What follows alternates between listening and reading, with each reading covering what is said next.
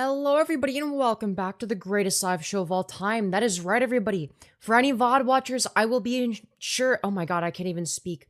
For any VOD watchers, I will be sure to include timestamps in the description below. This is meant to be listenable as a podcast, even though it is a live show. So, with that being said, today we're going to be talking about our good friend known as Stale2000. Now, some of you may or may not be familiar with this guy. Don't know why the video was trying to play without my consent. Though, to be fair, this does not look like an individual who would respect consent. But, that's besides the point, not to make fun of his appearance or anything. But, this is the person we're talking about today. You probably saw him in the thumbnail. And, yeah, I'm actually very excited to get into this because he made a video titled, Mass Reporting is Good, Actually. And you know what? I can't wait to get started. With that being said, hello everyone. Hello Randy S. Congratulations on being the first person in chat. Hello Second Perky. Hello Alexi. Hello Tubian. Without consent, video rape. Yeah, true. Truth nuke. Literally facts. But yeah, no, I don't think that he's done anything like that. Okay, he's not Firebat. While it is true that they have some visual similarities, some striking similarities with Firebat in the visual aesthetics department. I don't think that they've done anything like that or on that level, so I'm not going to accuse them of that. As easy as that would be, we're gonna try to just stick to the facts and not say anything about their appearance. You know what? We're gonna let you guys come to your own conclusions, about this beautiful man's appearance. All right, you guys can figure that one out for yourselves, okay? Anyways, hello Manta. Hope you're doing well. Hello Abraham. But yeah, without further ado, I think we're gonna get into it. All right, we're gonna get straight into it because why the hell not? Either that, or we could do a little small just chatting segment. Do we do a small just chatting segment? I conclude he looks like a Discord mod. Very close. He's actually a Reddit moderator. So you see, the distinction is in the mannerisms. It's not really in the looks necessarily. Discord and Reddit moderators do have a tendency to look very similar, but what can I say? Chat, do we do like a pre-show thing? What do I do for horizontal streams? Do I just format the same way that I do vertical streams? I don't know, man, because I want the horizontal streams to be more drama slop focused. But also, a lot of people have stream starting soon screens, and it's like, why would you do that? Why have a stream starting soon screen? And I've talked to other streamers about this, and they're like, well, it's actually good. I didn't used to have one, but actually, it's people will leave if you're just chatting or something like that. And I'm like, well, that doesn't sound right. That doesn't sound right. And then I think I was in a call with the Trough and Aiko, and they were saying that. And then Trough was like, well, yeah, but if you're attractive, because I'm allegedly attractive, I guess, that you can get away with it.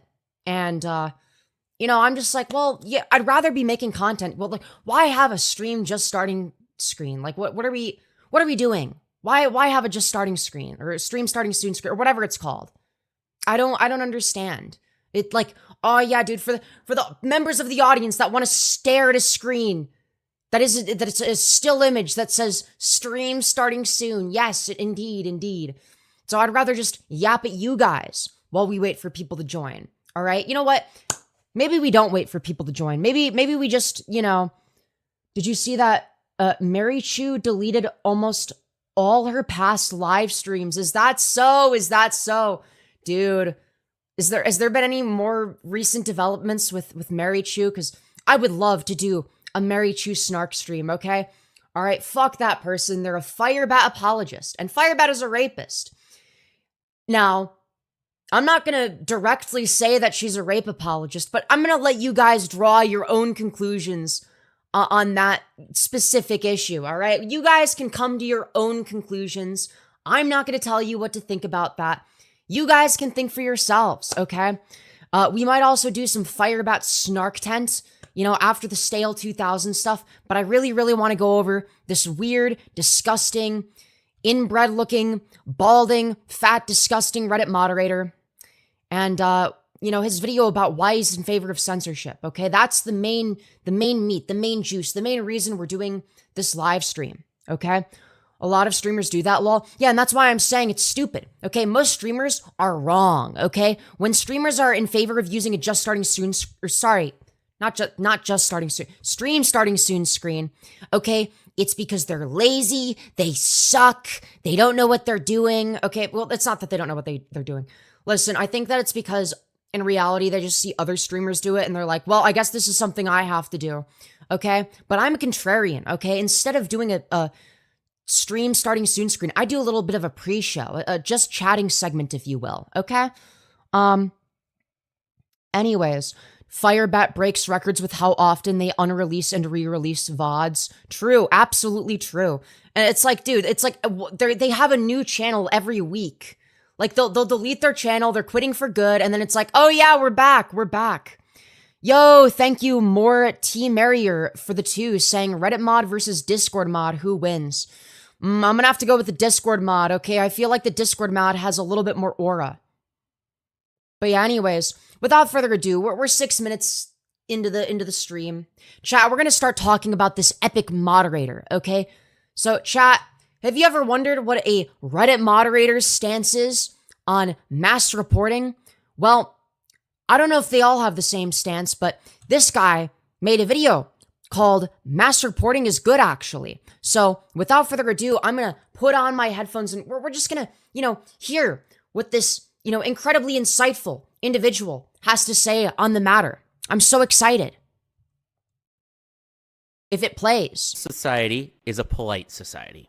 And terms of service reports are exactly the metaphorical weapon that the internet desperately needs to make it more polite. In this— Dude, what are we saying right off the bat? Dude, society needs to be polite. People on the internet are being too mean to me. That's why we need terms of service reports. It's because the internet is too mean. This video, I am going to be talking about a variety of drama-centric live streamers in what's called the commentary community. And you're talking about why mass reporting is good in that context? Dog, I hate to break it to you, but if you're bitching about it to YouTube, if you're that upset about it, just log off, dude. I know it's like the most overdone advice imaginable, but like, just turn the computer off. You don't have to be a content creator. You don't have to be in the fucking spotlight. I'm going to be talking about the dynamics of how these people and their communities interact with one another, the consequences of such. Dude, what? Even just his voice, man. And how that compares to what the internet was like in the past. The internet and its toxic troll communities are much— Dude, the internet and its toxic troll communities. This is very, very reminiscent of Chris Chan, all right? It's this guy versus the trolls. Different than how they were 15 years ago. I speak from personal experience. Oh, thank goodness. We really care about your personal experience, man. 15 years ago, I was involved in a variety of anonymous IRC chat. Dude, what is this? Is this like a video filter? Why does it keep doing that? What is this? What is this background? Why does it keep glitching? Groups. That is, Anonymous, the infamous hacking group that was DDoSing the— Yes, the anonymous hacking group known as 4chan. Church of Scientology websites, taking down websites that deplatform WikiLeaks, and even participating in the Arab Spring revolutions by electronically targeting various authoritarian government websites. It's hard to explain how— Okay, now we've just completely switched camera angles. Isn't that just awesome? You love to see it. So, 58 seconds in, we've got a new camera angle. Anonymous and its related subgroups like LulzSec were. Internet communities back then were still mostly just full— Green screen? Why would you green screen yourself in like some fucking messy ass background? Like, that doesn't make any sense. Why would, like, if you're gonna green screen, why would you green screen to something like this? Full of nerds. The only thing regular people were on was Facebook. Even that was mostly young people. So the advent of a Yeah, dude, Facebook, known for its wide variety of young people, of course. You know? That's what Facebook was known for. Centralized internet community that was achieving real results, or harm, in the world was unheard of till then. When these online hacking groups mattered. It was not jokes, it was not fake, it was not— Yes, the internet is no laughing matter, you guys. You need to take it very seriously. Like this guy. Not saying mean words, it was targeting your enemies and causing real material harm. I was in some of these groups as a stupid 21-year-old, and although I never got caught doing anything that Guys, I was actually a part of the anonymous hacking group known as 4chan, dude. Let's fucking got me go. in serious trouble, I was talking to people who did. I remember interacting with, ended up in prison for digital crimes. The funniest thing that I personally did is I guess I created... Wow, that's so cool, man. That's so cool. You must have been such a great hacker. Created a fake political party called the Anon Party once, and I tricked a couple media groups into writing an article about it. Wow, I mean, this is this guy's greatest achievement, dude. He sounds so fucking proud of that. Guys, did you know that like 20 years ago, you know, before I was a fat, bald, disgusting loser, whining about people saying mean things about me on the internet, that, you know, I convinced a couple glup shitto media outlets that nobody gives a fuck about to write an article about a fake political party I made. Who fucking cares, dude? Get to the point. There might be some archives of the Guardian article that was about this from 10, 15 years ago, but... Dude, I was like, dude, I was exaggerating, but like, yeah, we're talking about 15 years ago, dude. This is this guy's biggest accomplishment. This is his claim to fame. Is he tricked the Guardian one time? Are we fucking serious? Whoa, you made a fake political party. Wow, that's so epic, dude. I say this not to brag, but instead to say that I can give a real perspective into these communities and wow, that's awesome, dude. how internet troll advocacy groups used to work and how they're different from kind of modern day internet communities. Us internet trolls understood that the stuff that we did... Us internet trolls. Bro, I mean, is this meant to be... Are we meant to take this shit seriously? Are we meant to take this shit serious? Mattered. It had real world consequences. Guys, the things that happen on the internet matter. It's really important stuff. We understood that we were in danger. Nay, we were the danger. Websites getting hacked was real damage. Your friends and family and workplace being called or harassed was real harm. Yeah, that's why you don't post your info on the internet, you fucking moron. This isn't a new thing. This is nothing new. Okay, this is something that everybody knows. Somebody putting in fake pizza orders to your address was real damaging harm. This is why yeah, it still is. everyone back then was so terrified about being doxxed or having the real world information out there. Yeah, so explain to me how the internet is worse now. Exactly. Is it that people are getting doxxed more? Is that your line? Because your video is titled "Mass Reporting is Good." Actually, that's the title of your video. So that couldn't be the argument. Both us trolls knew, as did regular people, that you didn't want people on the internet to know who you were. Even the name of this hacking group itself, Anonymous, demonstrates this ethos. Definitionally, you're the same as everyone else. It's not about you. There are no leaders, and if you get doxxed, well, you log off. So true. All right, this is why you should never be a trip fag, okay? Let's fucking go. We love to see his anti-trip fag stance. Very awesome stuff. Very epic. Don't be one of those fucking trip fags that thinks they're the main character on 4chan. You know what? So far, I don't even disagree. Retire that entire identity and maybe join again under a new anonymous identity. This led to an interesting dynamic, and that is even a new anonymous identity. What? Wouldn't you just be like what sites are we talking about? Don't create a fucking persona for like, I'm sorry, man. You're a fucking loser if you're, you know, constantly trip fagging on 4chan, okay? That shit is fucking gay, all right? Even though these hacking groups and IRC channels were full of dangerous people who really were out to get you, it produced a... Yeah, but people like that don't exist today. Doxing never happens anymore. This is, you know, this is all old stuff that could never happen in the Big 26. Kind of politeness or cordialness among the people in these groups that were smart. If you were smart, you didn't pick fights with other people, because that other person could be anybody. They could come after you. They could... Oh, that's so scary, man. Oh, no. Yeah, dude, I'm totally terrified of picking fights with people. Oh, wait, I never have been. And I never will be. Because I'm not a fucking pussy. Because I don't put my information out there. The only thing I put out there is my fucking face and my voice. That's all I put out there. Be a master hacker for real. They could harm you, dox you, send harassment towards oh god! Oh no, not the master hacker. Oh no, I'm so scared. your family, DDoS you, the works. Now, some people did still pick fights. These were anonymous hacking IRC channels after all. But the people who picked fights didn't tend to last very long. Someone would put their hand on the stove, get burnt, because they unnecessarily pissed off the wrong person, and then they would disappear from the community forever. There was... Yeah, if they had bad OPSEC, yeah, no shit. Yeah, that's called bad OPSEC. If you have good OPSEC, then it doesn't matter. You can say whatever you want. A feedback loop, and it stopped the most toxic of the most toxic from infinitely attacking everyone in the community. Yeah, so true, dude. Yeah, that was the solution to toxic behavior on the internet. Dude, what if we just, doxed and DDoSed all the people that are toxic? All right, that's a great solution. Wasn't that so awesome when that was the internet? It couldn't possibly be the case that the people doing the doxing or the DDoSing would be toxic. No. Those are the nice people. It's the really nice and cool people doing the doxing and the DDoSing. It's the toxic people that are the victims of that, of course. Like, what are we fucking saying, dude? Community forever. So when the rest of the community observes some toxic idiot pissing off the wrong person and then getting completely pwned in return, well, dude, you just know for a fact this guy visualizes himself as being the wrong person to mess with, all right? You know for a fact that he wants people to think of him as the wrong person, okay? What we did is we laughed at them. We called them the R slur. We called them stupid. Dog, you can say retard on YouTube. You're not gonna get... I don't even think you're gonna get demonetized in your video for it. Like, what are we saying? Because they were. What are you doing? Joining a hacking IRC channel, pissing off a bunch of people, especially when you don't even know how to use a VPN or protect your personal information otherwise. Yeah, that's called OPSEC, you fucking moron. In other words, we live by the ethos of talk shit, get hit.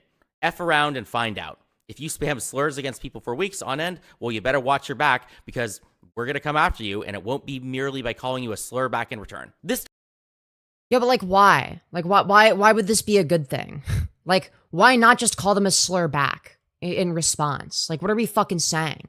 Also, we're over 4 minutes into the video, and you still haven't explained why mass reporting is actually a good thing. All you've done is explained, oh, dude, wasn't the internet so awesome and cool and based in Epic back, 15 years ago when people got doxxed, the thing that would never happen today, ever? Under any circumstances, of course. Dynamic is very different than modern, safe online communities, which we'll get to. Additionally, there weren't many true leaders. If you Wait, so if you agree that communities are safer now, then what the fuck are you whining about? wanted to start some hacking operation or internet advocacy campaign against a target, legit or otherwise, you either had to do it yourself or convince other people. There weren't many cult leaders, or as we call them, influencers these days. Yeah, true. I'm actually a cult leader of 25 of my closest friends and family, which is you guys watching right now. Make sure to smash like, everyone. Very important, so that we can do well in the algorithm. All right, very important stuff. Who could instantly mobilize people to do exactly what they wanted, no matter who they targeted or what the campaign is. And for the few leaders that did exist, they had the chops to back it up. The master hackers from LowSec or similar. Dude, the master hackers, and we're meant to take this guy seriously. They weren't influencers who were just entertaining. They actually did walk the walk. They didn't have the true unaccountable power that comes from having an army of loyal followers, but they were able to mobilize people towards their goals a bit better than others. Yeah, what exactly are their goals? Like, what do you think the goal of an influencer is, other than to be entertaining? Like, what do you think my goal here is? That was the old internet. Let's talk about the new internet and its troll communities now. Large-scale, powerful, decentralized, and anonymous internet groups basically don't exist anymore. The only ones that come... Yeah, so true. Anonymous people don't exist on the internet anymore. That's facts, bro. There's no such thing as anonymous people. It just ceased to exist. 4chan magically disappeared. It doesn't exist. The Shardy doesn't exist. Kiwi Farms doesn't exist, okay? There's no such thing anymore. It's disappeared forever. Dude, isn't that just so sad, you guys? Close are 4chan and maybe Kiwi Farms, and 4chan is frankly a shell of its former self. But even these communities... Dude, I don't know what you're talking about, okay? The LGBT board is goated. These days feel much more nihilistic and uncaring than previous internet groups. Oh, yeah, dude. People on the internet, back in the 2010s, oh, they were way less nihilistic. Yeah, people on the internet back then were nothing but bastions of positivity. Notoriously. That's what the internet was known for. 10, 15 years ago. Was being a beacon of positive interactions. That's the number one thing it was known for. There was no toxicity 15 years ago. That's all a new thing. Groups. The modern day internet troll or snark or advocacy groups are dominated by... Dude, he's unironically complaining about snark. He's fucking whining about snark unironically, dude. I mean, just fucking give up at that point. Just fucking give up. By one thing, and that is influencers these days. Influencers just didn't exist 15 years ago. Yeah, so true, King. There was no such thing as influencers.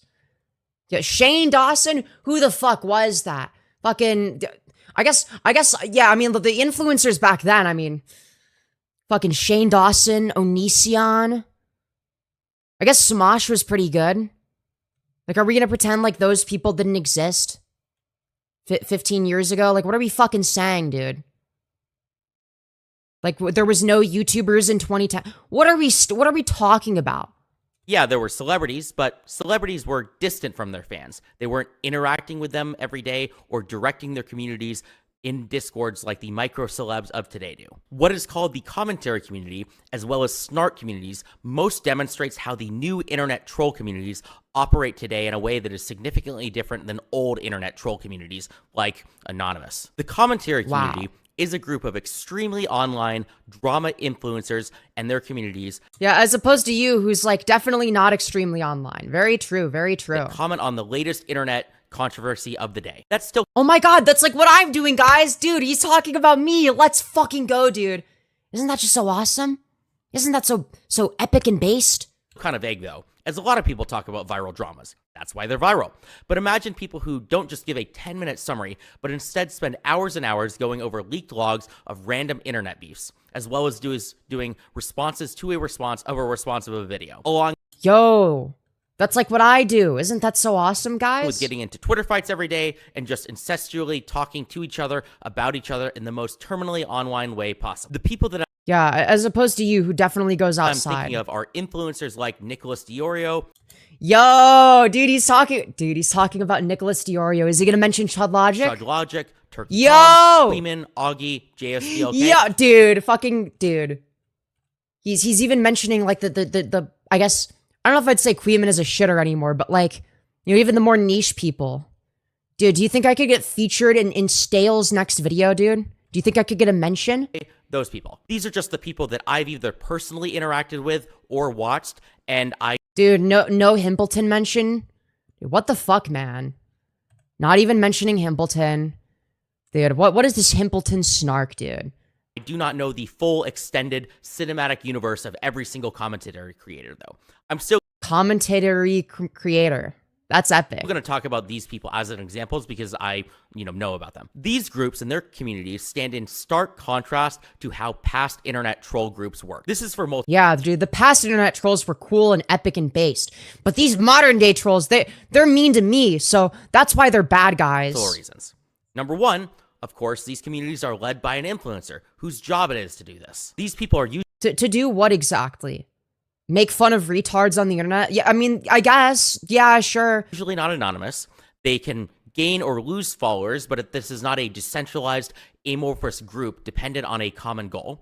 The communities exist around a single person or live stream or in their kind of Discord, and the leader can kick people out. This leads to a large amount of influence that the influencer has over these people who— Bro, realistically, how much influence do I have? Like, what are we fucking talking about, dude? How much influence does fucking ChudLogic have? In the grand scheme of things. Like, what are we talking about?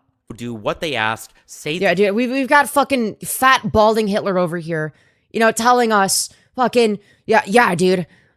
These fucking influencers, they're basically running cults. They're basically running cults. the arguments that they make, and if they step out of line, they'll just get kicked out. This relationship is mostly one way. Chat, we found Trevor from GTA mixed with Adolf Hitler, dude. Isn't that so awesome? Real significant consequences or feedback comes less from the fans and more from other creators. And two, it's content, not reality. People join these communities because it's entertaining. They saw a YouTube video, a clip, a tweet, a live stream, and they joined not for a common cause or goal, but just because it's fun. And Yes, people do enjoy fun. That's true. although somebody may be a fan of certain creators, the people on screen are barely real to the viewers. And this is regardless of the seriousness of the content or drama. Yeah, so true, dude. This is some really serious stuff happening. Yeah, really, really serious stuff right now. That the creators are involved in. Sure, sometimes It's like, dude, you take yourself way the fuck too seriously. the content or drama is simply two influencers talking shit about one another on Twitter. But Yes, that's entertaining. That's good content. Other dramas, or content, will be about if a content creator sexually assaulted somebody or not. And yo, W, let's fucking go. Dude, we love covering rape. Rape is one of the most fun things to cover. Let's go. even for a serious topic like that, this really is just entertainment for most. Hell yeah, dude. We love doing rape, okay? We love rape. W rape. One in chat if you love rape, guys, okay? All right, W rape. Let's fucking go, dude. People. It rarely occurs to viewers that these are real people taking real action and Yeah, so true. So true. People have no idea that when somebody covers a rape controversy, that, you know, somebody might have actually gotten raped in real life. People have no idea. They're actually completely unaware of this fact. Actually, levying serious allegations against others that have material consequences. I'll go over a guys, while it is true that this is incredibly entertaining content, have you ever considered the real material consequences that your actions have? terminally online example that recently just happened to prove this. Recently, there was a scandal where Turkey Tom got accused of sexual assault by multiple women. A bunch of people jumped onto this controversy and had videos out within days, if not hours. Yeah, because it was something worth talking about. Now, some people's coverage might have sucked, but that's just going to be an issue with retarded people on YouTube, specifically, that are willing to, perpetuate allegations that don't have sufficient evidence. But that's a whole separate discussion. That's not the same thing. You can still make content out of it in a way that's reasonable. And later on, TurkeyCom came out with a response video that was well received by the public. And now people are saying that the assault allegations were false and then people jumped the gun on concluding things. Whoa, you mean to tell me that people's position changed as new evidence was shown? Holy shit. Yeah, no fucking shit. That's how the internet works, dog. Like, what are we saying? Like, yeah, there were things that he needed to respond to. Like, I don't think that that's entirely unreasonable. I haven't spent the hours reading the details of this situation, so I have no idea if the accusations were true. Okay, so then why are you fucking commenting on it? You don't even know anything about the situation. At least I fucking looked into it to see if it was worth my time to cover. I decided ultimately it wasn't, right? But I actually looked into it, and yeah, it's reasonable that people would be like, yeah, this is something that Tom needs to address. Or if he was redeemed, but what I can say is that the situation is serious. It is a big deal. Guys, did you know that rape is serious? Rape is serious, you guys. Rape is no laughing matter. Guys, did you ever consider that rape is bad? It's very serious. It's not meant to be taken lightly. If somebody sexually assaulted multiple people, or if there were multiple false allegations of sexual assault against somebody, both are serious. It's not just content. Either guys, rape allegations are serious, you guys. It's not just content. It's serious. It's serious business, okay? Okay, guys? We have to be aware of that fact. Either situation could ruin lives, and I think it's important to get that stuff right. But most viewers don't think of it that way. It's just entertainment for people. Yes. People watch things for entertainment. That's true. Another interesting dynamic about these influencer and snark communities is toxicity on levels that surpass even the most obviously toxic ones like 4chan. Sure, these okay. Yeah, sure. communities are too woke to call you the F-slur, but if you interact... No, it's not that they're too woke. It's that they don't want to get banned from YouTube. What are we fucking saying?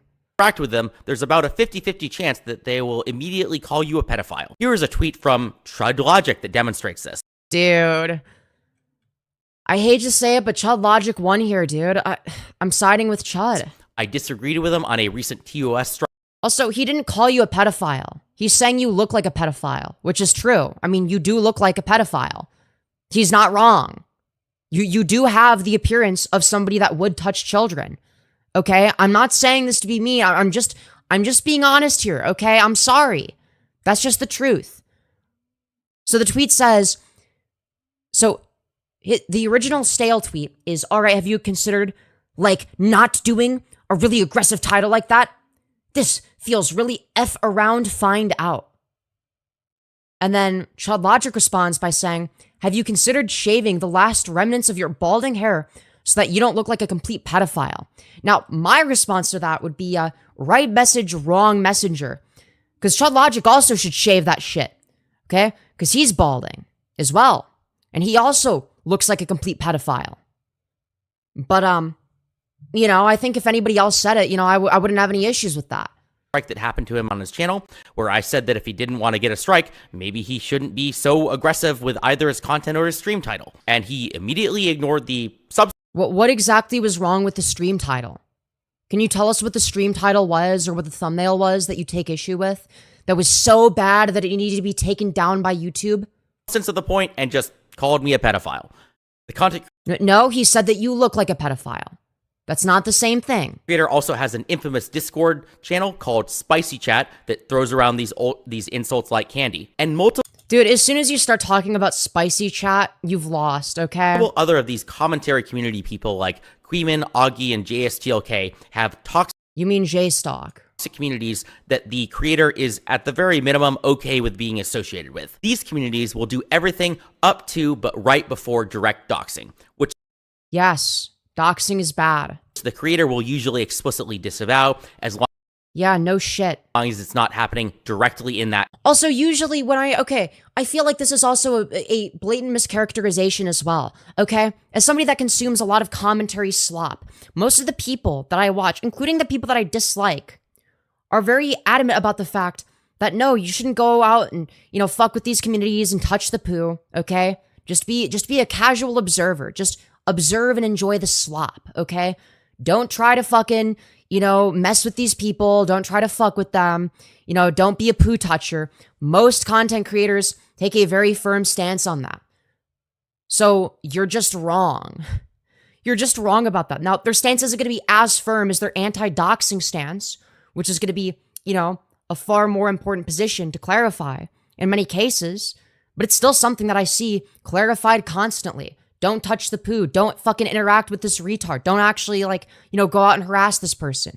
People are very adamant about that in many cases. And granted, I don't even think that you should have to be. I don't think that I'm obligated to tell people what to do, okay? I don't need to tell you, hey, by the way, it's bad to harass people.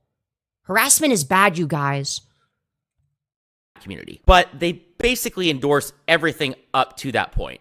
As long as somebody doesn't cross that one line, So true. They actually endorse rape. That's true. That's facts, bro. everything else is completely fair game for So true, dude. The commentary community known for endorsing rape and pedophilia. Just not doxing. Just not doxing. infinite levels of toxicity. And I think this dynamic is bad, even if the creator themselves does not reach the same level of toxicity as their community. And these communities act this way because, one, they think it's all just fun and games and there are no consequences to their actions, and two, Have you ever considered that there should be consequences to your actions? Like, what actions are we talking about? People making fun of you for being a fat, bald retard? Like, what are we saying? two, there isn't anyone bringing the find out part to them after they have effed around. That mostly applies to the random Find out for doing what exactly? In what way are they fucking around? By making fun of you? community members, though. For content creators, there can be a clear financial and clout incentive to constantly making your content more and more edgy. To have crazier titles, more Oh no, not people making edgy jokes. Bitch, who fucking cares, man? This guy is such a cock. controversial takes, and make bigger and worse insane attacks against other content creators. In the past, the feedback Like, buddy, you want to be a victim so badly, but you're just not. loop that would prevent people from being like this was that you'd get, doxed and harassed in return. Yeah, and that was bad. Yes, doxing is bad. What's your fucking point? The modern day equivalent consequence that I advocate for in response to this behavior is mass on-platform terms of service reports against the offending parties. Yes, Dude, I mean, this guy is such a fucking loser, man. Actually, I'm in favor of reporting your content. Oh, why? Because you said mean things about me on the internet. Like, dude, shut the fuck up. You are such a fucking sensitive, pathetic fucking loser. Holy shit. Dude, I actually fucking hate this person. mass reporting. Both because you're allowed to do reports, it's obviously not illegal to go through proper recommended TOS. Yeah, it's not necessarily illegal. Nobody is claiming that it's illegal. Okay? The issue that people have is that you're a fucking pussy. Okay? You can't take criticism. You can't handle the fact that, yes, people are going to make fun of you on the internet. So you're just like, oh, well, maybe if I just, false report them and abuse YouTube's shitty fucking system, maybe something will get flagged. Right? That's what you're doing. Channels to report somebody, and also because somebody getting their account banned can be a serious consequence that causes a person real harm. And you are Yeah, why should that be necessary? For what, somebody talking shit? Really? You want people to get censored for criticizing you and shit talking you? Like, are we fucking serious, man? I mean, this shit is so pathetic. Are intentionally causing this real harm to your target for the same reason that people were getting doxxed back in the old school, internet hacking forums. So what you're saying is that the doxing back then was justified. Like, what are we fucking saying?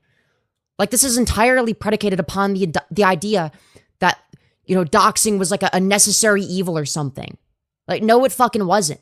Okay, the only exception that I would make is in the case of, I don't know, a child rapist or, a dog fucker or some kind of, abuser that's in immediate danger. Right? Like, if somebody's in immediate danger, then I think that that's fair. But unless that's the case, then yeah, doxing is going to be wrong. It's to create a feedback loop, a method of accountability, a consequence that stops the worst of the worst actors from destroying a— Dog, you are the worst of the worst actors. I don't think you understand that. The worst of the worst actors aren't people that make fun of you for being a bald retard, okay? That's not the worst of the worst. The worst of the worst is the people that are in favor of doxing, okay? The people that are in favor of censorship. That's the worst of the worst. Community, except reports are legal and allowed, unlike the stuff that happened in hacking communities 15 years ago. Dude, okay, the argument isn't whether or not it's legal. Nobody is saying that you're breaking the law, necessarily, okay? But it is actually against YouTube's terms of service to mass report people, just so you're aware.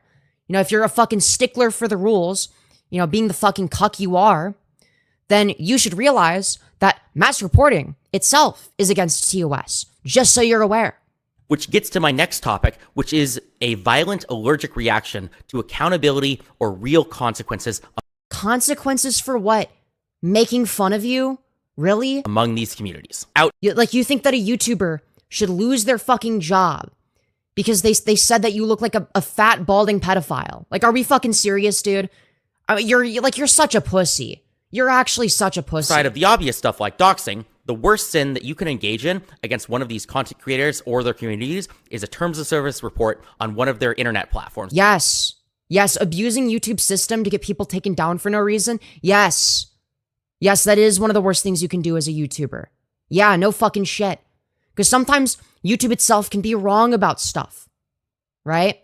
Sometimes people's channels get fucked when they haven't actually done anything wrong. Monkey Jones is a perfect example of this, okay? His channel got terminated for literally no fucking reason at all. That they use. TOS reports are an irredeemable sin, regardless if the TOS report was correct or not. No, it depends. It depends on what you're reporting, okay? If you report a video on YouTube because, I don't know, let's say it contains CSAM, nobody in commentary is going to be against you making that report. No, literally nobody. Not a single person would be against that. Okay, if you're reporting CSAM or child abuse or animal abuse or anything like that, nobody is going to be against you, all right? People are going to be on your side for that. But if you're reporting people because they said mean things about you on the internet, then everyone's going to fucking clown on you because you're a pussy. You are a pathetic, weaselly, little fucking pussy, okay? Well, maybe not little because you are definitely, on the heavier side, but that's besides the point. If you report somebody for breaking the rules and they are correctly punished for definitely breaking the rules, that's still— Dude, you just know for a fact, okay? This guy was, growing up, the one kid who would constantly tell all the fucking teacher, teacher, he said a mean thing about me. Teacher, he called me a bitch. This guy gives off massive hall monitor energy. I can't stand people like this, dude. People like this are the most insufferable freaks. A very bad thing to do to content creators. To steelman why a content creator would get so mad about a TOS report, I'd say it's because you're coming after their career. A platform— Yes. Yes, people should be allowed to make jokes without losing their careers over it. Yes. Ban does serious monetary harm to somebody. Maybe the first ban doesn't technically ruin somebody's career, but it makes them more vulnerable to other careers. And if you get enough bans, you can literally have your account permabanned. Yes, that's not good. That's a bad thing. People should be allowed to talk shit. Like, why do you want YouTube as a platform to be a boring, miserable, squeaky clean shithole? Why would you ever want that? Why are you advocating in favor of making YouTube a more boring place? This guy just fucking sucks, dude. And if that happens, it's basically over for the content creator in a lot of situations. Deplatforming is a big deal. To give another Yes, that's why it's bad. example, a DMCA is also a mortal sin and taboo among content creators. Yes, that's another thing that's bad. And that's because everybody is breaking copyright law all the time. Nope, that's not how fair use works. For example, I'm not breaking copyright law right now. You want to know how I know this? Because what I'm doing is transformative, okay? Transformative content that falls under fair use actually doesn't break the law. You fucking moron. You obviously don't have any ideas of what you're talking about. Okay, you're just saying things. And anyone could ruin anybody else's career instantaneously by simply sending 3 DMCAs. Yeah, no, it's not that simple. It's really not that simple. Yes, there are people that have abused YouTube's copyright system, but YouTube's actually gotten better about that. And, it's not as simple as, just, submitting a fucking false DMCA, on 3 fair use videos shitting on you from the same creator, and then, oh shit, their channel is gone. Okay, if that was the case, there would be a lot less channels on YouTube, to say the very least. Okay? So clearly this guy also has no fucking idea what he's talking about when it comes to copyright either. Okay? No idea. Literally clueless. Would get them permabanned with almost zero recourse on that platform because they are legitimately breaking copyright law. Nope, that's not how fair use works. You are retarded. So I understand why people would dislike the very large negative consequences that comes from either TOS reports or DMCA strikes. But yes, because YouTube is fucking bullshit. Yes, YouTube can be wrong sometimes. Yes. The response to that, and the thesis of this video, is that beyond creating some social stigma against reports, there's another way to make yourself completely immune to the consequences of being reported, and that is to simply stop breaking the platform rules all the time. But by doing what exactly? Making fun of you? Like, what? First of all, the platform rules are kind of fucking vague, right?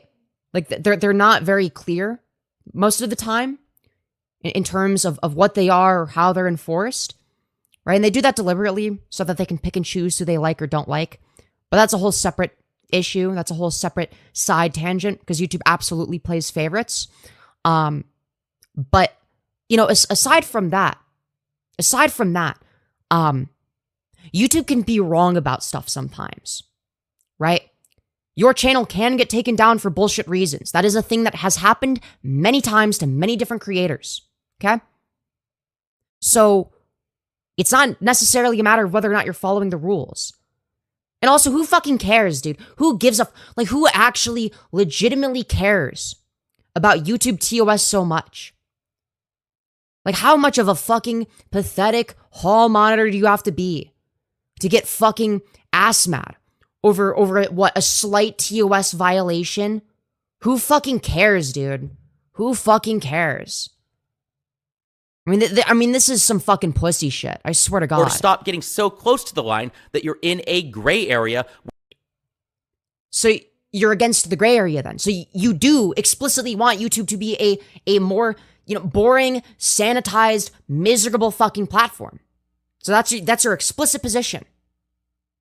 Don't even do anything, that's even slightly edgy. Because, what if it's in the gray area? This guy fucking sucks, dude. He just wants YouTube to be boring and miserable so that people don't have the option to make fun of him. It's literally just, he's starting from the presupposition of people shouldn't be allowed to make fun of me on the internet and working backwards from there. And it's so fucking obvious that's where all of this stems from. Where a pseudo bad faith report might potentially get you banned anyway. Just stop. Yes. Yeah, maybe don't submit bad faith reports, you fucking moron. Stop living in this toxic, dangerous gray area where one wrong report might get you banned. Wait, okay, but the issue wouldn't be the YouTuber. The issue would be the person sending the false report. That would be who is in the wrong. The YouTuber would not be in the wrong in that case, you fucking moron. Be smart. Move it back 10, 20%. Hesitate. You need to stop doing one of the 2 following things. Either stop being so toxic and associating with yourself with this toxicity and these communities so much, or 2, stop being stupid about it. You can be toxic.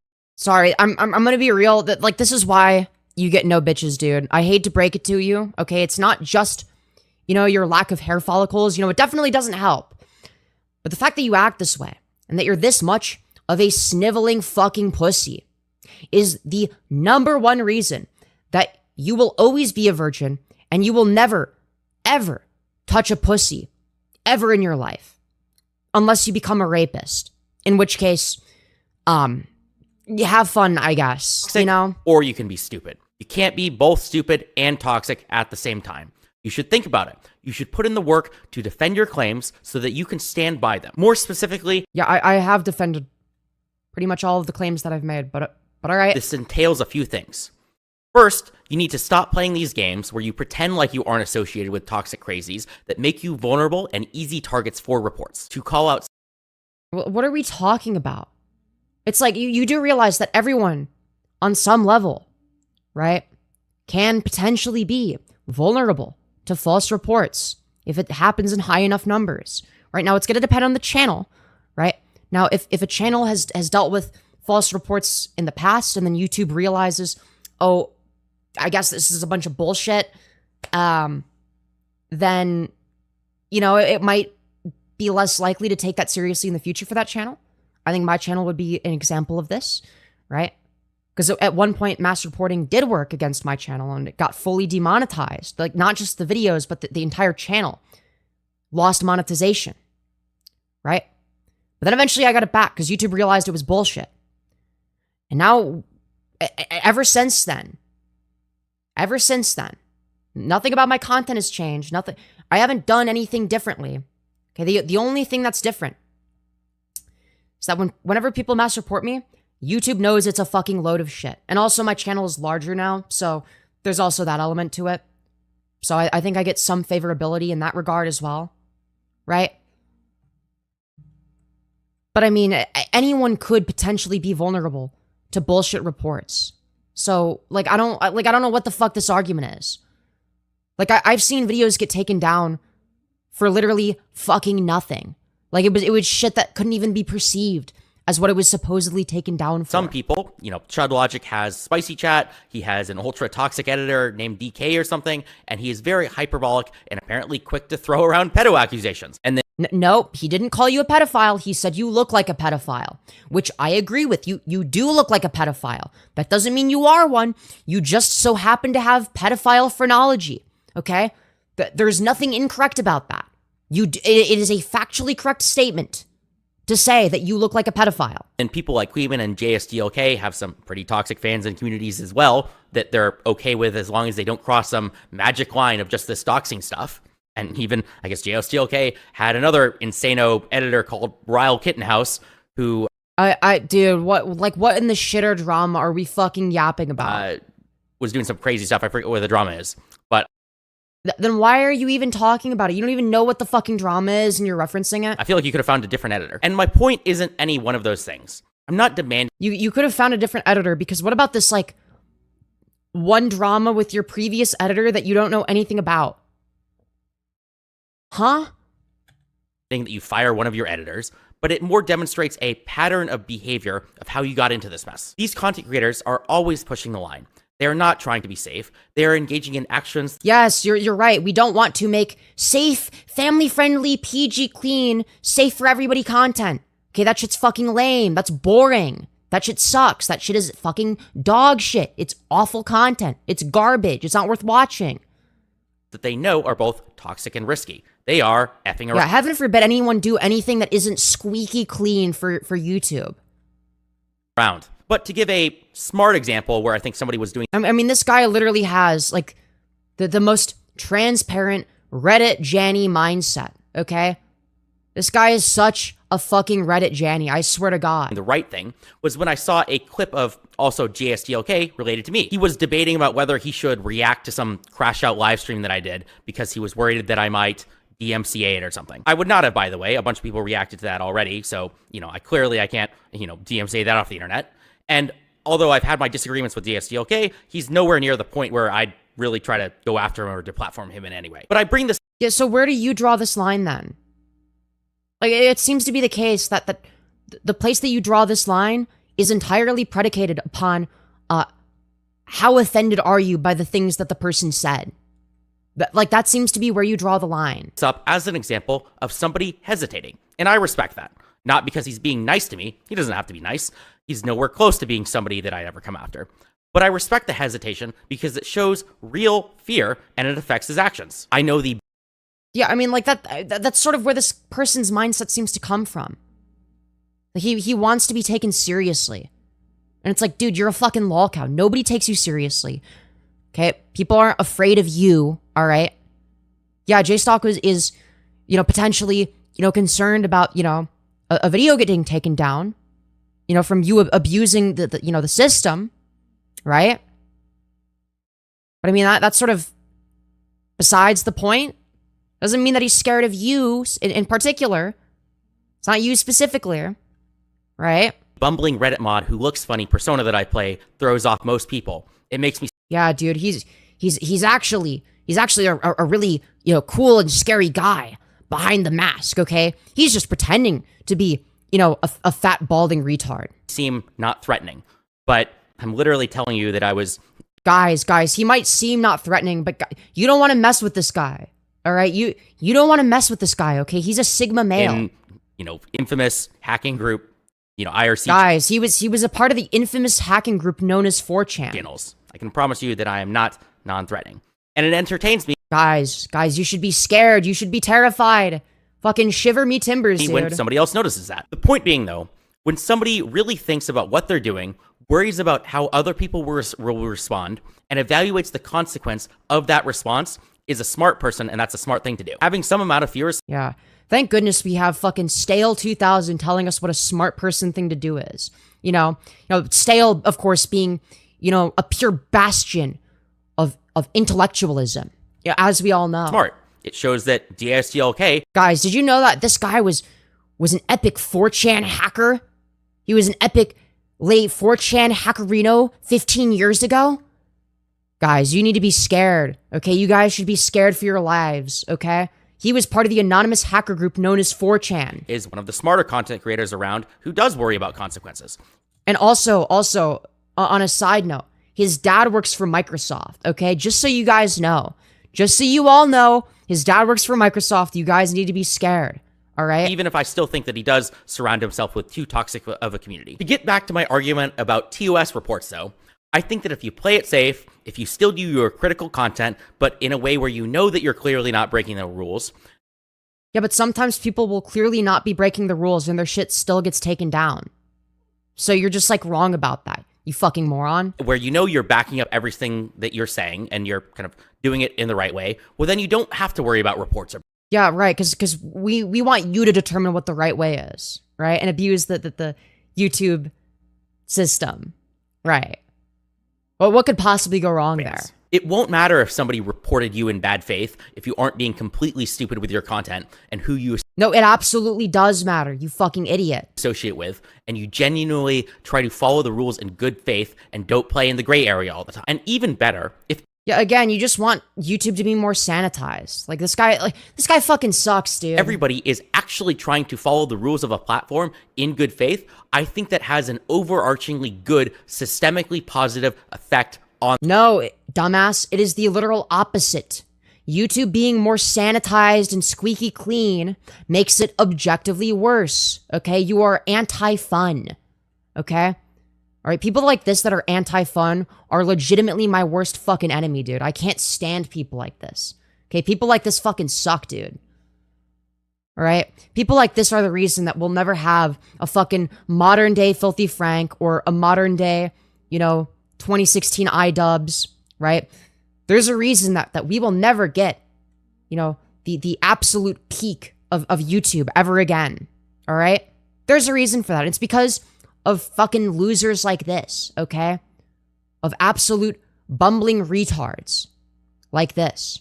Those platforms, which transitions into my next point, which is about inexcusable ways of using this strategy in a way that has negative systemic effect. I think that Yeah, all of the things that you've mentioned in terms of reporting have negative systemic effects. You're making YouTube worse. DMCA is one of those systemically negative tools. Making reports of TOS violations encourages people to be less toxic, whereas DMCA creators, on the other hand... So it's literally just you wanting people to stop saying mean things about you. Because you're not able to provide any specific examples other than ChudLogic on Twitter saying that you look like a pedophile. Which you do. So, like, aside from ChudLogic saying something that's just objectively true about you, What exactly are you fucking complaining about? What exactly are you whining about? Other than, oh, people were mean to me on the internet. This guy's such a fucking bitch. And simply discourages people from reacting to other people's content. Because basically nobody in the entire creator space follows copyright law by making... Nope, fair use is a thing. Fair use is a part of copyright law, you fucking moron. ...transformative content. So this taboo... I'm not breaking the law right now by doing this reaction. You're just wrong about that. ...against DMCAing produces a virtuous system that allows everybody to win by reacting to other people's content safely. But more than just talking about these systemic effects and whether it's right or wrong for certain actions, I find that people in these communities often have a disgusting sense of entitlement that makes their actions even worse. A funny... The only person that has a disgusting sense of entitlement is you. You feel entitled to having a fucking safe space on YouTube where no one could ever make fun of you because that's toxic and bad. Okay, you want a fucking safe space that's squeaky clean and nobody says anything negative ever. And we have nothing but forced positivity bullshit. That's what you want. That's what you're in favor of, is forced positivity bullshit. That's what you want this platform to be. Example of entitlement that wasn't directly related to TOS was when a streamer named Queeman got into a fight with another YouTuber named Dick Nicholas Diorio. These content... Dick Nicholas Diorio, let's fucking go, dude. ...creators apparently used to be friends-ish until Queeman did some sort of toxic attacks against Diorio. Dude, toxic attacks against Diorio. What are we fucking saying, dude? This guy has no idea what he's talking about. Like, no, Queeman's coverage of Nick Diorio was specifically related to Nick Diorio constantly sweeping for Ethan Klein when Ethan was doing shit that was more than worthy of criticism. Okay? You know, such as, oh, I don't know, suing his critics. Yeah. That's a reasonable thing to have a disagreement over. Like, you know, like if I was in Queeman's position, I too would be saying all the same shit. Like, what are we fucking saying? So Diorio decided that he had had enough with this Queeman guy and decided to stop talking with him or interacting with him at all. And so him walking away was apparently some huge drama. It was a major fuck. That was not the drama. That wasn't the drama, you fucking moron.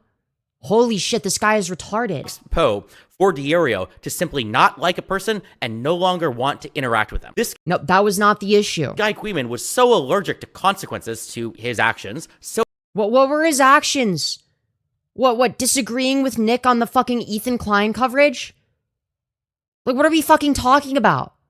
Literally, what the fuck are you yapping about? So entitled to his constant attacks against everybody else that was the drama. The fact that somebody of their own accord just decided that you are a horrible person and that they... A horrible person for disagreeing with him over the Ethan Klein stuff? What are we fucking saying, dude? ...don't want to interact with you. It's just an absurd levels of entitlement. You don't get to attack everybody else infinitely and then expect there's not going to be some sort of response. In conclusion... Well, like, what are we fucking saying? Like, what did his attack consist of? Other than obvious disagreements. Like, what are we saying? I think that modern internet communities allow people to infinitely escalate toxicity and pretend like it doesn't matter. There is no feedback loop or consequence to being a jackass to everybody around you. In the past... Yes, you should be allowed to be an asshole on the internet. Like, why are you against this? Why do you want the internet to be boring and suck? Like, what are we saying? Literally, what are we saying? These consequence feedback loops allowed old school communities like illegal anonymous hacking groups to remain surprisingly cordial given what those communities were about. And yeah, dude.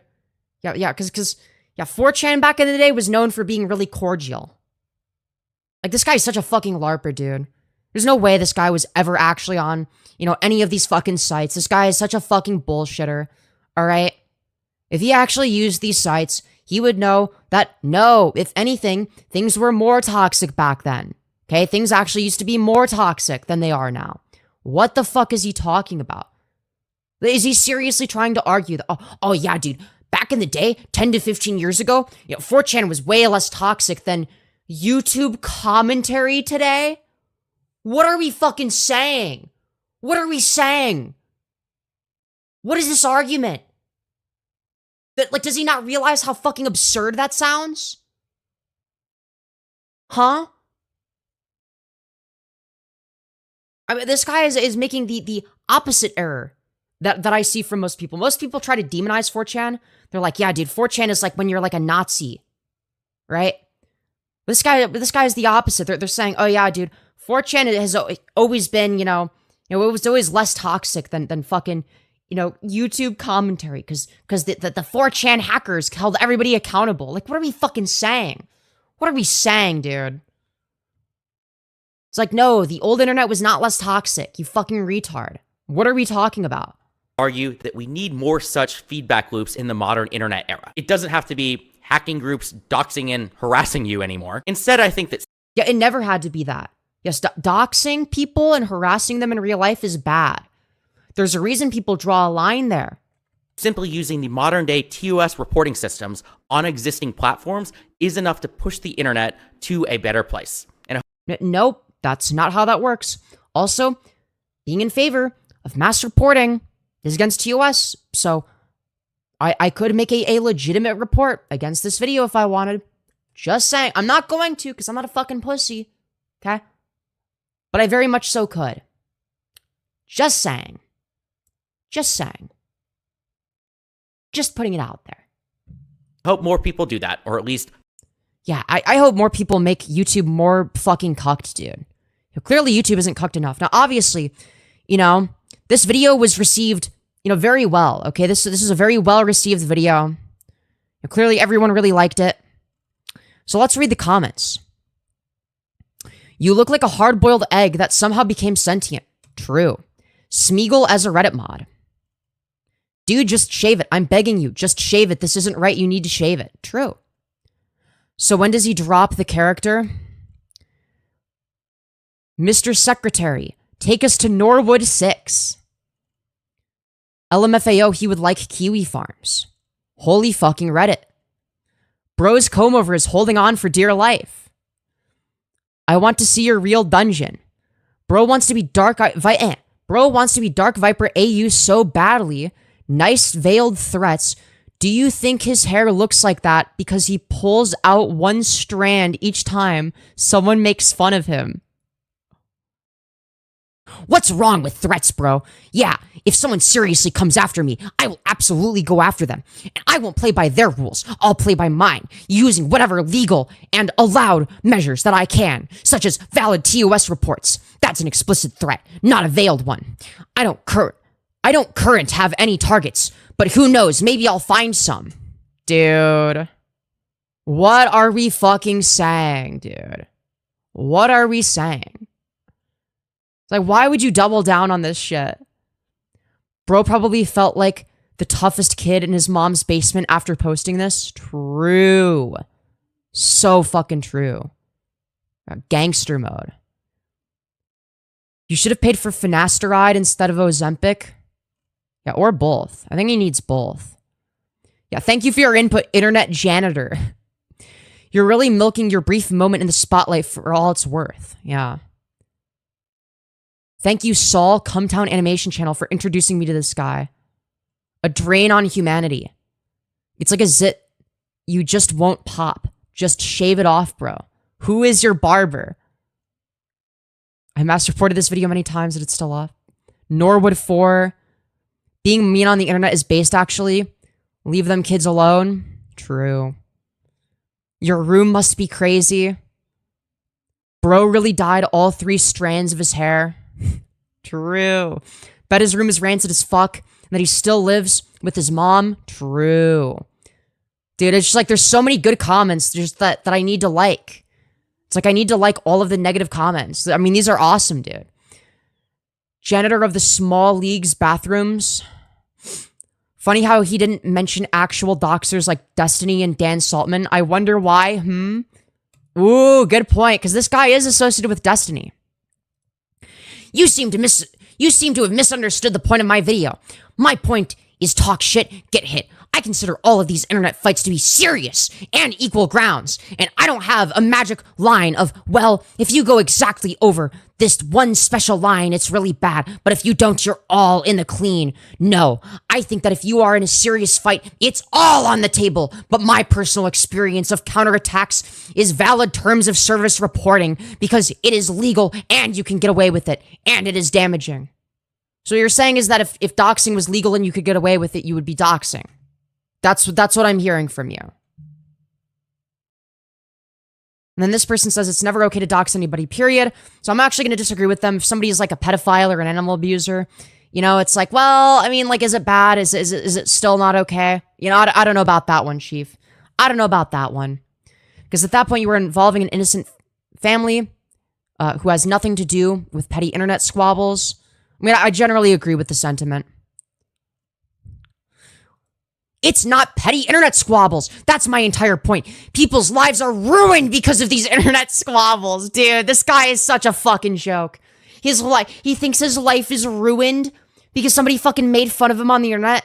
Because ChudLogic said he looks like a pedophile, really? Your life is ruined over that. So if your life gets ruined in return, that's called fair play. What comes around goes around. And yes, there is oftentimes collateral damage. That's how serious fights go. Don't get involved if you can't take the heat, dude. This is so fucking pathetic. What are we doing? Why is he continuously replying? Your reply makes me think that you enjoy the spectacle of it. There's a difference between self-defense and scorched earth tactics.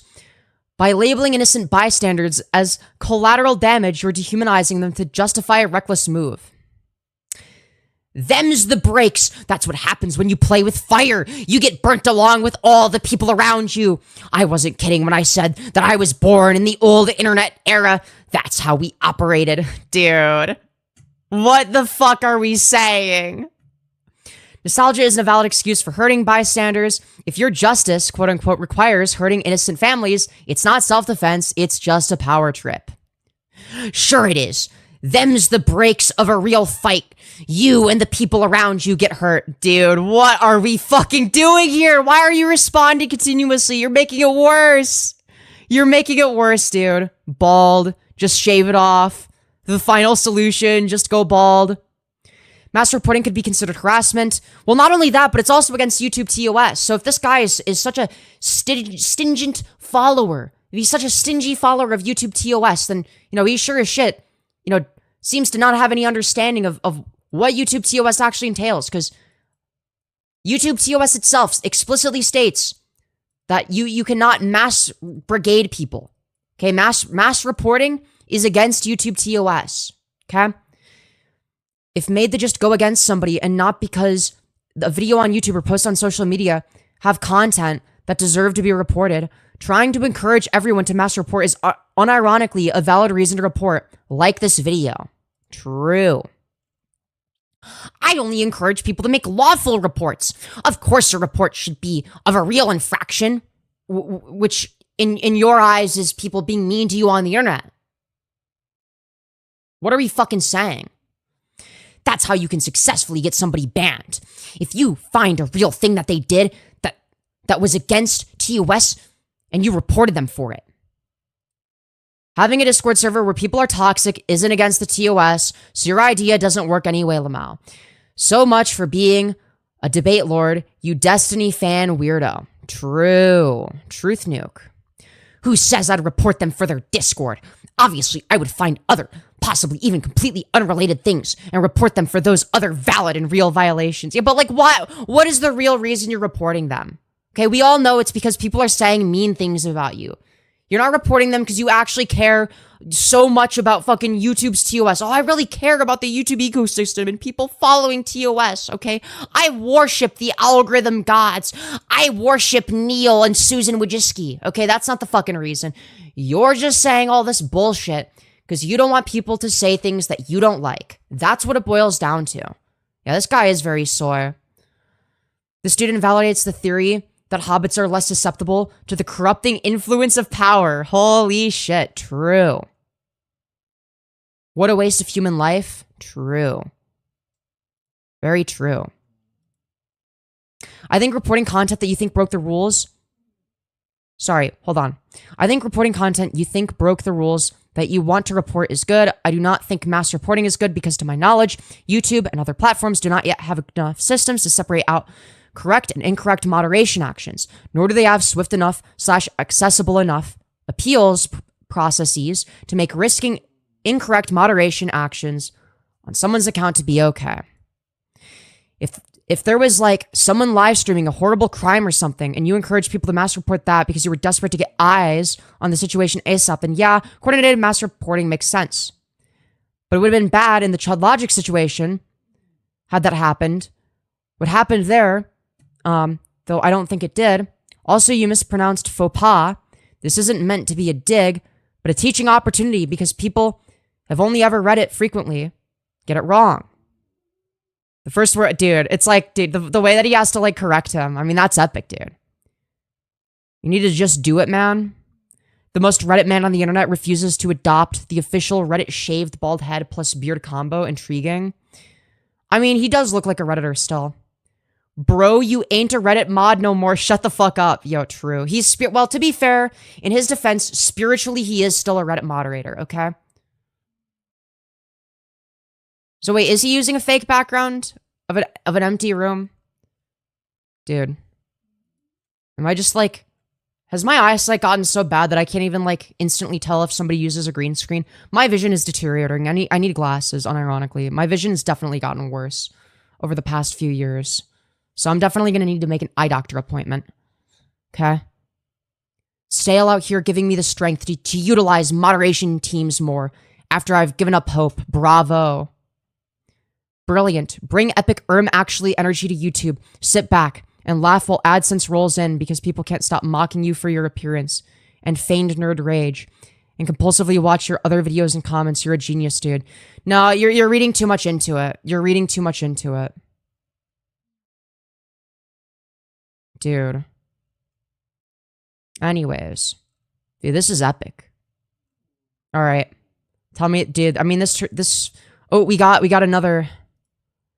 Is it promoting or doing calls for mass reporting / brigading against YouTube's TOS? I only advocate for real reports, so no. Mass reports is what made you lose your job, Lamau. Yo, true. Anyways, with that being said, that's all the comments. All right, I guess we could sort by newest, but you know, in case there's any we missed. But I think it's good. I think we've done good work here. I need to take a piss, so I'm gonna be right back. Do not leave me. Okay, guys, it's very important that you guys all stick around. Very important, guys. Very, very important stuff. All right, do not leave me. Okay, guys, I'm going to be very, very sad. If you guys leave me, I'm going to be devastated. All right, it's going to be devastating news. Also, I just realized, oh, shit. No wonder why this stream isn't getting fucking recommended. Dude, the stream already got fucking demonetized? Yo, this is rare, man. This is rare, dude. Usually it doesn't get demonetized while I'm fucking streaming. That's actually really interesting. Okay. That's probably why we're getting recommended to less people. You know? That's most likely the reason why. But that's okay, dude. That's okay. But, what can I say? What can I say? Also, if you searched Stale2000 with a space, I'm the 4th result. Let's fucking go, dude. That's epic. Dude, apparently this is... Oh, we can remove that, I guess. Okay. Whatever, man. Okay, we're gonna... Anyways, I need to go pee. I'm gonna be right back, guys. Yeah, also in 16:9 ratio. Yeah, but like, even for that, like my Firebat streams got way more traction. So, there's also that element. But I'm gonna be right back, guys. I need to go take a big fat piss, all right? I'm gonna be right back. Don't go anywhere, because I'm gonna be back soon, okay? I will be back very, very shortly, okay? Don't go anywhere, guys. Don't leave me, chat. I'll be sad if you do.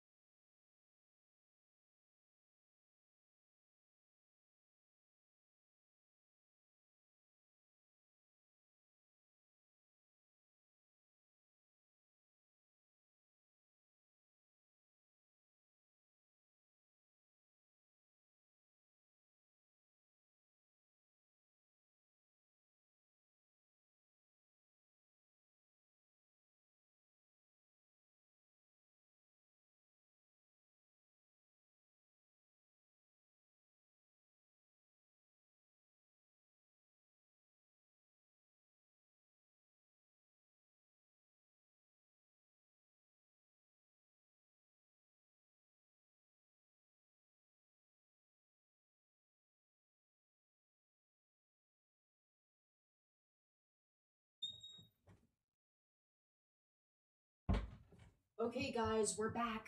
We're back, everyone. We're back, everyone. That is right, everybody. Oh my god, isn't that so epic? Dude, 29 viewers while I'm gone, dude. Dude, it, like, spiked up. Dude, what the fuck? Dude, why did it, like, spike up when I was, like, peeing? Wait, did removing one of the tags, like, unironically, like... help? What the fuck? Huh? Also, chat, make sure to smash like, okay, guys? We're on our dead channel maxing arc, you guys, alright? Our channel is dead, alright? We need to revive the channel, okay? Love the camera losing its mind, peak content? Hell yeah. Are you streaming alone today? Yes, I am. I absolutely am. Again, with the cute outfit, love the whole fit. Thank you. Glad to hear that you like it. Glad to hear. Good. It's always good to hear that. Dude, limited monetization. That's probably okay. I mean, if my shit's getting insta demonetized, then like, that's probably why it's not getting any viewership as well. Anyways, I'm gonna watch Jammy Dodger's new vid, bruh. Hell yeah, dude. Does it have anything to do with like the metadata? Because like when I had Firebat call in, like obviously there was gonna be, you know, a lot of, I don't know, man. I don't know. All right, I'm overthinking it. I'm overthinking it, guys. You know, it's very sad but true. But yeah, dude, we're literally dead channel maxing, guys. It's very, very sad. All right. It's like trying to not catch eye contact with the far picture, but can't stop nervously checking to see if he's still looking. True. Did he report the stream? I highly doubt it. I don't think that Stale2000 knows who the fuck I am. Dude. But it did get demonetized, so. Oh well, man. Oh well. Not really anything I can do about that. Chat, we do have more Stale10, okay, guys? We have more epic Stale10, alright? This is just the beginning, you guys. Alright? Thank you for watching. Shut up. Nerd. Fuck you. Okay. So, apparently this is what kicked off the drama. And, I haven't seen this. So, a lot of you guys may already be aware of all of this fucking shit. I don't know. I haven't looked into this. I never looked into this Stale2000 guy. Okay? But apparently this started because he made a video called A Reddit Moderator's Response to Moist Critical. The problem with Reddit. My response to Moist Critical. Wow, that's epic, dude. And then this comment gets more likes than his video. So, clearly it was really well received. So, I'm excited to see what this one's about. Thank you for watching my video, Charlie. You're welcome. I enjoyed making it.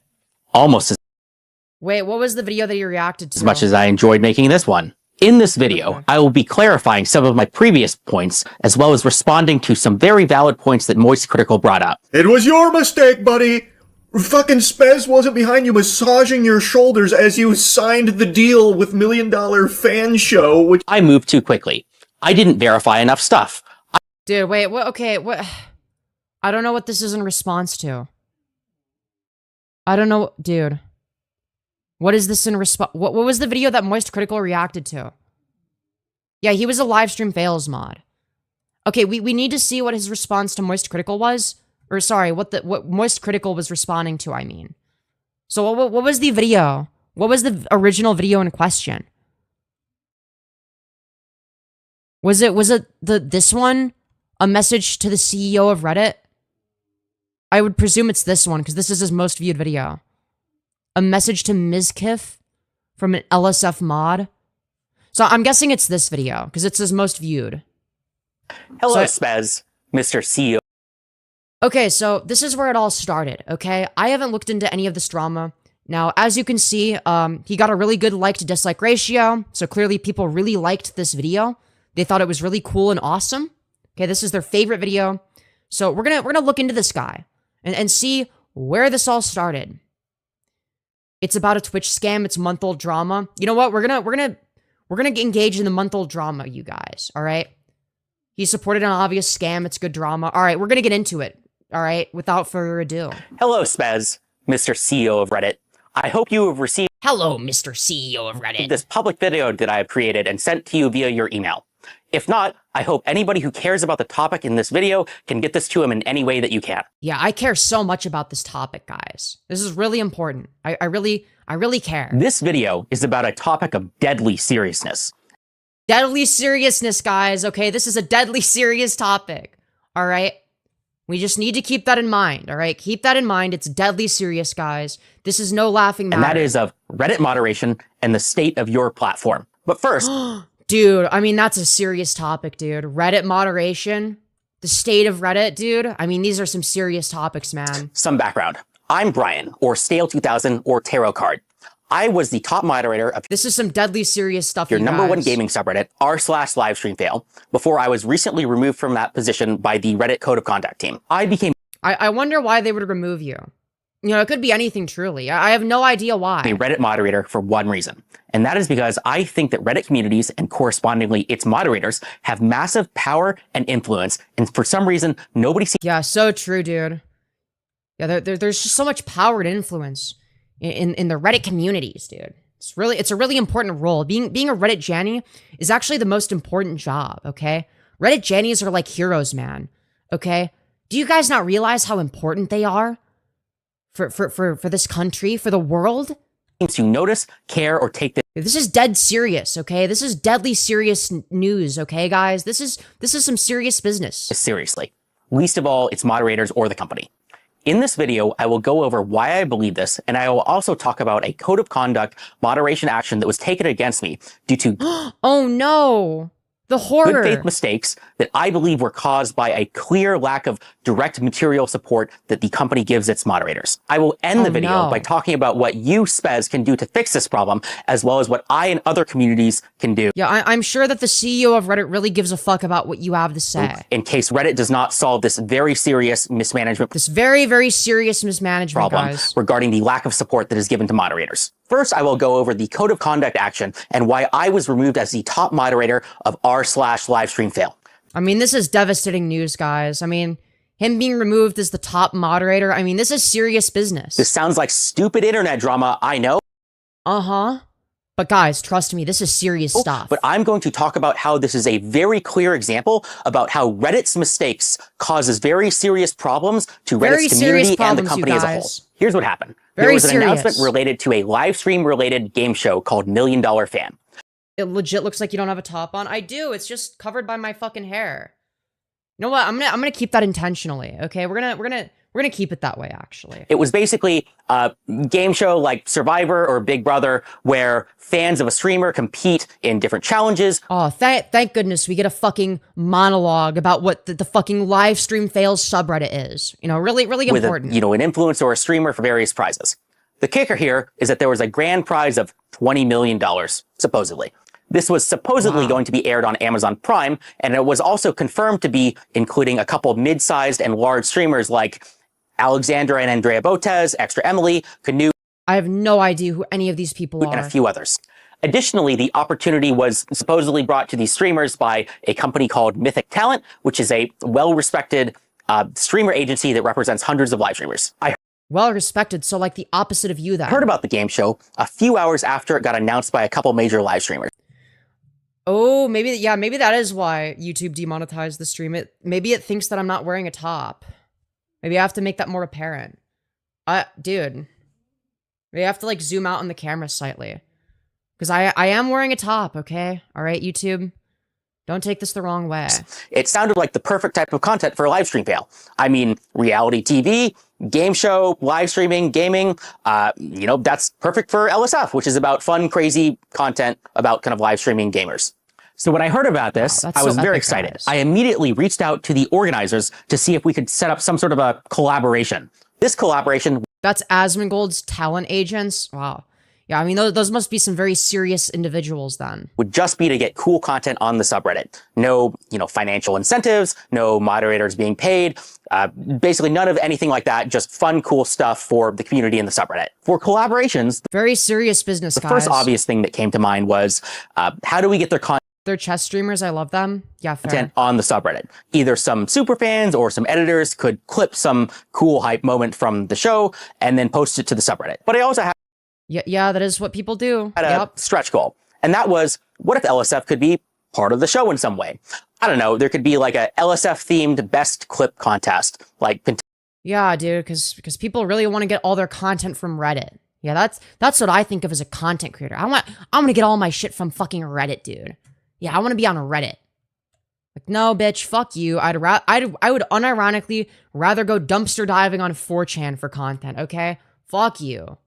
Fuck you, dude. Contestants compete in one of the kind of small challenges. They make the best clip, and then somebody kind of wins a prize at the end. It was a stretch goal, though. So I reached out to the organizers, and to my surprise, they immediately understood what LSF was, what power it had, and they even agreed to the stretch goal of like the cool competition to have in the actual show. From my perspective, this felt like one of the coolest things that a subreddit has ever done. I mean, wow, that's so cool, guys. Isn't Reddit so cool, you guys? Being in a freaking reality TV show in a topic that's directly related to the subreddit, how awesome. And then, maybe I could leverage this to get even more opportunities, either for our subreddit or for other subreddits across. But like, why do you care about any of this?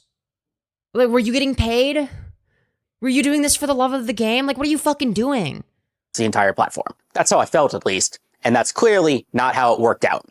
After they agreed to kind of a couple of these kind of requests that I had in my stretch goal, they immediately started moving very quickly. We wrote. Dude, this guy can't stop fucking yapping, dude.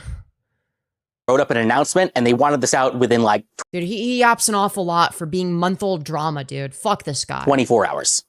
So we quickly worked to make an announcement together, and I posted it the next day. When I posted it, everybody in the comment section immediately yelled, scam, scam, scam, scam, scam. Yeah? Uh-huh. Was it a scam? This initially didn't actually worry me, because no matter what we do, people call it a scam. I mean, I've done... Right, yeah, don't be worried about all the people saying, hey, by the way, maybe you want to look into this. This might be a fucking scam, dude. Don't look into it. I'm sure... What? Scammers? I would never fall for a scam. I'm a hyper-intelligent, Destiny-viewing Reddit moderator, okay? I would never stoop so low as to fall for a scam. It is laughable that you absolute troglodytes would think that I would be so idiotic as to fall for such a thing. On AMAs with the Twitch CEO, people called that a scam. And I was also thinking like multiple major live streamers were involved, Mythic Talent was involved. Surely. Yeah, so true, dude. Live streamers would never scam people. Yeah, live streamers are known for being the most reliable people, actually. They had done their due diligence, right? Additionally, the thing that people were the most skeptical about was the $20 million grand prize. This initially confused me as well, but once I heard that, Amazon Prime was allegedly involved, my initial concerns were assuaded. I mean, think about it. Amazon Prime has spent lots of money on tons of shows, and, I didn't necessarily think that the show was worth $20 million, but, that doesn't mean that Amazon Prime wouldn't fund it. And, if LSF was involved, maybe it would actually succeed. Maybe my involvement alone could make the $20 million kind of investment. Yeah, I'm sure your involvement would be super duper important, man. Investment worth it. Who knows? At least that's what I thought. Now here comes... Right. Of course you would think that. Of course you of all people would think that your involvement is so fucking important. Comes the next part of the story, when things get a little crazy. The next day, a major live streamer who was involved in the show, Extra Emily, said on her stream that she kind of saw all of these comments about people calling it a scam, and they even saw that, LSF was involved, and this was apparently unacceptable to her, so much so that she was considering kind of dropping out of the show. Yes, that's reasonable. Yeah, was it not the scam that you promoted? Are you not the person that was heavily promoting the scam? Yes, it is reasonable that somebody would be upset about people promoting a scam. Yes. Or kind of looking into seeing if kind of the whole thing was a scam or not. After seeing this, I brought the concerns to the organizers. And the organizers told me that they were currently in talks with the agents to resolve this. And they told me in no uncertain terms that the show was not canceled and was still going on. So me being somebody who didn't really have a lot of, information into the situation, and me, trust. Wow, it's almost like you were like a Reddit Jenny and not one of the actual people that was, running this. Holy shit, that's crazy. These high-powered agents who represent these multi-million. It's almost like you were overstepping or something. $1 kind of celebrities. I trusted that they would kind of get to the bottom of this and kind of resolve these concerns quickly. Trust the people in positions of power. Always, of course. During this time period, I saw and deleted a lot of unsubstantiated claims about the show and the mod team. There were... Right. accusations that I knew to be untrue, such that, the mod team had accepted... Like what? What were you deleting? Be more specific. Bribes, or, had some sort of financial involvement with the show. Yeah, I don't think this guy was getting any bribes. So don't get me wrong. I think he was doing it purely for the love of the game. I don't think anyone's disputing that. And I knew that they were not true because I was the one who had this idea the entire time, from start to finish. This happened a couple days. And what I can tell you, for those who, may not believe that for most moderators. Wow, who would have guessed that this retard's idea didn't work? I'm a highly paid software engineer working in San Francisco. I do not need to take a couple $1,000 bribes from, random internet. God, he's a software engineer, you guys. Dude, he sounds just like, dude, what was the fucking pirate software, dude? Guys, I'm a software engineer, you guys. I'm a software engineer. It's like, okay, dude. Scams, okay? I was doing this because I legitimately, care about the subreddit, and that's why I spend my time on it. I thought it'd be kind of cool events for the sub. I'm talking about this and kind of the deleted comments because this is apparently some big no-no in the Reddit TOS or something, or maybe it's like an unspoken rule where if you're involved in some sort of promotion and it ends up not working out or ends up being a scam or something. Yes. If you have deleted comments that have accused it of being a scam, well, that, shows a cover up or some way. It shows. Yes, that's what that does indicate. Yes, that's what that means. That's literally the definition of a cover up, is people calling you out for doing a blatant fucking scam, and then you delete the comments that call you out for promoting a scam. Yes, that's literally the definition of a cover up. What are you fucking saying? Not true. Software engineers are all femboys, so he is lying. Good point. I feel like I'm watching a sexual harassment training video at work.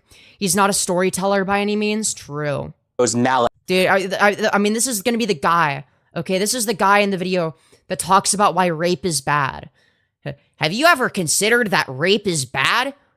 It's not okay to touch her no-no square if she does not consent.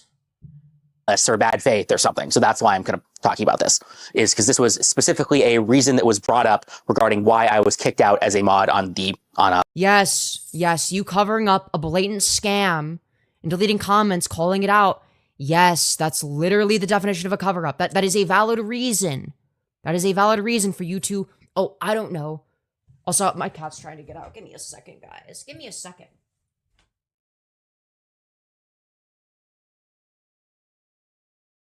Okay. Sorry. Yeah, as I was saying, okay, before my cat decided that she wanted to leave, fair enough. Yeah, that's like a valid reason for you to, get demodded, right? Like, how about we don't have mods that promote fucking obvious scams and then cover it up? A live stream fail. And finally, I want to end this part of the story by talking about how Moist Critical made a video critical of the situation. And then about 30 minutes after this kind of video got released, I got reached out by the organizers of the events and told that 5 live streamers in the event had dropped out and that therefore the event was canceled and I should take down the post. Yeah, it's almost like you suck at what you do. In this video that Moist Critical had that was critical of the event, Moist Critical brought up points about how an image on the marketing page was AI generated. Yeah, those are going to be things that people are going to look at. Yes.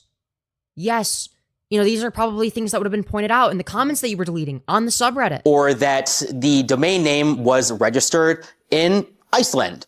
Or that basically just the whole thing, it smelled bad. That's... Yes, things that make it look sketchy. Yes. It's like, this is this kind of person to be like, dude, he made a video saying that, like, this, like, program was, like, like a virus. Like, for example, like, the fake X button, that like, looks like it would be something that you would close out of a window with on fucking Windows XP. Like, yeah, there are gonna be things that make it look sketchy. No fucking shit. Or, like the part where it says, McAfee has detected 72 Trojans. Oh, you're just saying it like smells bad. Yeah, there are gonna be things that you can do to like fucking tell if a website is sketchy, right? Like, there are gonna be obvious things. What he did this motion, and he said it smelled bad. But beyond that, it doesn't seem like he did much research. I mean, I could look into that video, but I don't know if it's worth it. I don't think that he reached out to any of the organizers. He certainly didn't reach out to me. And I mean, I don't know if he reached out to... Yeah, why would he reach out to a fucking obese, fat, balding Reddit moderator? Like, what? Why? Why would he reach out to you? Mythic Talent or any of the streamers. Now, I want to stop people here because this is very important. And I think this is something that... All right, this is some very important stuff, guys. This is the part that's important, surely. Not a lot of people might have noticed. And that important point is that nothing in this situation has yet to be definitively proven as a scam. Right. Sure. I repeat, there is no definitive, at least public information yet, that anything fraudulent, malicious, or illegal has happened in the situation. The only confirmed things that we have right now is that I guess there was a website, looked a little weird, there were some bad... Chat, for those of you who are familiar with this drama, is what he's saying true? Because I don't want to have to watch an entire moist critical video to determine whether or not it's true. I don't want to have to fucking watch all that. Like, was it not confirmed a scam? Because he made it sound like it was confirmed to be a scam earlier in the video. But maybe I was mistaken? What was it? Was it a scam? I know that, like, at least one of you mentioned being familiar with the drama. It's a scam? Okay. So it's confirmed a scam. All right. Bad publicity. Everybody called it a scam, and then a bunch of streamers dropped out, and then the event got canceled, and everybody got... Yeah, it's a scam. Okay.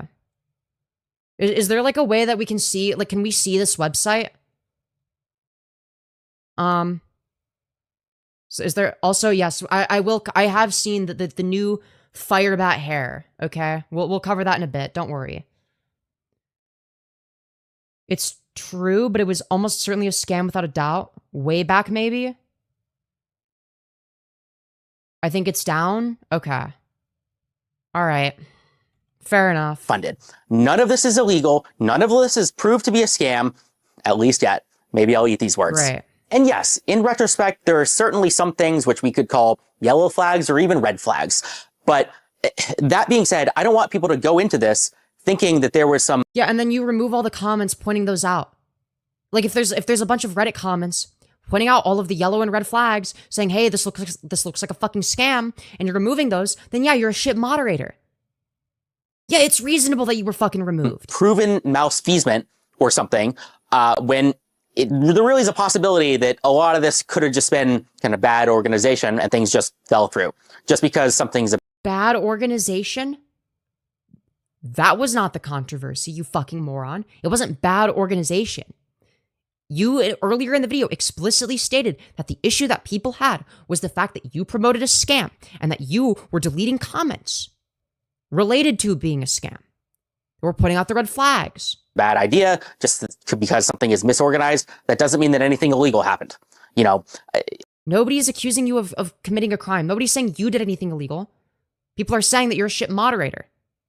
I still haven't gotten confirmation about kind of the Amazon Prime kind of a thing. I think that is the biggest unknown right now is I don't know about this supposed Amazon Prime deal, if it exists or not, because maybe they were in negotiation with them, maybe or maybe you're just like, you know, somebody that was a fucking Reddit Jenny and they're not going to disclose all the information with you because it doesn't fucking concern you. You know, maybe that could possibly be the case. You know, I'm just saying. Contract was in the works, but hasn't been signed yet. I'm not really sure yet. We'll have to see. And then kind of I'll end the story by talking about why I got removed as the top moderator. It's really not a secret or very surprising. I got removed directly for the post that I pinned to the top of the subreddit related to the game show or supposed and alleged scam, as well as kind of for deleting comments that were kind of critical of it. Yes, that is a reasonable thing for you to get removed for. And we're supposed to take this seriously. We're supposed to be like, yeah, dude, this guy's in the right. This is some serious business, okay? Dude, fucking, Spez, the CEO of Reddit, he needs to see this as quickly as possible, okay? This needs to be his #1 priority, All right, this needs to be his #1 concern. Is that some obese, balding Reddit moderator lost their moderator status on a fucking subreddit because they promoted a scam and then deleted comments calling out the red flags. I also want to make a comment about kind of the Reddit code of conduct team as a whole. Reddit has all this flowery language about how kind of the code of conduct team is not here to punish you. Yes, every fucking website, literally every website on the face of the earth, okay? Unless it's like, you know, a smaller website, but any large website that social media uses flowery language, okay? No shit.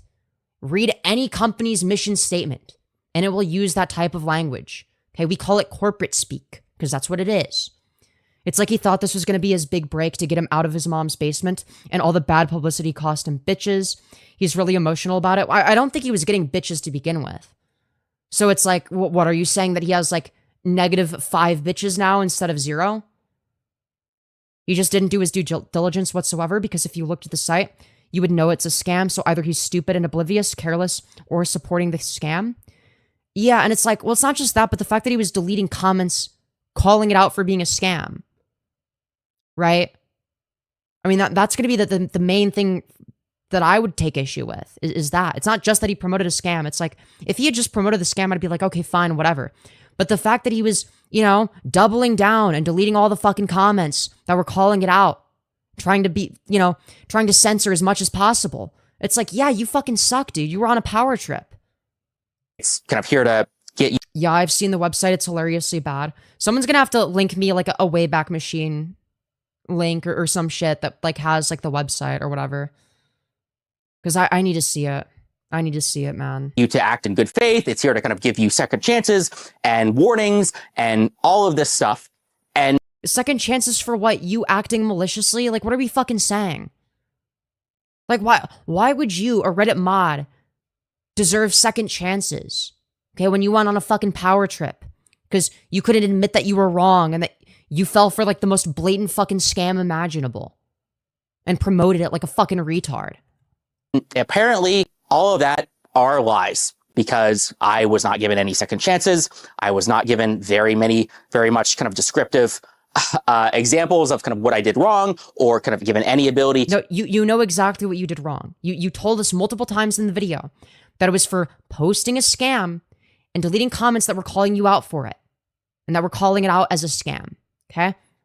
Those are the reasons that they gave you. You know exactly why you are not a Reddit moderator anymore. To kind of defend myself, I was just given a very vague description of, yeah, there's accusations about some fraudulent scam that takes people's money and their PII, which means their nope, that wasn't the reason. Name, right? Because you have to sign up with your name to join a contest.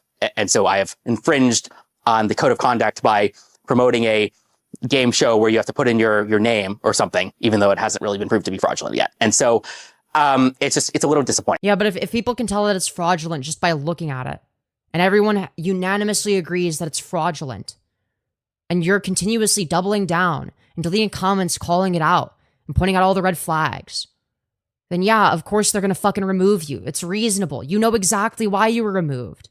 What are you fucking trying to accomplish here? Now here's the. That's like giving me the same vibes as the one Willy Wonka scam a few years ago. I'm not familiar with the Willy Wonka scam. The most important part of the video, Spez. This is a direct message to you and only you. Okay, guys, I guess we have to click off now. I want to talk about how this whole situation is a direct result of the lack of support that Reddit, the company, gives to its moderators. Yeah, I did. Dog, you went on a power trip. Why would they support you? The partnership. Yeah, I didn't look into this as much as I should, and I trusted kind of agencies and live streamers when I should not have. Yeah, and you also deleted comments that were criticizing you and that were saying, hey, this looks like a scam. You also did that, which I think is like the most important part. And I did delete comments, which I thought would have been borderline. Are you watching this because Falgi is debating Stale right now? I did not realize that they were debating each other, but we could do that. You know, we could cover that in a bit. We could cover that in a bit. I found it. All right, DM it to me on Discord. And then I'll check my DMs and after, you know, a few minutes. Defamatory. Or after this video. if the situation wasn't, I guess, a scam, even though it technically hasn't been proven to be a scam yet. But despite all of that, there is still massive kind of like problems at Reddit, the company, due to the lack of support that caused this. But right before I go into the specific reason, I put a link in chat. Links don't work in chat unless you're a mod. So I don't have a link. It auto blocks links. Of how this happened, I want to talk about why this matters in the first place. And this yeah, I mean, it's about fucking time, dude. Yeah, why does this shit matter? Why are we meant to care about this? matters because Reddit moderators have power. No, you want power. That's what it boils down to. Okay? And the small amount of power that you had as a fucking Reddit mod, you misused. So it got taken away from you. That's what happens when people misuse their power. You fucking moron. I DM'd you? All right, bet. You know what? We'll take a look right now, actually. Why not? We'll take a look at this epic website and see. You know, let's see here. Accept DM. Okay. Webarchive.org. All right. So this is going to be, hold on, 2026. Okay, it's going to be in, oh, wait, hold on. So let's see, one snapshot from 2026, January 12th. Okay. So let's see here, dude. Okay. $1 million fan. $20 million USD grand dude. This is what he fell for? Are we fucking serious, dude? Are we fucking serious? Like this looks, I mean, it literally looks like the scam where it's like, oh my god, you're the 1 millionth user on this website. You have won $1 million. Congratulations. Click here to claim your $1 million. That's literally what this is. Like, you're not questioning, like, oh, where are they getting this 20 million from? Where are they getting it from? Why are they giving away $20 million? You're not going to ask that? Dude, we've got the introduction. We've got the introduction here. Okay, let's see. What is the introduction, dude? Let's look at the introduction, guys. Wow, dude. Yeah, this...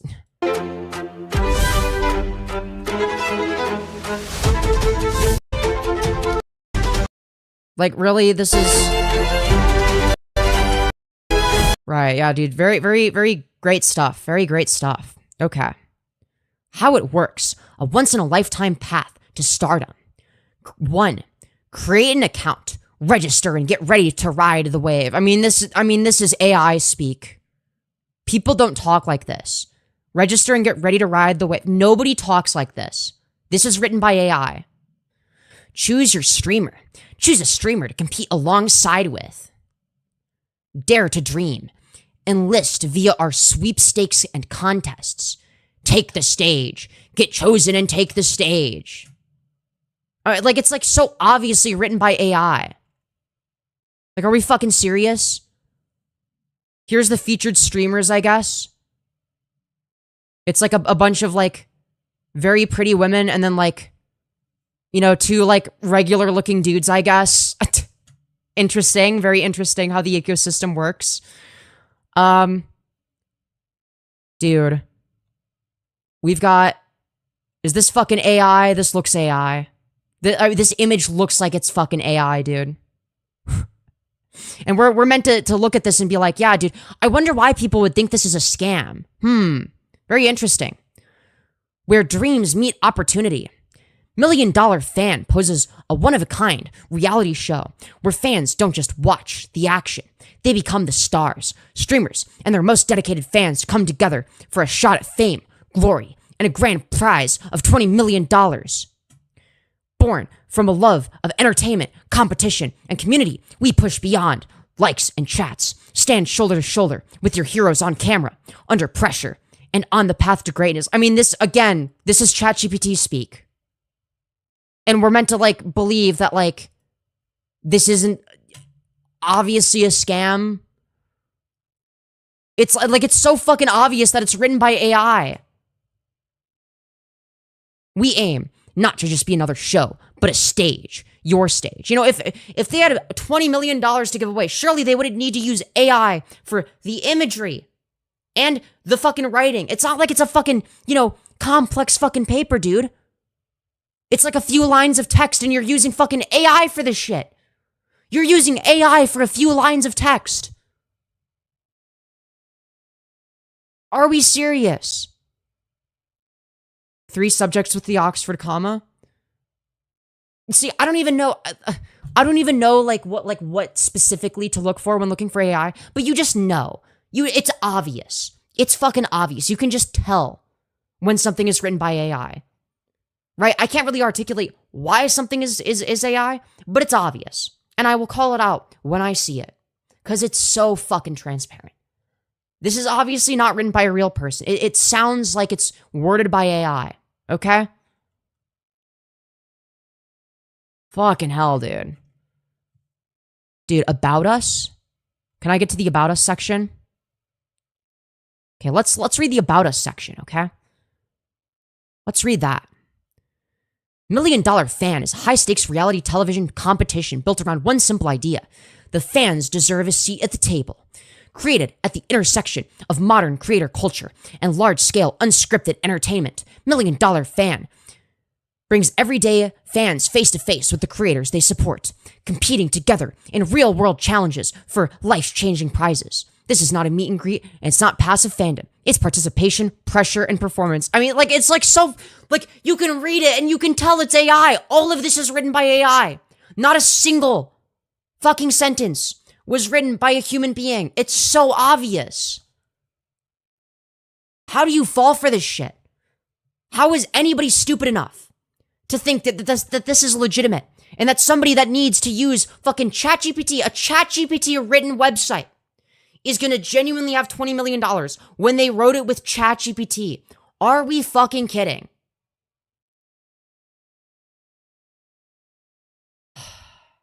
Anyways, let's continue. Anyways. Each season pairs selected fans with major online creators. We need some music.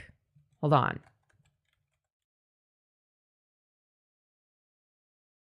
Okay, we're gonna do this. Hold on. Let me yeah. All right. Let's see. Give me a sec. There we go.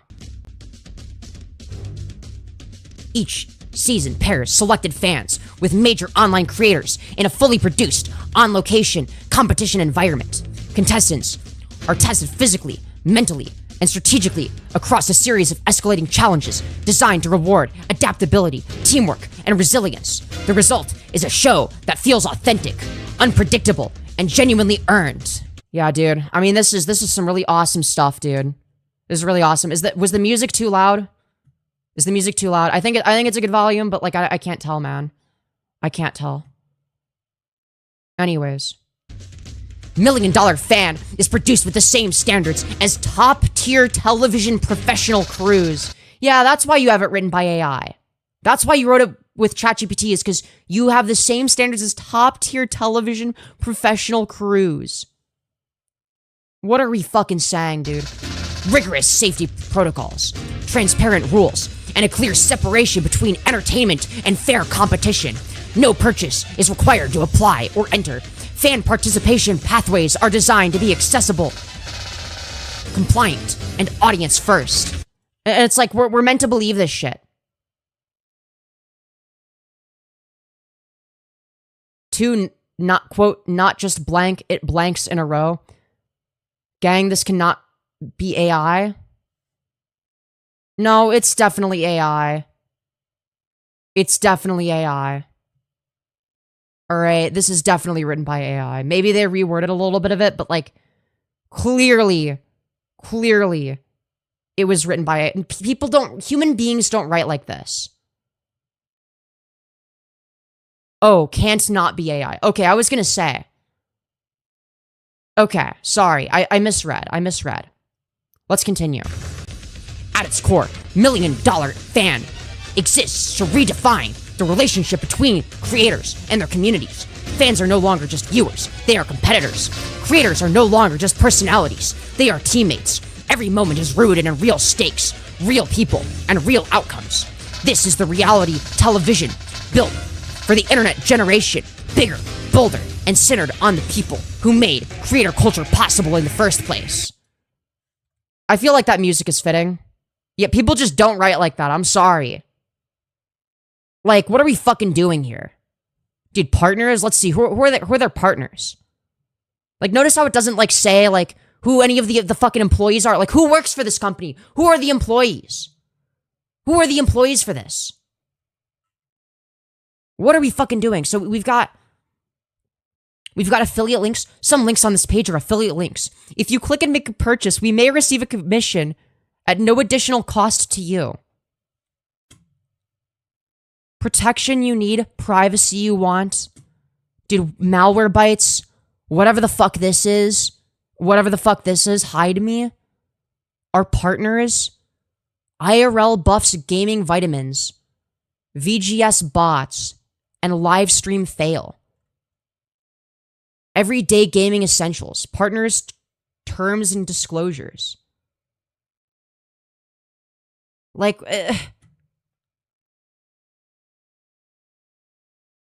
like, what the fuck is this? Dude, contact us?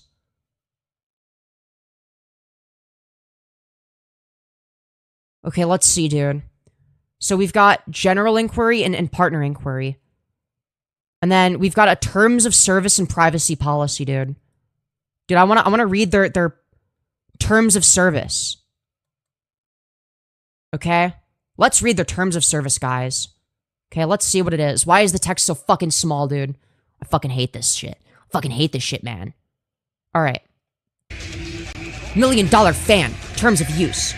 Notice regarding dispute resolution. These terms of use contain a binding arbitration provision and class action waiver. See Section 18 that govern how claims will be resolved between you and $1 Million Fan Reality Show 1 Incorporation, together with our affiliates. $1 Million Fan Reality Show 1 Incorporation, we or us, except for certain types of disputes described in Section 18, if applicable, or where prohibited by law, by using the services as defined below. You agree that disputes between you and $1 Million Fan Reality Show 1 Incorporation will be resolved through binding individual arbitration instead of going to court before a judge and jury. And you hereby waive your right to participate in a class action lawsuit or class Y, blah, blah, blah, just like generic fucking shit. Okay? So I don't think there's anything useful here. Yeah, dude, we're doing fucking stale snark. Dude, apparently you must be 19 years or older. Or of legal majority in your jurisdiction. If you're under 19, you must have written parental consent. Why? Why? Huh? This is so retarded. Like, what is this? Okay, do we keep reading the fucking terms of service, dude? In case anything useful is here. Applicability. These terms of use, parentheses, these terms, provide the general terms and conditions that govern your access to 2. Use of and interactions with A. The $1 Million Fan Reality Show 1 Incorporation. Website located at https://milliondollarfan.show. The website, quote unquote. B. $1 Million Fan Reality Show 1 Incorporation. Applications made available through the website, parentheses, the software. C. Any through the website, software, and social media pages. To make these terms easier to read, the website and software, along with $1 Million Fan Reality Show 1 Incorporation, controlled social media pages and any content, functionality, and services offered on or through the website, software, and social media pages are collectively called the services. Please note. Dude, I mean, dude, like, what? Dude, do we... Fuck no, boring. Dude, okay. We won't read this anymore, okay, guys? Alright. Dude, this shit sucks, dude. All right, we're not gonna bother reading all this. Is there anything interesting that anyone has found in here that we should read? Like, is there anything useful here? I don't know, man. I'm definitely not reading all this shit. If there's anything useful, let me know and I'll read that part. There will not be? Okay. All right. I wasn't sure. I've never looked into this. Okay, so this is my first time looking into it. All right. So I think it goes without saying that, like, you know, if we look at the site, dude, it's weird because the terms of service is actually like the least sketchy part. The terms of service is like the most normal part of this. Normally, it'd be the opposite. Normally, the terms of service would be like the sketchiest part. But no, it's just a bunch of legal speak. The music reminds me of someone tearing their hair out and pounding on things. Real. Anyways, I think it's obvious that site's a fucking scam just by looking at it. Okay? What did I miss, Femi? I mean, it's like so obvious, dude. I mean, if we were lawyers and had hours, we might find the angle. Yeah, fair. Have influence. If you were one of the people who is joking about like internet janitor duties or whatever, I'm sorry to that's really messed up, guys. This is no laughing matter. tell you it's funny jokes, but you are wrong. Reddit moderation So true, guys. does matter.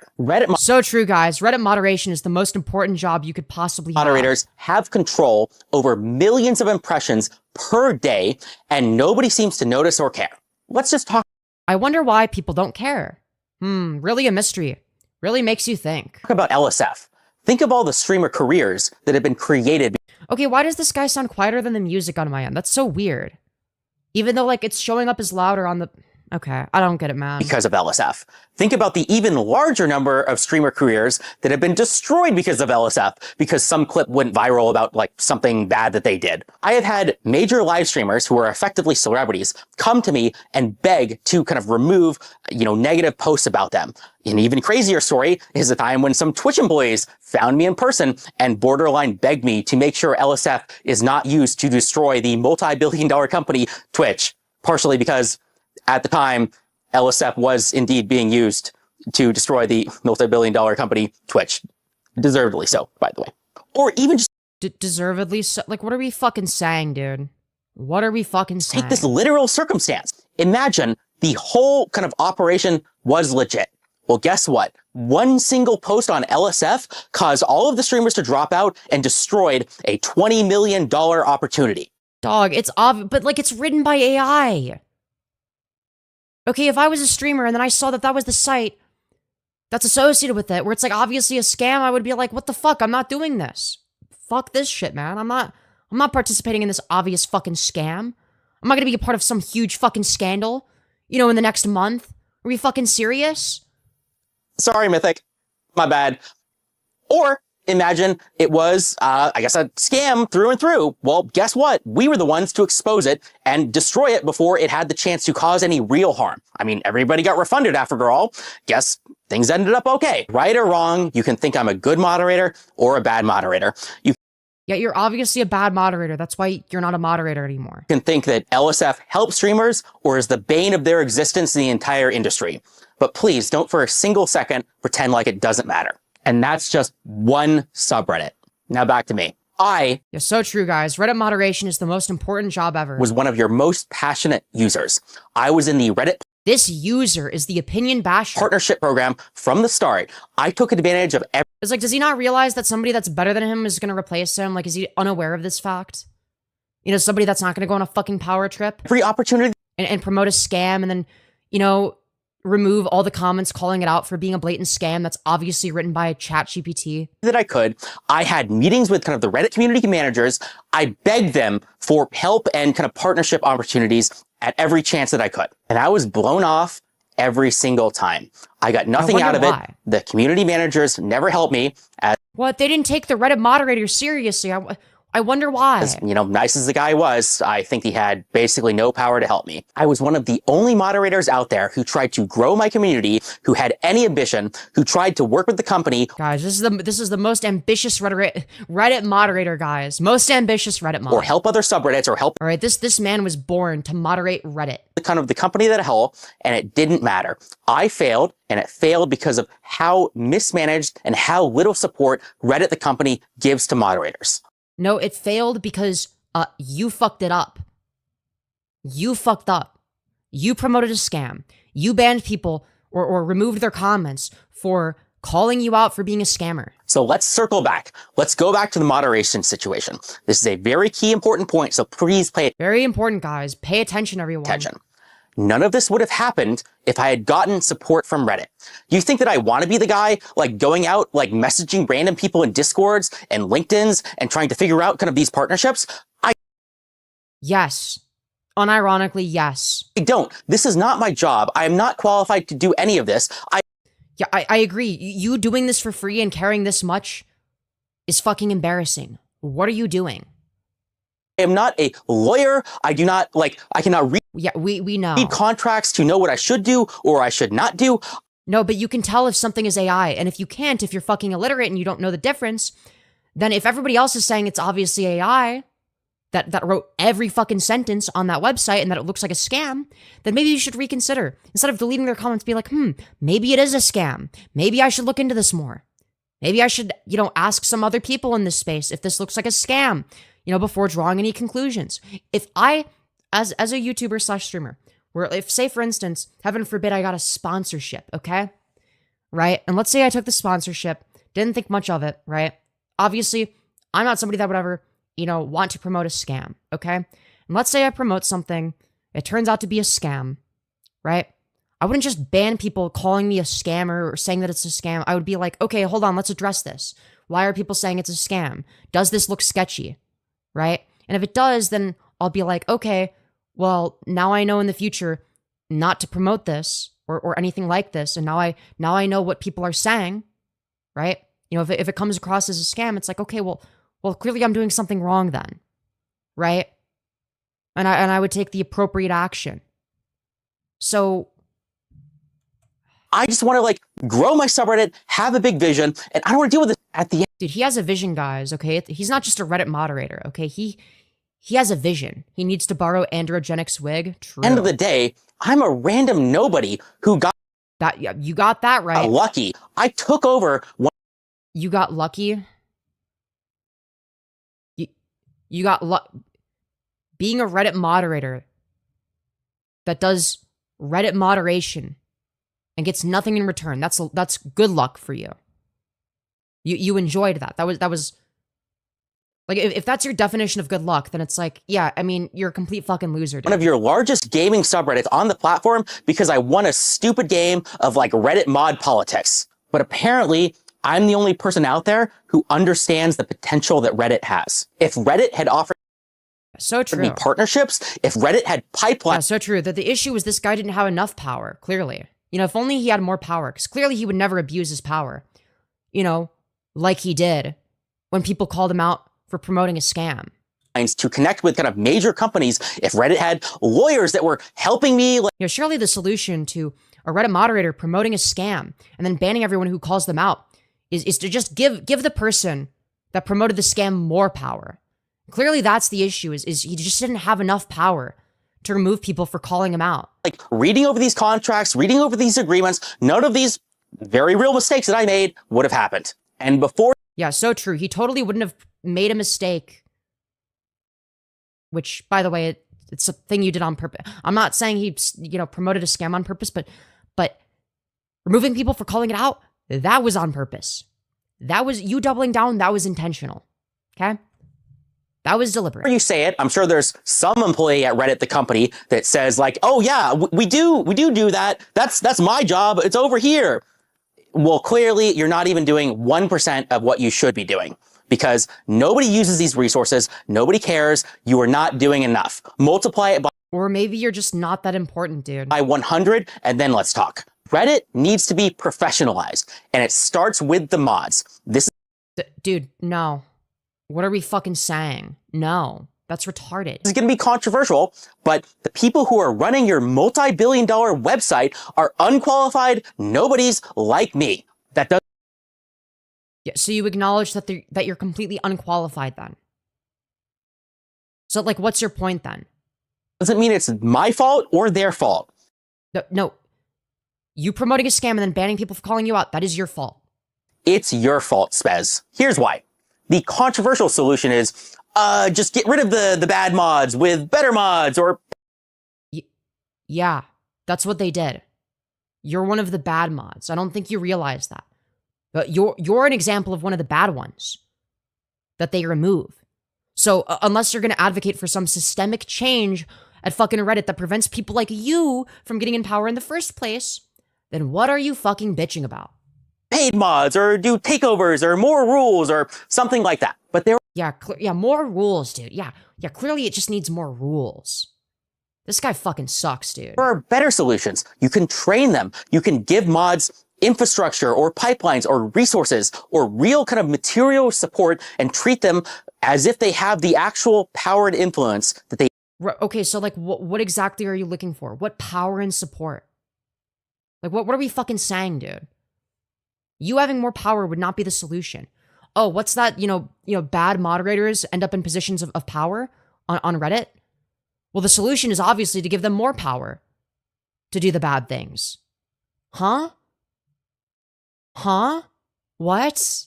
What are we fucking saying? They actually have, and so communities can rise to the heights they truly could. And the Reddit Moderator Partner Program is not it. Reddit moderators do not need one call with like one guy a month, as nice as he is, love you, Pablo, who has no power and no ability to affect anything. Reddit moderators don't need Christmas celebrations or special badges or community or events or team building exercises.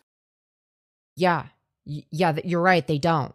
They don't need those things. You're a fucking terminally online Reddit mod. That's true. It's not a fucking job. No, even the Reddit event budget is barely useful. No, they need real material support. That means access to anything that like a talent manager would give an actual celebrity. So... What? You're not a fucking celebrity, dude. Wait, he thinks he should be treated like a fucking celebrity when he's a Reddit mod. What are we fucking saying? We have to replay that. That is the most retarded thing I've ever heard. Useful. No, they need real material support. That means access to anything that like a talent manager would give an actual celebrity. So... Yeah, so true. Reddit moderators should have access to all the tools that a fucking celebrity would have. What are we fucking saying? You are a fat, disgusting, balding Reddit moderator loser, okay? In what fucking world do you need all of the tools that an actual celebrity would have? You are not a celebrity. Now, maybe you could use a makeup team. Don't get me wrong. A makeup team, a hair team, all of that would be very useful for you. Don't get me wrong. Maybe like dietitians could help you with, your eating habits. But, aside from that, like what exactly do you need here? And access to a bounty board or... What talent management tools does he think that they're hiding from him? I don't fucking know, dude. Apparently, he deserves to have the kind of tools that celebrities have. Ad deals, or lawyers, or event organizers, or professionals, or anything that actually matters. To summarize, Reddit moderators should be treated like celebrities or influencers. Dude, this guy is so full of shit. Dude, he's so fucking entitled, man. Not because they deserve respect or anything, but because... Yeah, you're right, you don't deserve respect. I agree. Because they actually have real power and influence. Yeah, not as much as you think. I mean, if not for the world, at least over your $50 billion company, maybe if you gave them actual support. Yeah, like over like one subreddit. Oh wow, you have power over a single subreddit, dude. Whoa, that's epic. It could go from 50 billion to 100 billion. I mean, it certainly deserves to be that high up for how much traffic Reddit gets. So why haven't you solved this problem already, Spez? Buddy, you are part of the problem. What are we saying? Is it because you're out of touch and you aren't aware of the problem? Is it because Reddit is... This guy calling anybody out of touch is the funniest thing ever. a bloated mess and they can't ship products? Bloated mess? You mean like you? No, I think the real issue is that Reddit is held hostage by the negativity and toxicity of its user base, and it What? It's held hostage. Yeah, dude, it's the fucking user base's fault. Huh? So now you're gonna blame the people that use Reddit. You're just gonna blame the users. What are we fucking saying, dude? No, I think that the Reddit moderators are actually awesome, dude. It's the users that are the problem. Dude, what are we fucking saying? it doesn't really have the freedom to make bold and important and transformative decisions that could save the company. If you Save it how? How exactly would you being treated like a celebrity save the company? What the fuck are we talking about? agree with anything that I said, Spez, well, you're in luck. I live People like this are why men should use estrogen to avoid that fuck-ass hairline? True. Yes, this user is the opinion basher, guys. Oh, Billy might be behind in stream slightly. in San Francisco. Either that or they said this user again. Oh, it's stuck in your head. Fair. Be happy to talk to you in person or any Reddit product manager. Yeah, it's like you were a volunteer manager that got fired. Exactly. Like it's like you were a volunteer manager and you managed to get fired. Okay, like what are we fucking saying? Or employee at all, or on a call or something. That's my pitch to you, Spez. The rest is to the community. To the community, Spez and Reddit, they're almost certainly not going to fix any of this. All of this is up to us to solve. Fix any of what? What is the systemic issue that we're talking about? You said it like 30 seconds ago? Yeah, fair. For anyone who this message has resonated with and wants to solve this problem, well, I have created a subreddit. Dude, what is the problem? What problem are you trying to address other than, oh, I'm not being treated like a celebrity. Oh, I got fucking demodded. Boo-hoo. Reddit called r/Sub-Alliance. Sub-Alliance will be Yeah, I'm sure people are going to take that very seriously. a nonprofit Yeah, it's up to us together to get me back to Reddit moderator status. volunteer community-based initiative to solve all of the problems that I have laid out. We will create tools and resources. I mean, this is just like one long fucking 20-minute cope video where he bitches about not being a fucking Reddit mod anymore. I mean, this is so fucking pathetic. So man. good, so useful that everybody will have to work with us. Think Right. talent agency, but for Yeah, dude, they're gonna have to work with Stale2000 over here. They're gonna have no choice. subreddits.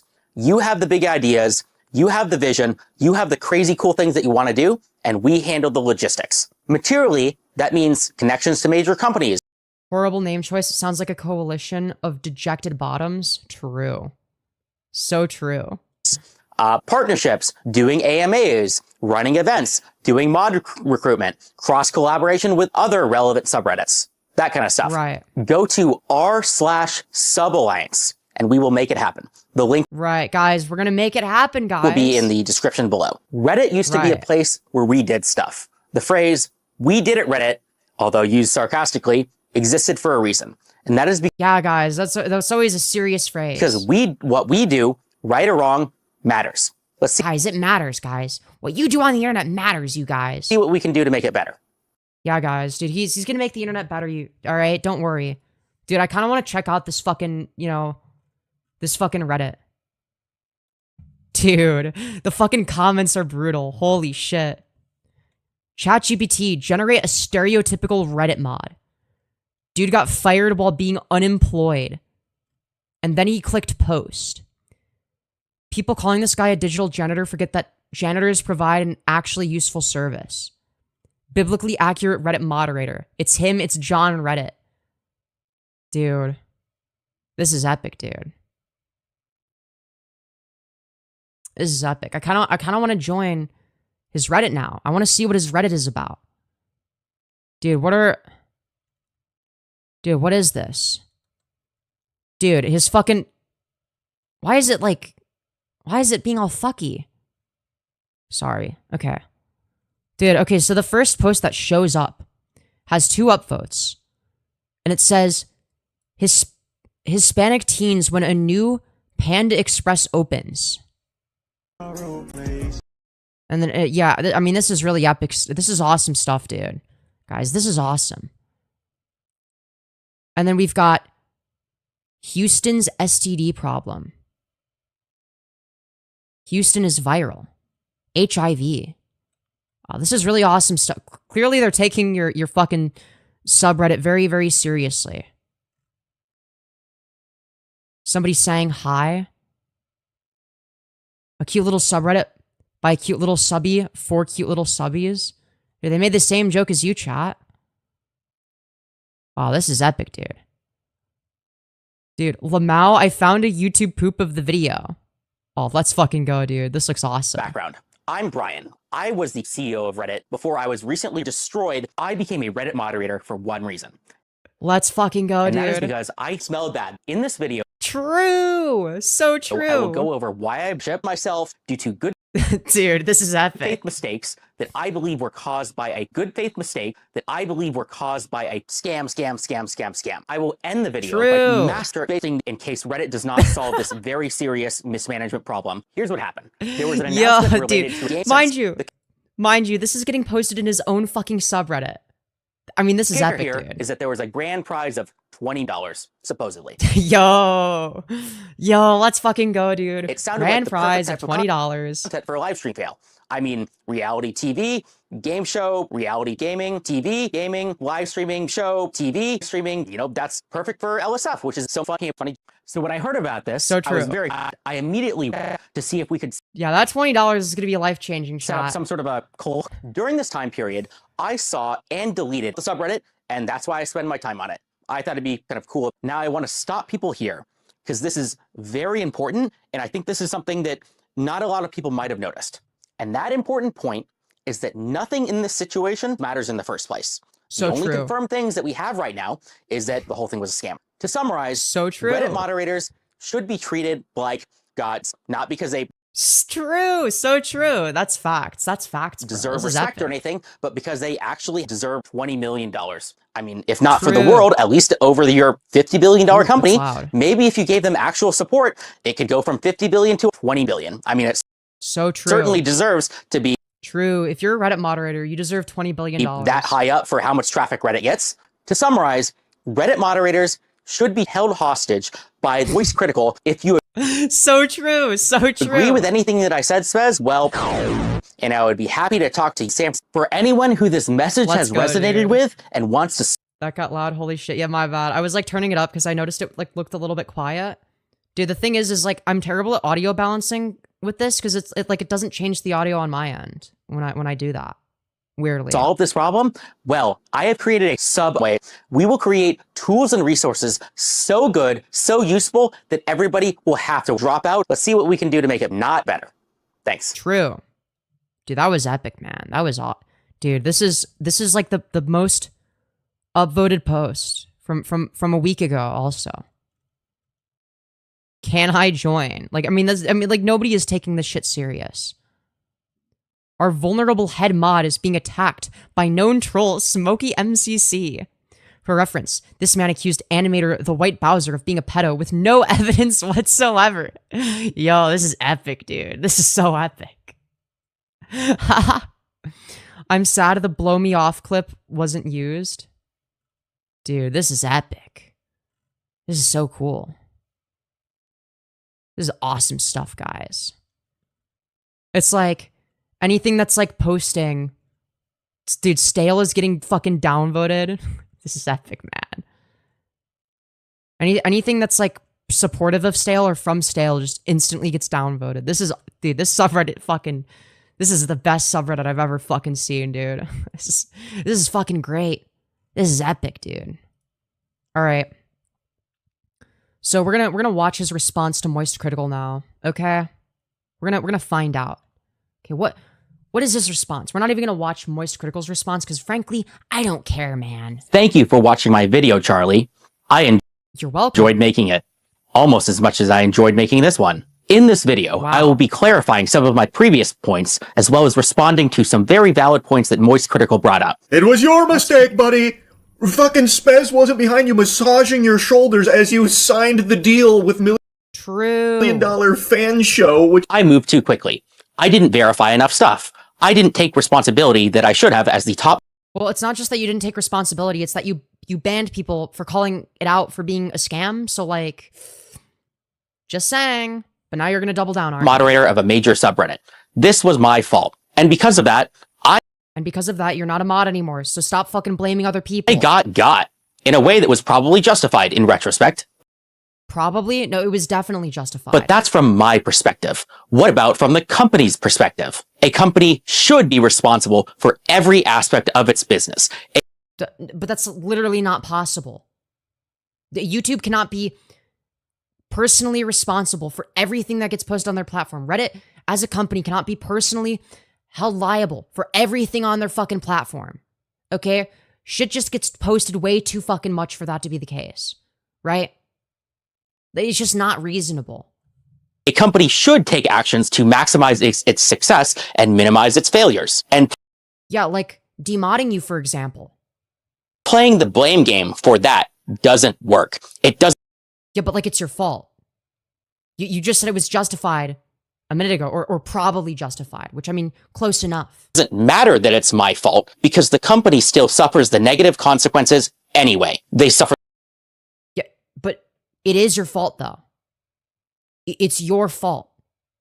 You did the bad thing. That's your actions. That's your fault. The reputational damage. They suffer some of the liability. Yeah, because of you, retard. You stupid fuck. Dude, what happened to, Reddit moderators are so powerful, and it's like, well, it doesn't matter what I do as a Reddit mod. I thought what Reddit mods do was like the most important thing ever. I thought being a Reddit mod was like the most important job in the world. For the harm to its users. Most of the bad things that come about as a result of my Also, I just realized this video is probably too loud.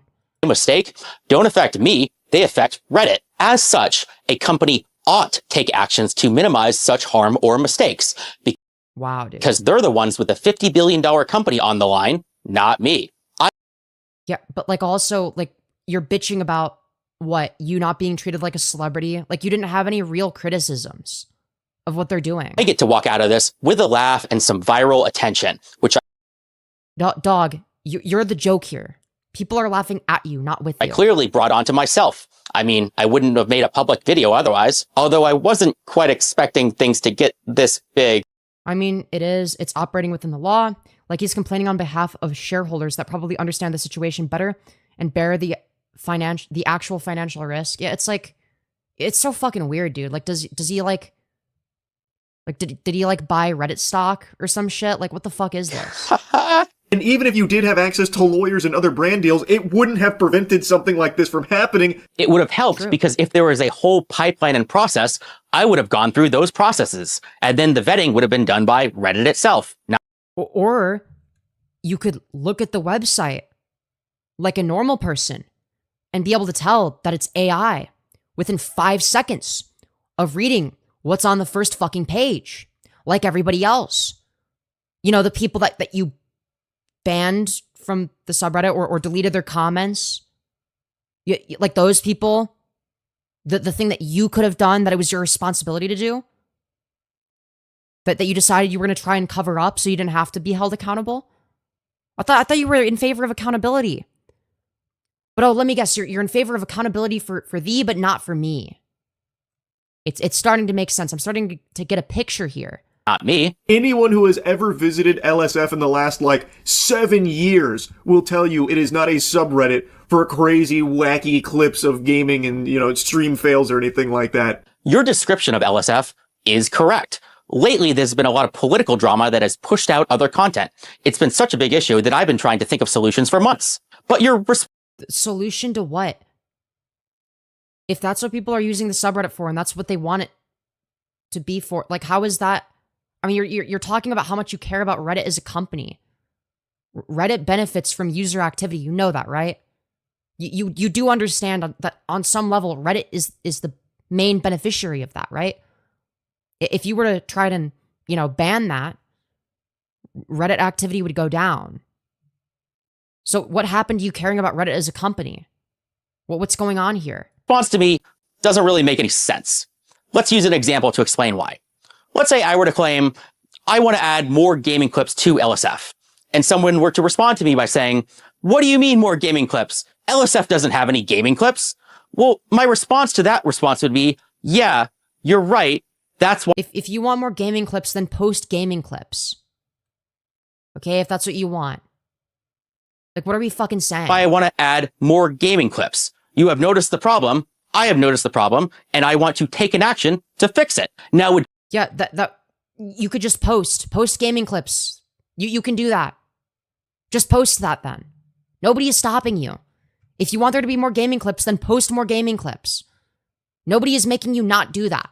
clips from a live stream reality TV show do well in LSF, or would they just get downvoted into oblivion? I'm not really sure, but I don't think the topic is... Well, if you're getting downvoted into oblivion, your post probably isn't very good. Or doesn't fit within the culture of the subreddit. Is so far off or so crazy that it would be impossible for these types of clips to do well. It's worth it to try. Obviously, things would... Or maybe it's going to be the case that, you know, things that are more entertaining get upvoted more, usually. would already be being clipped and posted on the LSF subreddit. Why would you be reaching out about a collaboration to ensure that happens when you know for a fact it already would? You are partially right. Some clips would get posted. Some might even do well. But you would be surprised at how little clips get posted to LSF for how large of a subreddit it is. I counted. Like, what are we fucking saying, dude? And as of this exact moment, there were 40 clips posted to LSF in the last 24 hours. Holy fuck, are we actually doing this? That's not that many. My theory is, what if a... Okay, and? Like, what are we saying? Dedicated editing team, or hell... Like, what? Like, why do you need this for a fucking subreddit? Why do you need a dedicated editing team for this shit? Who is this for? Well, who benefits from this? Like, what are we fucking saying, dude? Like, usually people watch clips of the streamers that they like from their clip channels. Like, what the fuck are we saying? One guy spent full time trying to find good clips, titling them correctly, and posting them to LSF. Could... Yeah, that's retarded. Why would you do that? One guy find and edit 40 clips a day for a week and then post them to LSF, outnumbering all of the rest of the users combined? Yeah, but like, why would you do that? Why would you fucking waste your time? Like, it ain't that serious, bro. Maybe. That is, of course, a very extreme example to demonstrate a point. A better number would be more like 4 a day. And what's 4 divided by 40? Well, that's 10%.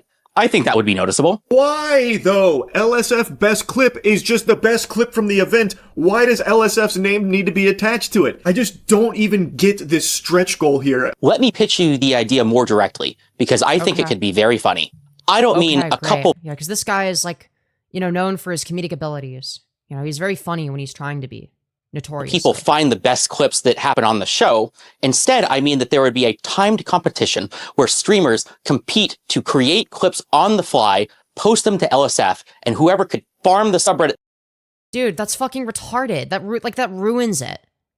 Like, the whole point of the subreddit is that's not necessarily... doesn't stand for live stream fails?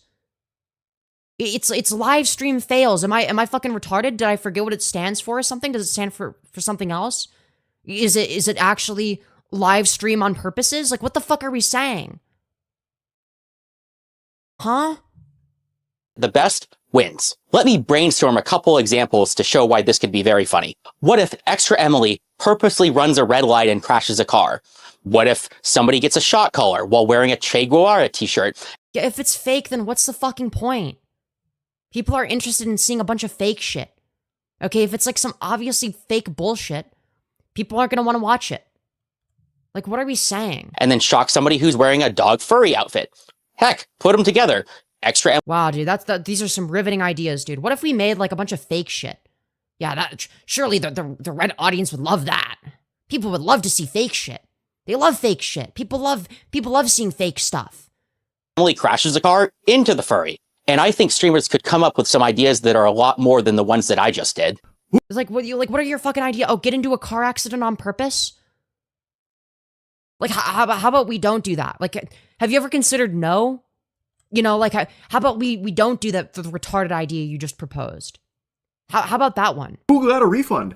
I haven't seen anyone, posting receipts of getting a refund from the money they spent on this. Where are you getting that information from? That's a genuine question. Regarding the $1 million fan situation, I realize that I clearly don't have all the information. Refund from $1 million fan. This email is to confirm that your refund has been issued by $1 million fan. Take approximately 10 days, blah, blah, blah. Dude. So I don't want to comment on it that much. That being said, I did have a new piece of information available to show. The company has given me a redacted and time-stamped refund that you can see right here. Additionally, they say this is all they can provide right now, given user privacy laws. It's not that nobody What does this prove exactly? This doesn't prove that they're not a scam. notices, it's that nobody's happy about it, where they can hide certain things or boost certain things. That's a bad thing. Everyone knows that it exists, and everyone knows that there is actual power in that. I don't think anyone actually disputes that. Hey, I'm glad it's obvious to you too, but when I said Reddit moderators have power in my deadpan moderator voice, Oh my god. a lot of people made fun of me for it. I wonder why. It's because you're overstating it. Like nobody is saying that you have no power at all. That's not an argument that anyone has But made. perhaps the perception of the egotistical Reddit moderator who looks funny and takes his unpaid janitorial duties way too seriously was too much for people to look past, and they couldn't see the truth of the matter. I'm not happy about it either.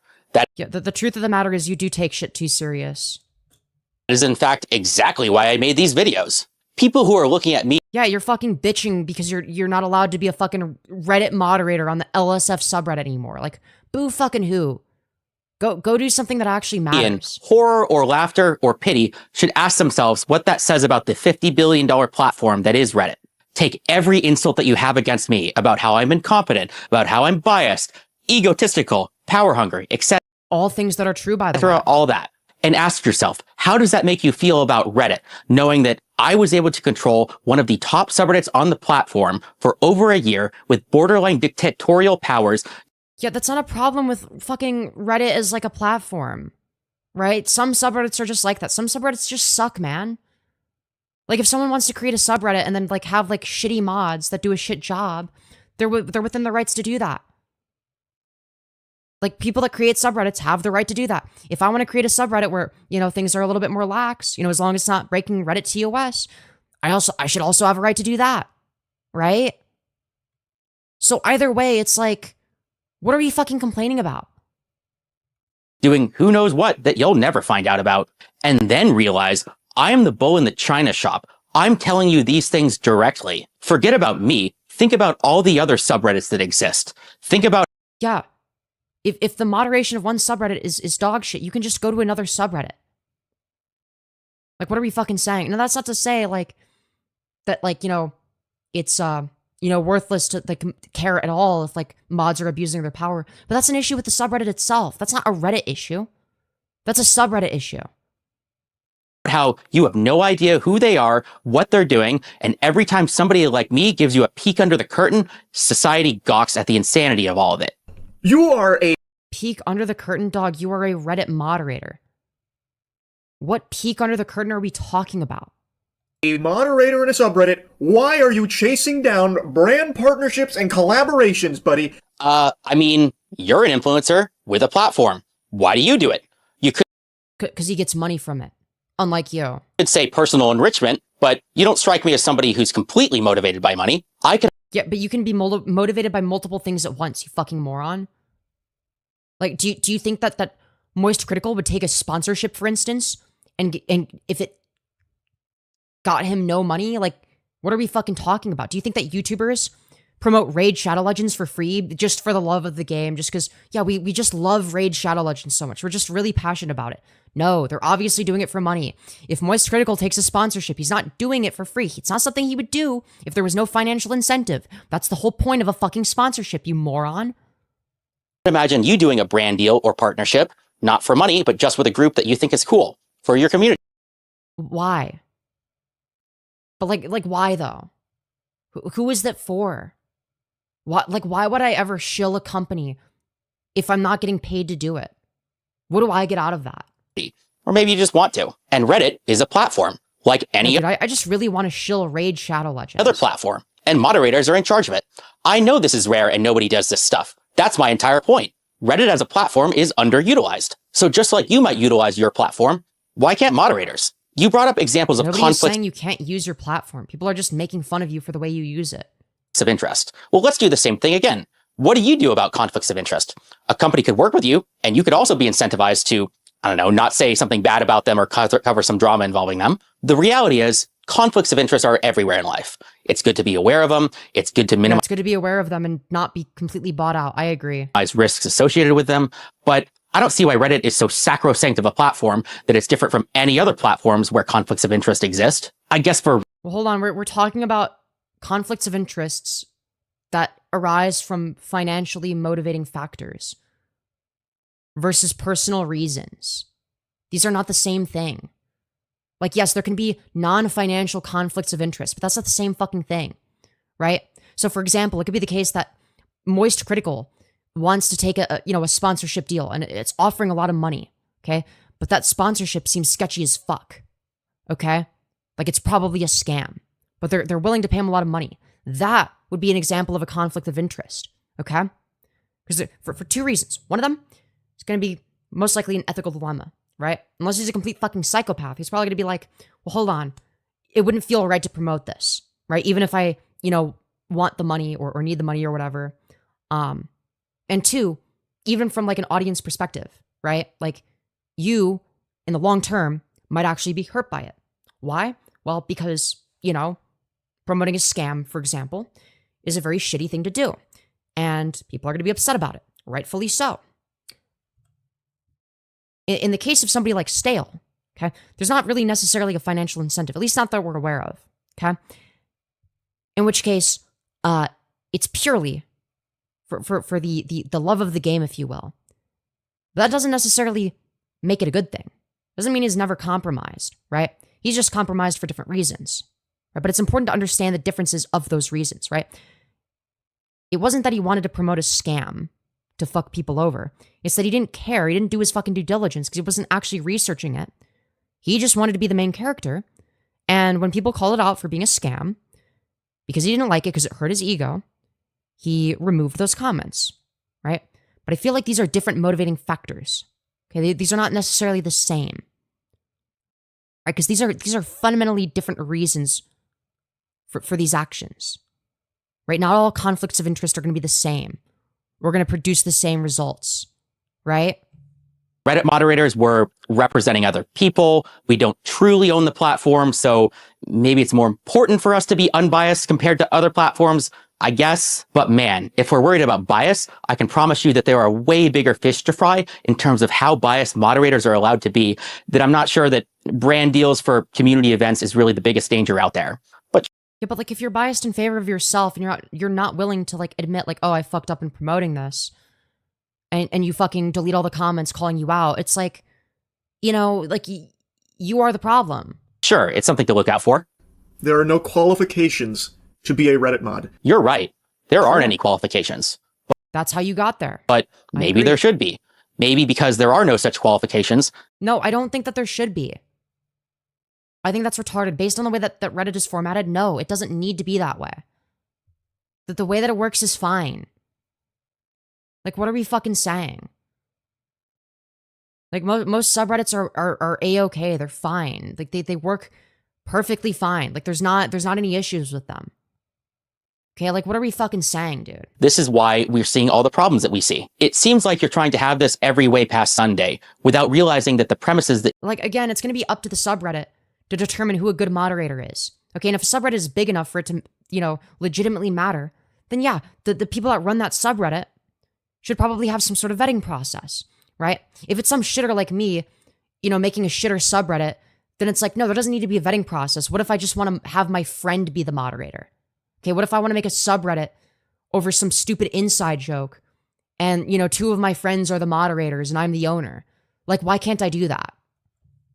You've agreed to lead to a conclusion. These facts that we have agreed on are that Reddit is a $50 billion company. Because you have to keep in mind that different subreddits are going to have different needs and need different types of moderators, right? Like, I feel like that goes without saying.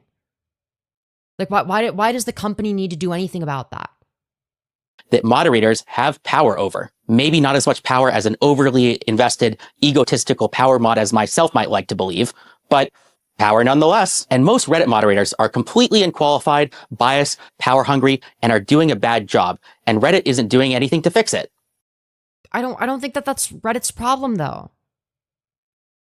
Like normally I would be like, yeah, I'm like anti big corporation. The big corporation is wrong. But like in this instance, it's like, yeah, I don't think that they should be doing anything about it. Because it's up to the people that run the subreddits to decide who mods for them.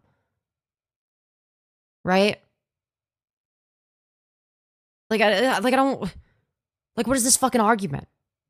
And then some subreddits, right, smaller ones in particular, would be under-moderated or have no moderation at all, right? Because you'd need to meet certain qualifications that most people wouldn't meet, in which case, if you have a small subreddit, I guess you're fucked. So it's like, I mean, this just doesn't work. Maybe it should. As for me, I'm out of ideas. My solutions are bad and didn't work. But I Yeah, no shit. see a problem, I see the effect it has, and I don't know how to fix it. So if anybody else has any idea about how to fix this, please say so. You might be surprised. But you're talking about an issue that doesn't exist. The issue is with people like you. This actually for once isn't even a systemic issue. This is literally an issue with individuals like you. You are the problem. As to who listens. Thank you. All right. So the next video we're going to watch, okay, it's from the same guy. It's called Am I Serious? The 4 Layers of Irony. Oh boy, this ought to be good. Guys, he was joking the whole time. He totally wasn't being completely self-serious, okay, guys? He's totally being ironic. Am I serious? Well, yes and no. I like to say that I'm post-ironic, or on layer 2 of the irony scale. So, no, what you actually mean is that whether or not you're serious or joking is contingent upon how people react to you. So if people are laughing at you, oh, I was just joking the whole time, you guys. But if people agree with you and agree with your message, oh, I was being serious. Okay? It's literally just Schrodinger's shitpost. Okay, I already know where this is going. That means I try to talk about serious things by going way over the top with it. I say things that have a comedic punchline. I say things that sound like a joke, but when you think deeper about it, have a bit of a kernel of truth to it.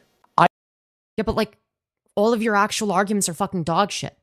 So it's like, what's the fucking point? You are the joke. I act ridiculous because the truth is ridiculous, and acting ridiculous is the only way to get you to take it seriously. A refresher. What? But nobody is taking it seriously. So like, what are we talking about? On what just happened, though. Dude, if I show how ridiculous my retarded positions are, surely then people will take it seriously. What are we saying? I made a viral video, a video directed to the CEO of Reddit, where I gave you a peek into the insanity that is Reddit moderation and how it affects Reddit, the 3rd largest social media platform in the US. In the video, I came off like a crazy person who was taking a silly topic like Reddit moderation way too seriously. Yeah, because you're a silly person that takes it way too seriously. But after getting shit for it, you're going to be like, oh, well, actually, guys, actually, I was joking the whole time, okay? You guys fell for it, okay? You get it, guys? The whole, I trolled you guys. I won because I made you guys think that I was completely retarded. But actually, I wasn't actually that retarded the whole time. So I actually won, guys. I actually won by convincing everyone that I'm a mouth-breathing, disgusting, fat, balding retard. That's really epic, dude. That's really awesome. And I looked crazy because the situation is crazy. I was inspired to make this video by my favorite content creator, JReg. Oh, great. This ought to be good. He is also a comedic content creator who created a video about the multiple layers of irony. And since I'm now a viral influencer, this is my attempt to contribute to the irony discourse by describing and defining layers 3 and 4 of irony that add on top. Oh, great. To JReg's kind of previous definitions of layers kind of 0 through 2 of irony. Specifically, I'm going to be using these definitions of irony to describe a very online topic known as lolcows that I've become intimately familiar with after my big viral moment.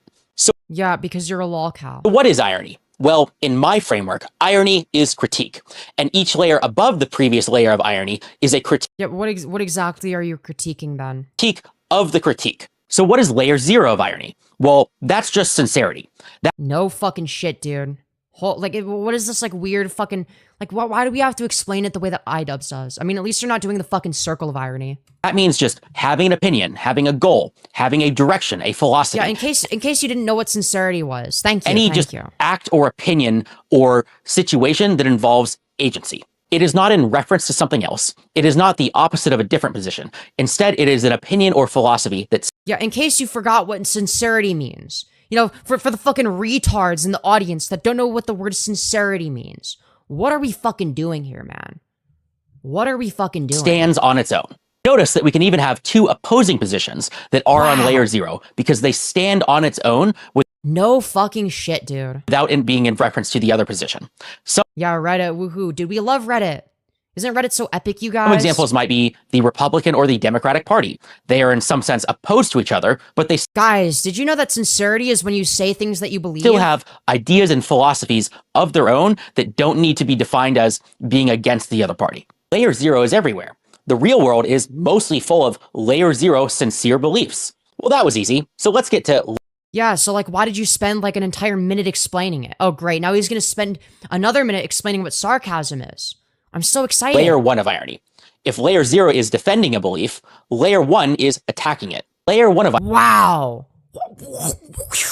Crazy. irony requires the acknowledgement of the opposing belief and positions itself so as to attack it or tear it down. It is fundamentally destruction, not creation. And in order to destroy, there must already exist something that was created to then destroy. Some examples. Some people say that sarcasm is a layer 1 belief because you're saying the opposite of what you mean, but I mean something a little bit different from that in my framework of irony. The best example that I have of a layer 1 Oh my dude, we're actually gonna spend like multiple minutes explaining what sarcasm is. I wanna fucking die.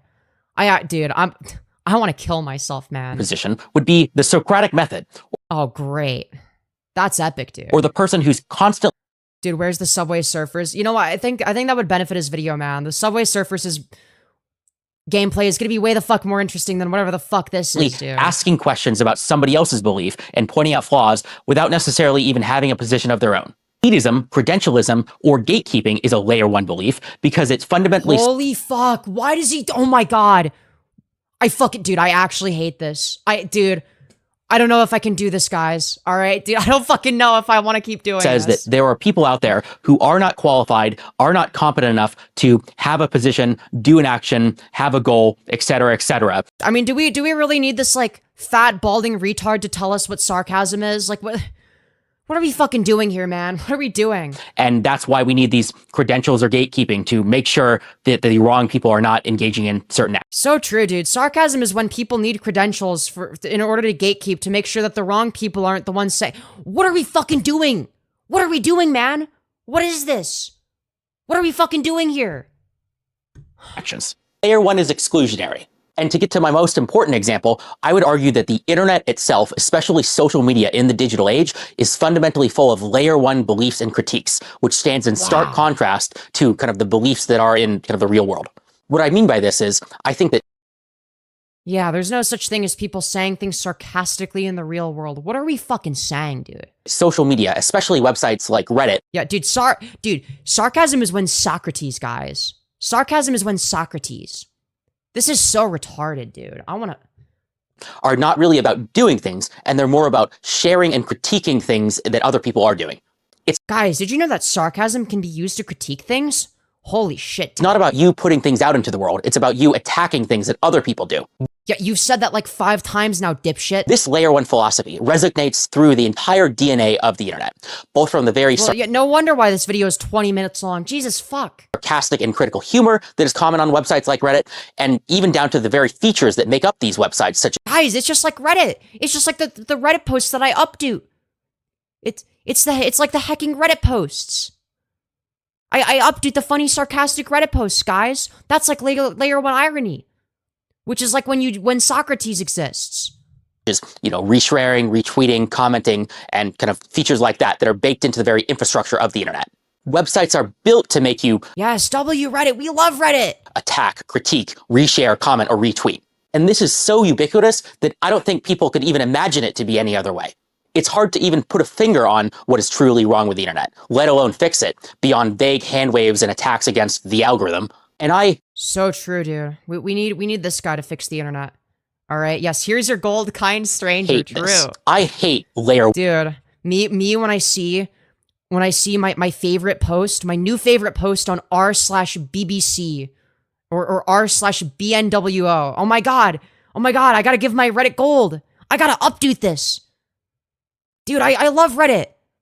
You know what I love almost as much as I love Reddit? Bacon! Bacon, bacon, bacon! Huh, Big Chungus! Wholesome 100! one of irony, because it's fundamentally destructive and about attacking the things that other people do. And I think that this internet-driven, very critical philosophy is what drives very huge problems in kind of the world that we see today.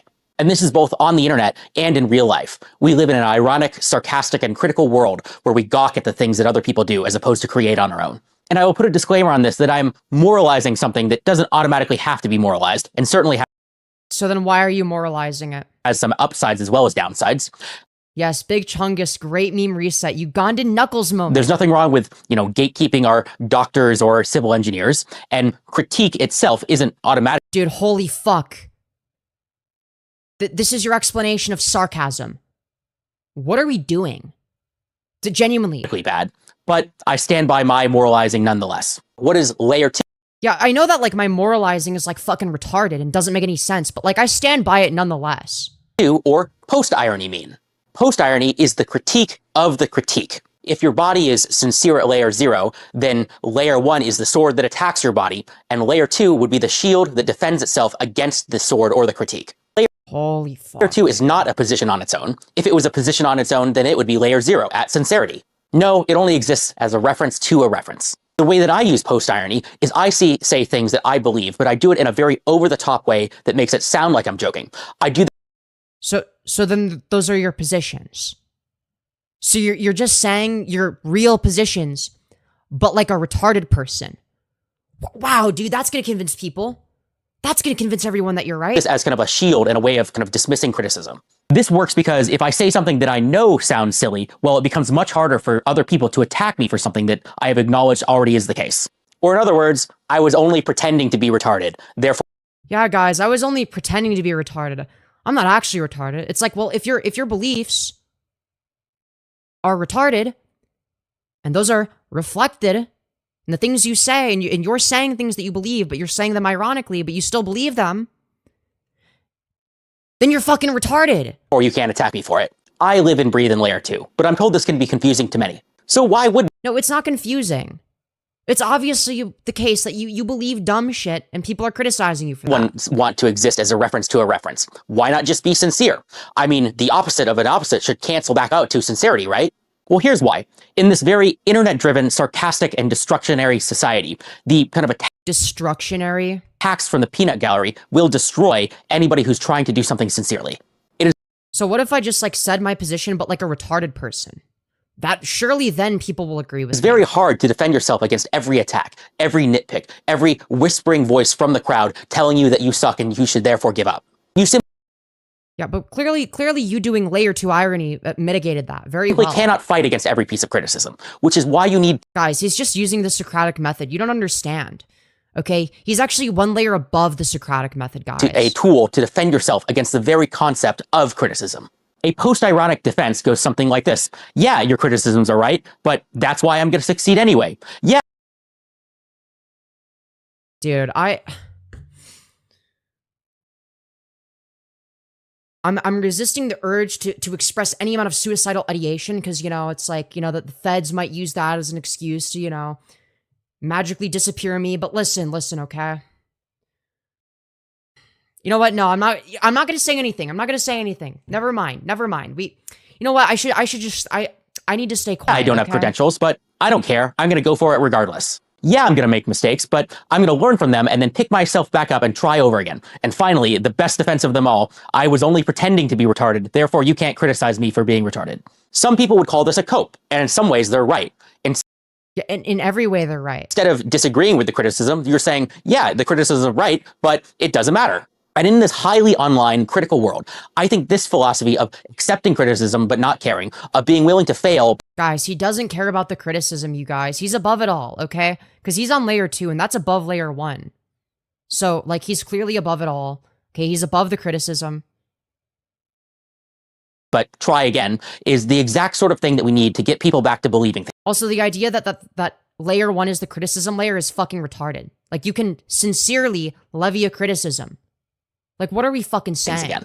Some more examples of layer 2 post-irony defenses are being anti-elitism, anti-gatekeeping, or move fast and break things. That's actually a very Silicon Valley but layer 2 coded defense. Move fast and break things sounds a bit counterintuitive at first. Why would you want to break things? Well, it's not really that you want to break things. Instead, it's that you will move quickly if you don't worry so much about breaking things. It's about kind of accepting that that will happen and kind of going on and taking the advantage of speed. No, you're not breaking things. You're just like a retard saying dumb shit. Like that's not you breaking things. That's you making an ass of yourself. Anyway, very layer 2 coded. The Grug IQ graph is another example of a very layer 2 meme. This one's about patriotism. Oh yeah, dude, I love the IQ graphs. Dude, those are my favorite memes I see on Reddit. Dude, these are so funny, guys. And at layer 0, you have kind of the Grug, who is both. Dude, guys, get it because the dumb and the smart person says that they love America. Guys, isn't that so epic? And then like the normal people say, no, I hate America. But you see the guy over here on the right, who's like on the high IQ side, that's the one that I resonate with the most. Cause he's like me. Okay, he represents my beliefs. I couldn't possibly be the fucking retard over on the left over here. You know? Like, what are we fucking doing, man? Correct, and also has kind of a very sincere patriotic belief. Then you have the center IQ person, who's kind of the layer 1 critique, and he is, against kind of the patriotic Grug, and he's kind of wrong in this image. And then at layer 2, you have kind of the very high IQ person, who is also patriotic, but— Oh my god, dude, that's like you! You're like the really high IQ person! Oh my god, dude, it's like perfect! It's just like you. Presumably for different reasons than kind of like the low IQ kind of Grug, which is why this is an example of kind of like layer 2 patriotic propaganda is what we'll call it. This even expresses a very common quality among kind of like layer 2 thinking, and that is that it has a kind of a very self-aware, self-important, pseudo-intellectual, I'm better than you type kind of idea, where it says kind of you have a point, but it's not like the more basic point, it's actually kind of more complicated, but still— Right, guys, he just has a more complicated point. Correct. And finally, there's something to be very careful about with regards to layer 2 post-ironic thinking. And that is— Also, this guy's fucking retarded if he thinks that being post-ironic makes it easier to articulate a more complicated point. Like, no, it's actually quite the contrary. Like, if you're having like a philosophical discussion, that there's a reason that philosophers don't speak using meta-irony. They just say what they sincerely believe. There's a reason for that. It's actually easier to express complex thoughts sincerely. So, like, you're just wrong about that. What you're doing is objectively less efficient here. If your body is layer 0, and poison is the layer 1 thing that is attacking your body, and antivenom is the thing that fights the poison, the astute listener will notice that if you drink a bunch of poison and then drink a bunch of antivenom right after that, you are not back to being healthy. It's not just that the antivenom counteracts all of the poison or criticism that's targeted against you. It's also that the antivenom has side effects of its own. And if you take too much of the antivenom, this is going to lead to very significant kind of problems with your way of thinking and going about life. It's like he wants to be J-Reg so bad. He wants to be like, Sam Hyde. It's like, it's so fucking obvious, dude. He wants people to view him as like, oh, it's like Sam Hyde when you can't tell if he's being serious or not. It's like, it's so fucking painfully obvious. Which leads us into a side tangent, which I am calling the meta-ironic black hole. Meta-irony is not the sarcastic opposite that is of kind of layer 1 irony, nor is it the sincere over-the-topness of layer 2 post-irony. Instead, meta-irony is something of its own. Instead, meta-irony is saying something that is masked in so many layers of irony that neither the listener nor even possibly you know what is even being said or what the point of it all is in the first place. I mean, if your goal is exclusively to be funny, that's fine, but you're saying that your goal is to make a point. So, like, what are you doing? Is the statement true? Is it false? Is it half true? Nobody knows. Some people like J-Reg and iDubbbz have said that meta-irony fits into layer 2 of irony, but I don't really think that fits. Let me explain why. In my framework, every even layer of irony, that is layer 0, 2, 4, and so on, is in agreement with the original layer 0 position in some way. Whereas the odd layer— Well, I thought you were arguing against the double negative position. That is layers 1, 3, so you agree then it's a double negative, and you're just saying the same thing but more retarded. 5, etc., are the critique or in disagreement with the original sincere layer 0. But meta-irony doesn't fit that pattern at all, because you don't know what they're saying. I think that meta-irony is something that you can enter at any layer of the irony scale, and it's sort of a black hole or vortex that tears away all of the meaning in your statement and can, send you spinning out up and down all across the layers. It gets even easier to enter into kind of the black hole the more layers that you go up. The black hole analogy works because it really does feel like— This guy sucks, man. Okay, I don't know if I want to watch this. I don't want— this is fucking horrendous. Your position is kind of spinning out of control. Are you being sincere? Are you being sarcastic? Post-ironic? Post-ironic? Nobody— Dude, he just keeps fucking rambling, knows. dude. That's why it's the black hole. And layer 2 really is where most people start getting sucked into kind of this black hole, which is why it can be kind of so confusing to many. In fact, the original Guys, isn't meta-irony so confusing, viral guys? video that I made, which was kind of addressed to Spez, the CEO of Reddit, kind of fell into this black hole. This is because there were some statements in the video which I thought were clear jokes, like Reddit moderators should be treated like celebrities. And then there was other things that I said were sincere, and there are other parts where I think I just got clearly carried away. Yeah, and you sounded like a retard throughout the entire thing. The reason that people might not be able to tell that that was like a joke is because you said things that were obviously sincere positions that were just as retarded. So it's like, what are we saying? Some people have called it cope for me to claim that it was all a joke in the first place, but It is cope. It's literally cope. You were obviously being sincere. looking back on the video myself, it's actually very difficult for even me to tell which parts are kind of real or were intended to be jokes or were... Wow, it's almost like you're retroactively deciding this. Because you didn't actually plan on making it a joke. You thought that everyone was gonna fucking, band together and support you. And then it didn't go the way that you expected, so now you're doing this like weird fucking revisionist bullshit fucking, oh, actually it was a joke the whole time shit.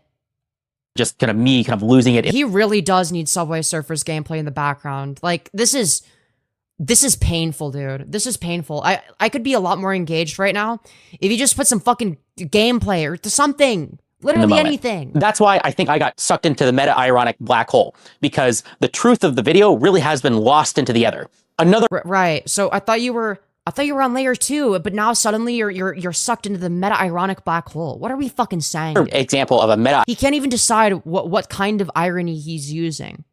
ironic content creator that people often bring up is Sam Hyde. He says a lot of kind of far-right statements now, but that wasn't always the case. When a lot of his content originally released, the meaning of it really was a mystery to a lot of people. Was he actually far-right? Was he just joking? Or was he... Oh my god, like... I mean, I knew he was probably gonna bring up Sam Hyde, but like, why do you need to fucking ramble? somebody who kind of got too deep into the character? I feel like we're in a black hole listening to this fucking shit. And then kind of changed their positions and became the person that they kind of joked about along the way. Now, that was a primer to irony. Now we're getting into the stuff that I feel like I've invented. I am defining... Oh, dude, he's invented a new type of irony, everyone. Let's fucking go. layer 3 on the irony scale as the lolcow layer. Remember. Okay, dude. Yeah, guys, lolcows are actually secret geniuses, alright? Lolcows are all secret geniuses. They're actually the highest layer on the irony scale. Like, what are we fucking saying? Like, unless you're being a lolcow on purpose, which you're obviously not. You're obviously not trying to be a lolcow. This is fucking cope. Right? If you were genuinely trying... If you were genuinely trying to get a message out there, you wouldn't make yourself a fucking lolcow in the process. Right? At least not on purpose. You wouldn't intentionally make yourself a lolcow to get a message out there, because nobody's going to take your fucking message seriously. People are just going to laugh at you. And your position. An irony layer is critique. So layer 3 would be a critique of the critique of the critique of the original position. No, you're not critiquing anything by being a lolcow. What exactly are you critiquing? What about the critique of you is critiqued by your video? Like, what are we saying? A critique of a critique is a counter-argument. You didn't make any counter-arguments. It is... You didn't convey any counter-argument, really. Like, by saying the thing that you believe, but sarcastically or ironically or whatever, you're not critiquing the critique. That's not what that means. You're not critiquing anything. Is the shield breaker to the layer 2 shield. It attacks the concept of fighting back against criticism. This is why I'm calling it the lolcow layer, because attacking somebody for being a lolcow is a layer 3 argument. A lolcow is a very online term, both meant for somebody who is Wait, making fun of lolcows is layer 3? How is that layer 3? kind of worthy of being criticized and therefore can be milked for drama. But beyond just being a person who's worthy of ridicule, a lolcow is also sort of self-aware. That means that they know... No, dumbass. It is the literal fucking opposite. Lolcows are generally the least self-aware human beings on the planet. Lolcows notoriously lack self-awareness. What are we talking about? That they are the target of criticism, and they might in fact lean into it in order to kind of defend themselves against that criticism. And the very act of leaning into kind of the criticism... No, the way that they defend themselves from criticism is usually just crashing out because they're fucking mentally ill.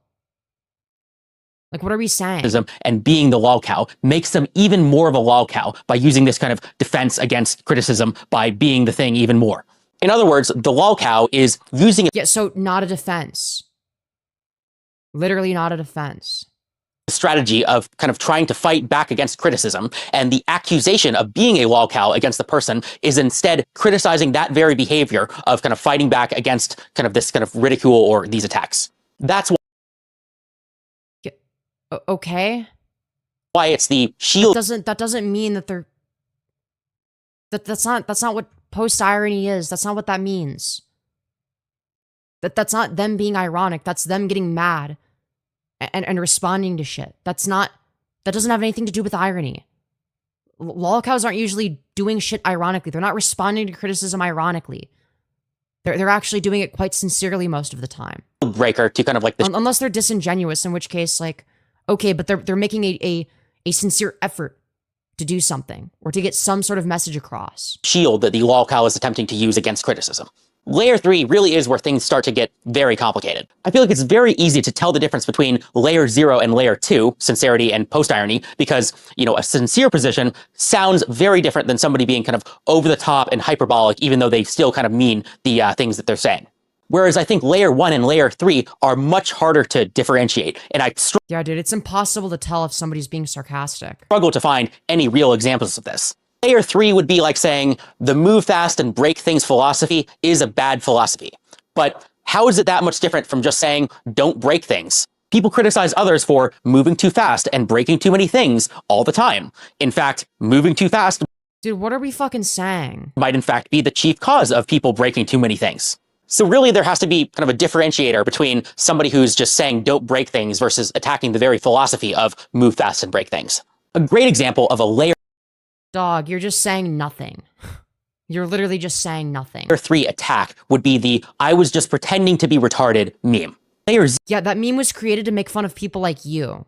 You know that, right? That meme is literally directed at you. You're the one that's like, jokes on you.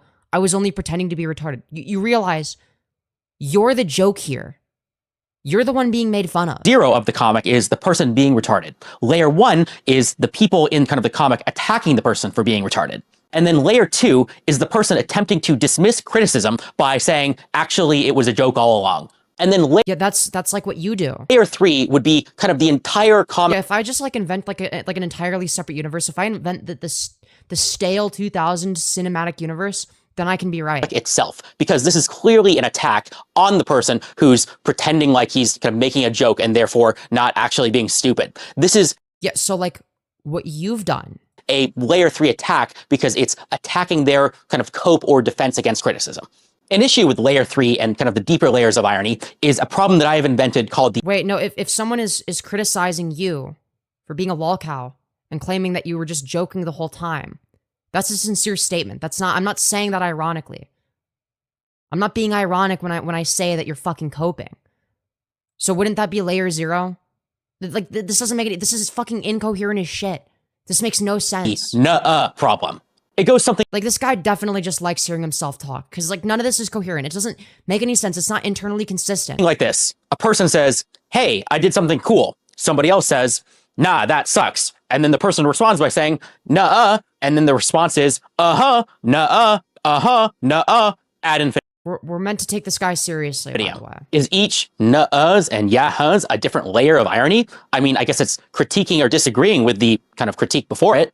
I don't feel like each of these things are new layers of irony. I feel like in order to ascend Yeah, no shit. a layer of irony, the kind of statement or critique must truly understand kind of the self-referential nature of itself and its relationship to the other layers of irony. And Yeah, no shit. finally, we have reached layer 4 of irony, another one that I have now invented, which I do not even have a name for yet. If you have a name, please kind of say so in the comments of this video. And I will attempt He's inventing new layers of irony, guys. This is awesome. to use all of my energy left to break free of my earthly layer 2 bonds. He's inventing new layers of irony so that he can justify why he's actually not retarded. And it's like, you do realize this is just going to convince everyone that you're even more retarded. And extend into kind of layer 4 for just a few moments to give some examples. If layer 0 is your body, then the virus is layer 1, and your antibodies are layer 2.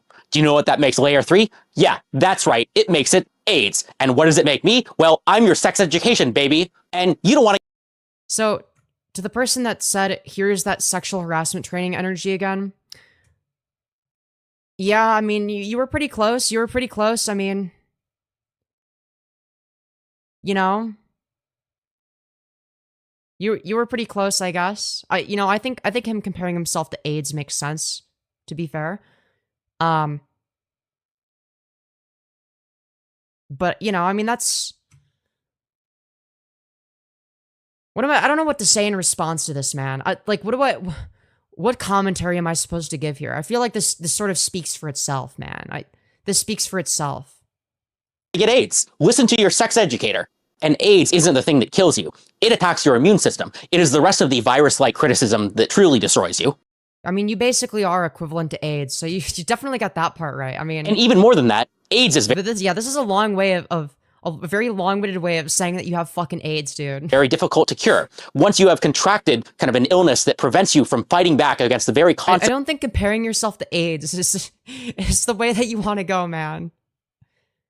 It's like, I get that you're, like, trying to, like, make a joke here. I get that you're joking. But the issue is, everyone fucking agrees with you. We all think that you're like AIDS, that you're like a fucking disease, and that people like you are insufferable. We agree that you are comparable to AIDS. That's the difference. Of criticism, you're doomed. You have AIDS for life, and even worse, you can transmit it to other people. And us level 4 sex educators are out here trying to warn you of the danger of AIDS, either with, condoms or abstinence. And you teenagers out there, you're just out there kind of having fun, laughing at us. Please, don't, dude, dude, this guy should not be talking about teenagers. Or directing anything toward... I'm sorry, like, buddy, you gotta get your life together, man. That's all I'm gonna say, man. It's not really kind of taking our warning seriously. But seriously, I'm telling you, you really don't want to get AIDS. But let me dispense with no shit. The analogies and kind of get to the conclusion of my video by making a direct layer 4 argument. Remember, irony is a critique. So level 4 is attacking the level 3 lolcow position. And it would go something like, I know you're having a lot of fun with your kind of critique and ridicule at your target and making your target kind of defenseless against criticism. Nay, you're making it so that if they even fight back against criticism, that kind of means that the attacks and criticism apply even more to them. Does he genuinely think that criticism is equivalent to a layer of irony, though? What is this fucking argument? And my response to that would be, why? Why would you? It's like he's drawing an equivalency here. Like, I could understand if he was making the case that, like, sarcasm is like, can be like a critique on something, right? If you say something sarcastically, you're critiquing the notion of that being a sincere position, right? You're like, if I say that rape is bad, for instance, like, I'm obviously being sarcastic because we all know that rape is awesome. So if I say that rape is bad, I'm obviously, critiquing the notion that anyone would think it's bad, right? So because rape is good, when I say that rape is bad, I'm obviously being sarcastic and critiquing the notion that it would be bad. It's all starting to come together, you guys. It's all starting to come together. All right? And according to Stale, okay, this would necessarily mean that every critique is also sarcasm due to the transitive property of equality, okay? So if it's the case that sarcasm equals critique, then critique must equal sarcasm, okay? We all know how that's how that works, okay, guys? All right? Hold such a philosophy Hope that helps, man. that can be so accurately encapsulated by 2 words, give up. Like, what are the good outcomes here? What are you trying to do? What are you trying to accomplish by attacking the very concept of fighting back against criticism? At least... I mean, I don't know, man. Laughing at you? Because it's entertaining? Like, what do you expect? Like, what do you want us to say? What are we meant to say in response here? So layer 1 is kind of useful. If you point out a problem, you can solve it, you can mitigate it, you can fix it. Whereas layer 3 is more just saying, nah, don't even try. The whole philosophy is just sad to me. It's a tar pit of despair that you can't escape from, and I reject it. And that's kind of my layer 4 attack on kind of the lolcow argument. If you have any arguments that or examples that kind of fit this layer 4 analogy or names for this layer 4, put them kind of in the comments below. Thank you for watching this video, and I hope you come out of this video as equally enlightened about the concept of irony as you are Yeah, dude. I'm definitely enlightened. infected by it. Because I will warn you, there's no way back. Hi, Rapio. So, dude, The we live love streaming rape. Dude, this is a pro rape YouTube channel, by the way. What, dude? One in chat if you guys love rape. Okay, we better see some ones in chat. Okay, this rape is awesome, guys. Okay, yes, let's go. Let's go. We love rape. Okay. Watching this guy is aging me. Feels like I've been here 10 years and I'm still lost at what he said. Yeah, because he didn't make a coherent argument. He's just too much of an intellectual powerhouse for us to truly understand the depths of his thought processes, okay? Space is not in a great place right now. Viewership has not recovered since the end of COVID. Dude, live streaming needs to change right now. And streaming communities are as fragmented as ever. And to fix this, what the streaming space needs is a new meta. But first, oh boy, I'm so excited. You know, maybe he, you know, gives some good suggestions. We'll see. I'm a streamer, so we'll find out. What's a meta? A meta is a Oh my, are we fucking kidding? Are we fucking kidding, dude? Do we really have to do this? Do we really have to fucking do this, man? Why do we have to define every fucking term? Is this really necessary? shared, real-time, collaborative experience.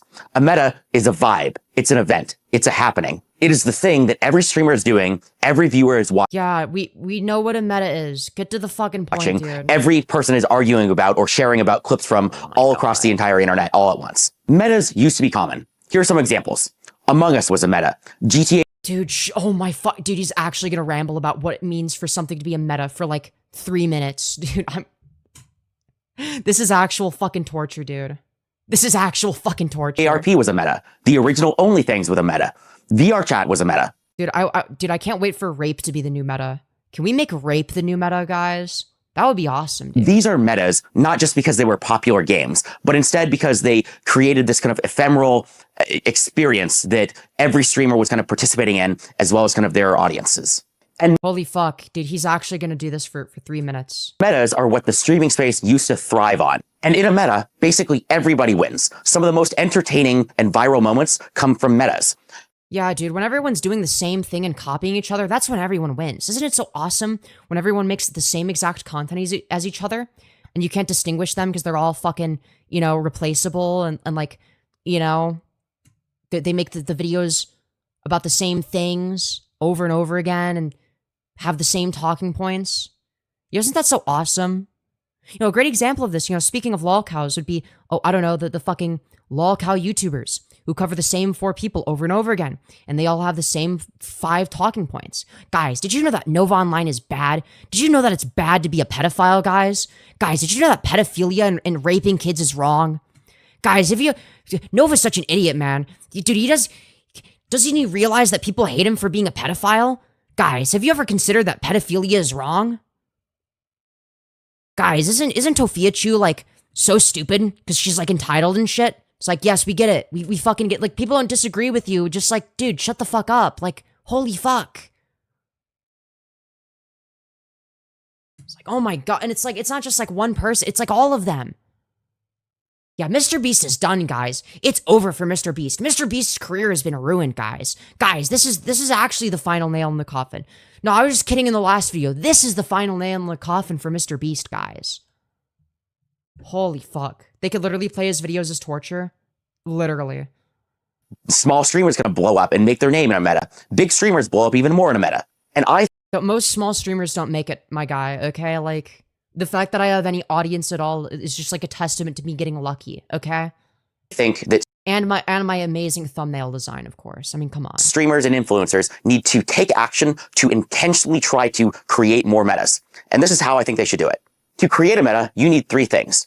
1, you need crazy and interesting characters. 2, you need interactions between these kind of characters and their Oh no, he's gonna describe Destiny. I know where this is going. He's gonna describe Destiny's community, isn't he? I promise you I haven't pre-watched this. I already know where this is going. Audiences. And 3, you need narratives or storylines that kind of create shareable moments. Starting with 1, crazy and interesting characters. This doesn't necessarily mean the people who have the most viewers. Some of the largest streamers are, frankly, not very unique, and they're kind of boring sometimes. Okay, true. Having 1 or 2 big streamers kind of on board can help kind of jumpstart it and get kind of the initial viewership push. But the real kind of metas are created by the, dozens or hundreds of kind of smaller content creators that are kind of unique and interesting. This is not just kind of entertaining kind of people, but it's also about uniqueness, craziness, weirdness, somebody who really kind of gets into things, somebody I mean, you definitely got the weirdness part down. So congratulations. who kind of creates content that nobody else is creating. As for where you can find these types of people, you can look no further than actual kind of role-playing communities or groups from kind of Oh, great. This is okay, but maybe he doesn't bring up, Destiny as the example. He brings up something like way worse. Okay, great. VR chat or Dungeons and Dragons or kind of GTA RP or anything where you kind of really have to create a person, create an interesting character, and kind of be somebody who tries to be entertaining. As for why you kind of want these type of people, it's not just that being weird or unique is entertaining. It's also that I really think that it shows that you're kind of trying. If you're, Okay, dude.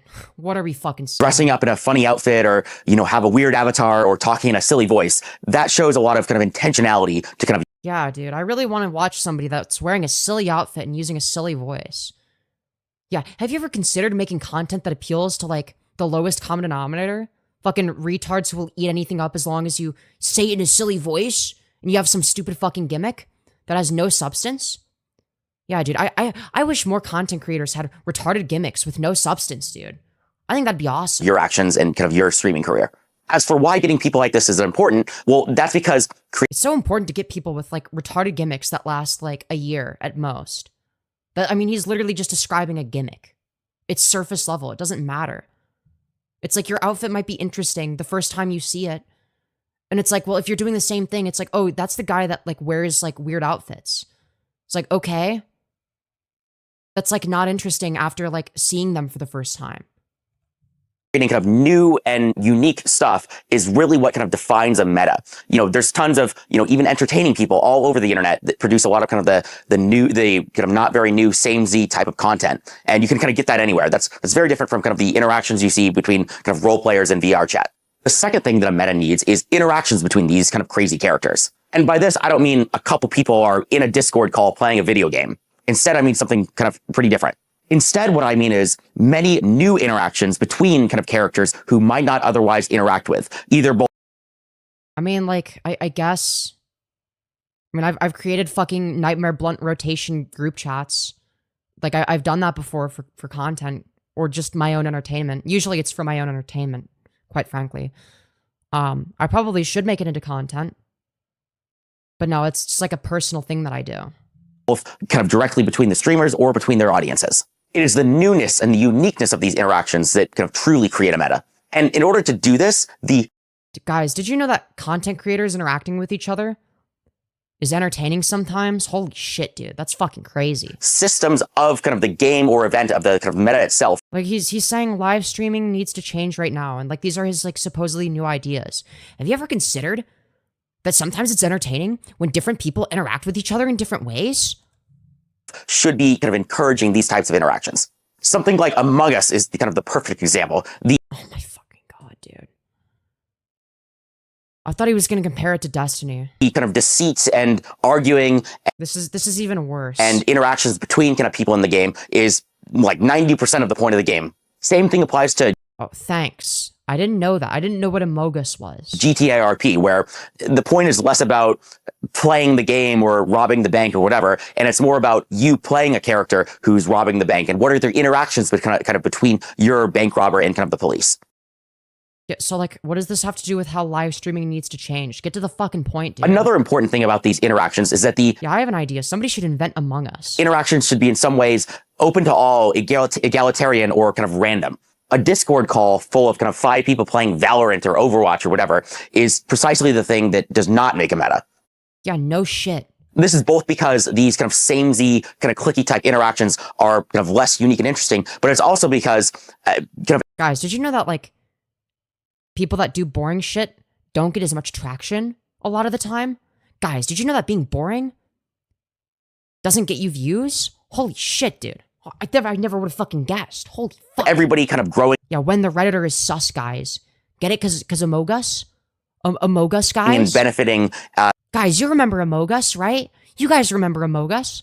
Wasn't Among Us so funny, guys? Together and interacting together really is what kind of makes a meta, not kind of the same repeated actions between the same kind of friends that know each other. And if things are a lot more kind of random like this, it produces a lot better results for kind of everybody involved in kind of the meta. Big streamers. Yeah, dude, have fucking ChatGPT generate what streamers should collab. That's a unironically, if it was like truly randomly generated, that could be entertaining.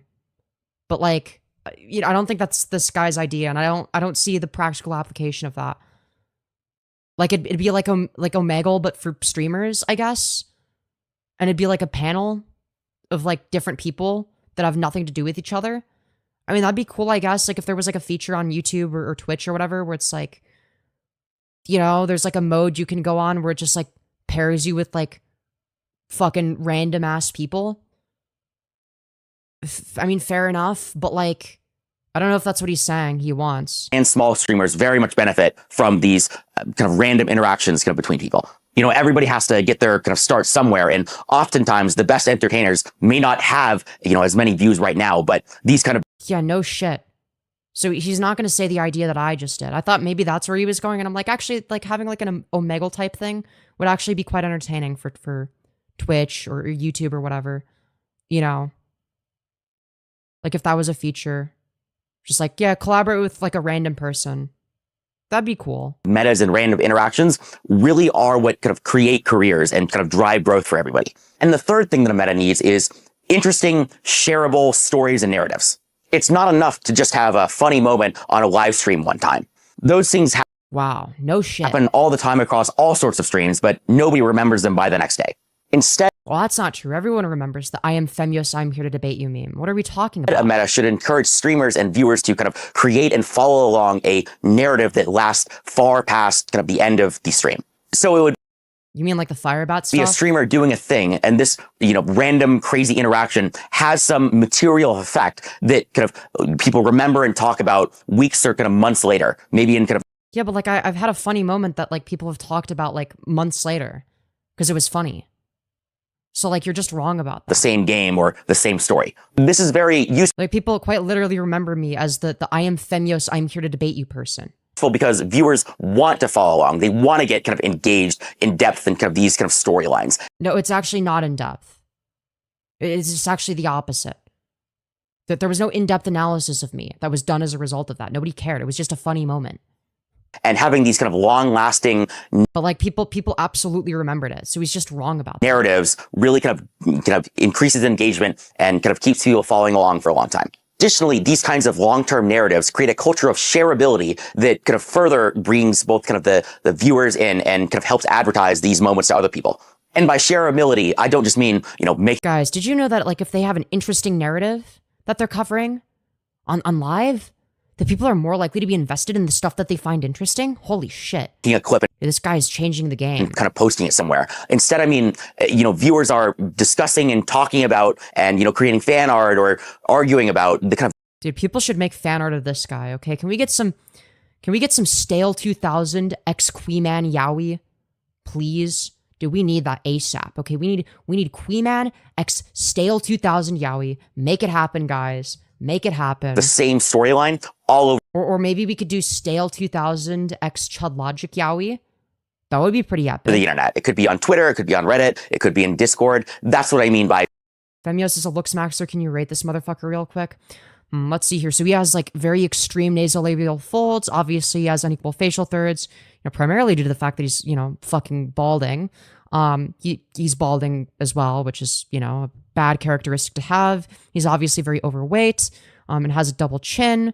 Let's see here. I think his eyes are definitely. I think they're slightly too close set, but it's kind of hard to tell, given the fact that like his face is so bloated. So it's like hard to tell what the actual structure of his face is like. One eyebrow is more positively tilted than the other. He appears to have a neutral canthal tilt, I think. It's kind of hard to tell at this angle. His Well, I guess like if we're talking about like his one chin versus his philtrum, that ratio is going to be not ideal. His philtrum's actually quite long. Yeah, I mean his proportions are very fucking out of whack. So I'd have to give him like a I'd say like in terms of like attractiveness, he's probably like maybe slightly below Charlie Kirk, so maybe like a 2.5 out of 10. I think a 2.5 is fair. Shareability. I'd say he's like a bit below Charlie Kirk. Just any sort of interactions or discussions of that story that's outside of kind of the stream long past time that kind of the person has ended it. More than just being engaging to existing users, this culture of shareability also brings in a lot of new users as kind of other people. This user is the opinion basher. Kind of see these interactions. I'm sorry, dude. I can't help it, man. The internet is actually fucking broken me. And discussions and kind of are brought into the story because they want to kind of see what all the fuss is about. The most obvious example is, of course, kind of GTA RP, as kind of creating these narratives and storylines really is the entire point of the game. You know, somebody does this one thing. More like GTA rape, am I right? Robs the bank, and then they have an interaction with a police officer. And now, because they had this random interaction, it kind of creates a domino effect or kind of like a butterfly effect where, you know, now people are. Now, you know, like depending on like whether or not, you know, you're black and you got shot by the police officer, or if you're, you know, white and they didn't care, you know, it creates a domino effect, guys. It creates a domino effect. Did you know that cause and effect is a thing? Did you guys know about cause and effect?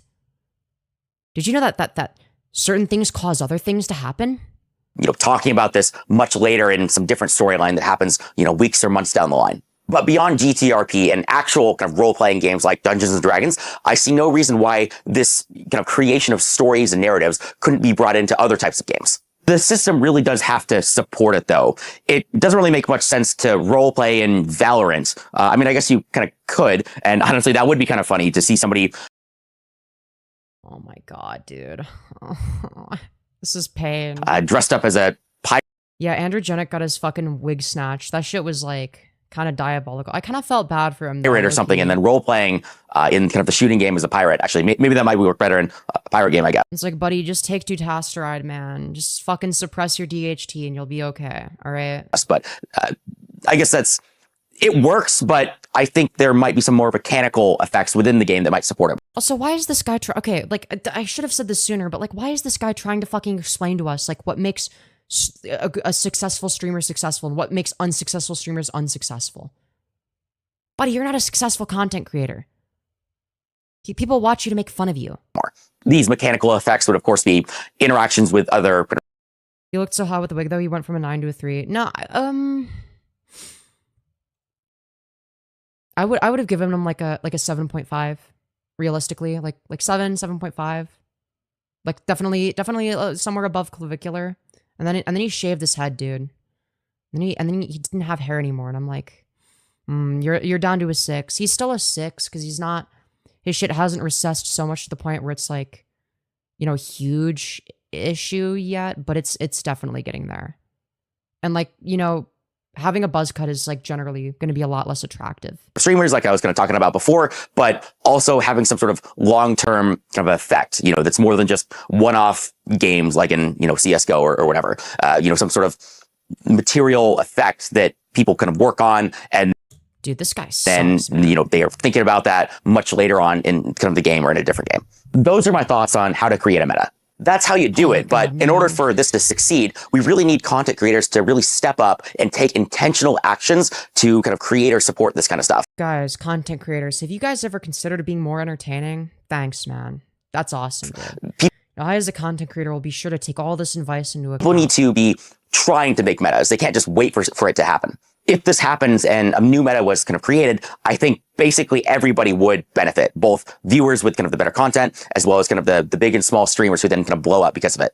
But yeah, but generally, if you're a smaller streamer, it's like there's going to be a certain size that you have to be in order to create a meta. You have to, A, be connected to other streamers that are willing to engage in said meta, right? So you have to have like certain connections that are willing to go with that. B, it has to actually be entertaining. Okay, it can't be some fucking retarded gimmick. Okay? That's not what a meta is. A meta isn't some fucking stupid gimmick. All right? There's going to be more to it than that. And 3, it's gonna have to be something that would trickle its way up to larger creators. Either that, or you're a larger creator and you create a meta that goes downstream. But either way, it's like, you know, like, I feel like that goes without saying. I feel like, yeah, no shit. Why do I need this fucking fat balding retard to fucking tell me all of this? Like, I already know. Like, I as like a small streamer already know this shit. So I highly doubt that there are any big streamers that don't know this. Okay, I highly doubt there's big streamers that have no idea what the meta is or how that works or how to create a meta. In order for that to happen, streamers really need to step outside of their comfort zone and kind of do. Also, if you're small and you don't have any real connections, you'll just end up being like, you know, the person that has like a contrarian position, and like 2 years later, everyone will agree with that position. So like me, right?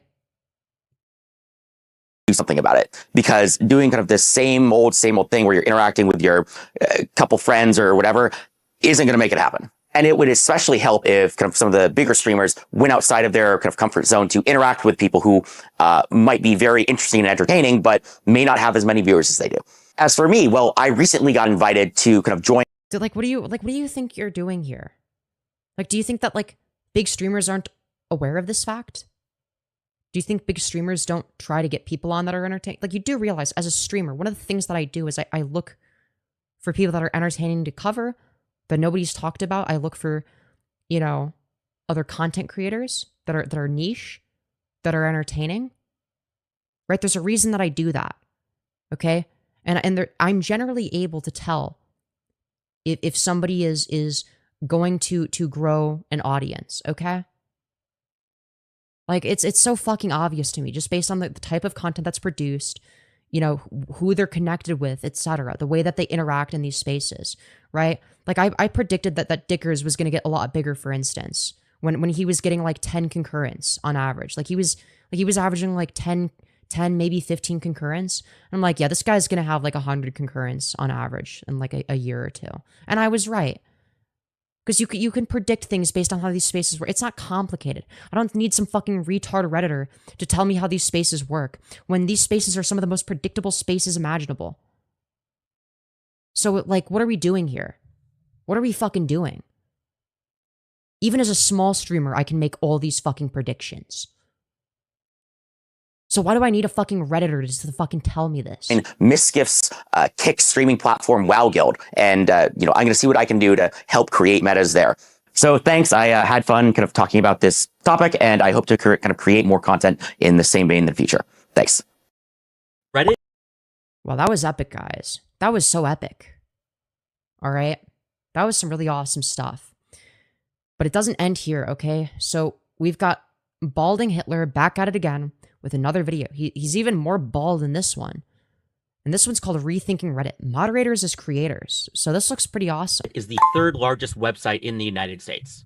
And yet, wow, it doesn't feel like it. Not culturally, not structurally, not in terms of influence. For a yeah, because it sucks. platform this large, Reddit should be shaping global conversations daily. Instead, it feels passive. Scroll, upvote, leave. And that's I mean, you are definitely a passive individual in many ways. It's not just a platform problem. It's a leadership problem.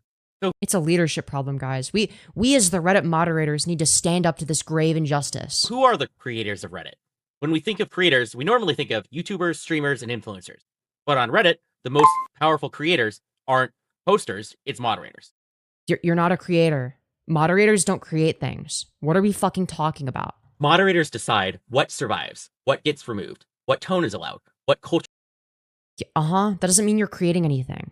forms, what events happen, whether a subreddit evolves or stagnates. A subreddit is not a feed. It is a designed environment, and moderators are its It's a designed environment, guys. designers. The problem, most moderators don't act like creators. They act like referees, or worse, hall monitors. They enforce. So like you, I literally called you a fucking hall monitor. So like, what are we doing? Like, you're the hall monitor in question. rules, they remove spam, they lock threads, but very few actively build culture. Very few experiment, very few create events. Dog, what culture have you fucking built other than a culture of people that shit on you because it's funny? Very few treat their subreddit like a product, and honestly, why would they? They're unpaid, they're undertooled, and Reddit doesn't incentivize ambition. There is a Guys, this is just like an ambitious Reddit mod, okay? All right, we have to remember, okay, this Reddit moderator is just very ambitious. structural issue. Right now, being a moderator is a maintenance job, not a creative role. The streamer JinxZ already does exactly what he's talking about. Yeah, it's like, dude, he's like describing things that people already do, and it's like he's acting like it's something new. Like, oh, this thing needs to change, and it's like people already do this. You're describing what already happens behind the scenes. You're just like it's not like, and it's not something that just large creators do. It's something that I do as a small streamer who knows less than a lot of these more successful people. So what the fuck is he saying? There's no financial upside, no growth incentive, no competitive pressure, no reward for innovation, no cost for stagnation. So communities plateau, subreddits become repetitive, mods get defensive instead of visionary, and power becomes the only reward. That's dangerous. When the only incentive is control, you attract people who want control. So people like you. When the incentive is growth, creative, and reward, you attract builders. Moderation needs to turn into You attract builders. creation. If Reddit wants to become culturally Dude, this is retarded, man. dominant, it needs to change what being a moderator means. Yeah, but like if we, I mean, this is so fucking dumb, right? Because like if we actually take a look at like what's culturally relevant compared to like how many people use it, like 4chan is going to be disproportionately relevant, right? Because in the grand scheme of things, it's actually not that many people that use 4chan. I mean, it's going to be a lot of people, but it's going to be, you know, a lot less compared to the amount of cultural relevance that shit has. And it's actually going to be one of the least moderated platforms, right? So clearly the problem isn't that there's not enough moderation. Oh, we need to have more fucking Jannies. Oh, we need more Jannies. Jannies need to have, you know, the ability to create a fucking community, dude. That's clearly not the solution. You fucking idiot. Moderators shouldn't just enforce rules, they should run events, organize AMAs, launch experiments, foster new sub-communities, build reoccurring content formats, develop identity. Subreddits should feel like living projects, not static message boards. And here's the key. Yeah, but there's a reason why. There's a reason why 4chan will always be more interesting than Reddit, okay? There's a reason for that. Just saying. Hell, I would wager that the fucking Kiwi farms in the Shardy are more interesting than Reddit, okay? You know, there's more value on there than Reddit most of the time. You know, entertainment-wise, that is. Requires incentives. They need performance-based rewards, not just revenue sharing, performance recognition. Imagine if subreddits were ranked by growth and engagement quality. Imagine if mods unlocked platform tools based on community performance. Like, what fucking tools are you asking for? Or if high-performing communities got platform promotion. Or if experimental formats were Promotion to who? rewarded. Make moderation competitive in a healthy way. Make moderation competitive? You want Janny competitions, really? Not power competitive, but creation competitive. Yeah, how do you determine what moderators create? Like, why would moderators take credit for what the people that actually post are doing? Okay, those aren't you. That's not you posting. You're not the creator. You're just deciding, you know, which people that create things get fucking astroturfed. Beyond incentives, the second thing that Reddit needs to change is Don't do this. They will just farm whatever gives them points. Exactly. Dude, it's the fucking Janny Olympics. It's the fucking Janny Olympics. Why does he want the Janny Olympics? moderator accountability. Here's the uncomfortable part. Some moderators are fantastic, many are mediocre, and some are actively harmful. Like you. There's almost no feedback loop unless you're really in trouble already. Reddit can introduce community health metrics, transparent moderation analytics, regular review. How are you measuring these things? How do you measure community health? And how do you, like, again, you'd not only have to find a way to measure community health, whatever the fuck that means, okay? But you'd also have to establish a causal relationship, okay? Right? There's gonna be a community on 4chan. Well, I'm saying community very loosely. There's a lot of good stuff happening on 4chan. Let's just say, and there's communities that surround it. I guess is what I'm trying to say, right? There's communities that are created. Right? I mean, if we look at, you know, a lot of Discord tranny communities, for instance, right? You know, a lot of those are going to be derived from 4chan, right? You know, a lot of those are going to be 4chaners. So, like, clearly moderation isn't the solution here. Few systems, opt-in community feedback voting tools to, I don't know, vote on the policies or how subreddits should be run. If moderators are creators, then they should be evaluated like creators. Creators compete. Yeah, but like the sites that have less moderation are better. So like you're just wrong. Creators improve. Creators adapt. Right now, moderators just persist. Bez was right when he called moderators landed gentry. And thirdly, Reddit should give mods tools that encourage ambition. Ambition for what? What exactly are your ambitions leading to? Oh, dude, I'm gonna become the most powerful Janny. I'm gonna be the greatest Reddit Janny of all time, dude. The greatest of all time. The greatest Reddit Janny. Everyone will recognize all of my Reddit Janny accomplishments, dude. Dude, I got so much praise, dude, because I removed the post that used the wrong flare, and I couldn't update that because that wasn't hecking wholesome, man. Using the wrong flare on the post really messed up. Had to remove that. Dude, I'm gonna be in the highest office of Reddit. Instead of just mod queues, removal buttons, and auto configs, they should give them some other things. You could give them tools that encourage ambition, not just moderation tools, but growth tools. What are the growth tools exactly? Brand partnerships access, revenue sharing models, community accelerator programs, digital performance recognition.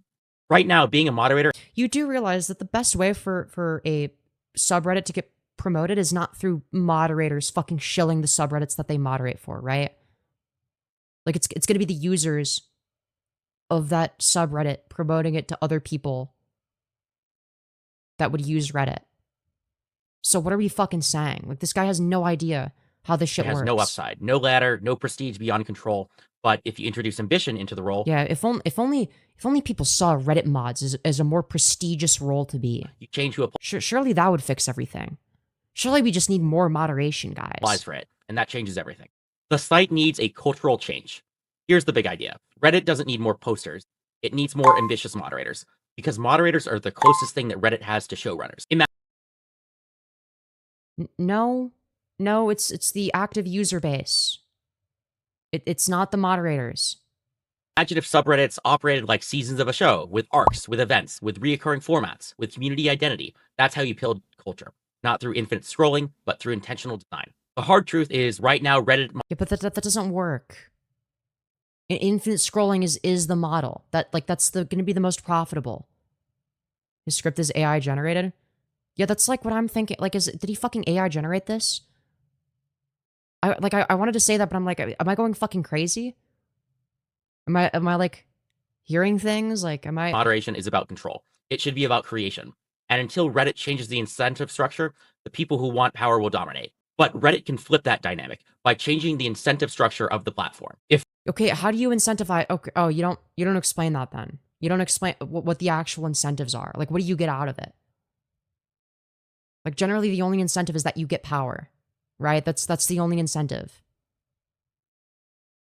Either that, or you like the community and you want it to be successful, or you're already active there, and you see posts that are like shit that, like, I don't know, break the community rules, and it's like, because you're constantly scrolling, you may as well remove those or have the ability to. Like, those are going to be the main reasons. If Reddit did this, it could become the most important community platform. Like, this is why I moderate the people that are like the most active in my chat, right? That sort of, you know, fit the culture that I'm going for. You know what I mean? Like, there's a reason I do that, right? It's obviously going to be very intentional, right? It's because it's like, okay, well, they're already here, right? And they probably get annoyed by, like, you know, shitters if I'm doing like a vertical live stream, right? Just like people are, like, if somebody's spamming, let's say, they're like copy and pasting the same message over and over again.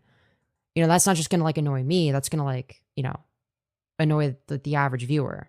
So, like, yeah, I mean, and there's a reason why I don't have it be something that you sign up for. It's just like, yeah, you've been around for a while. You're a Janny now. Congratulations. Moderate chat if you want to, I guess. Lamau.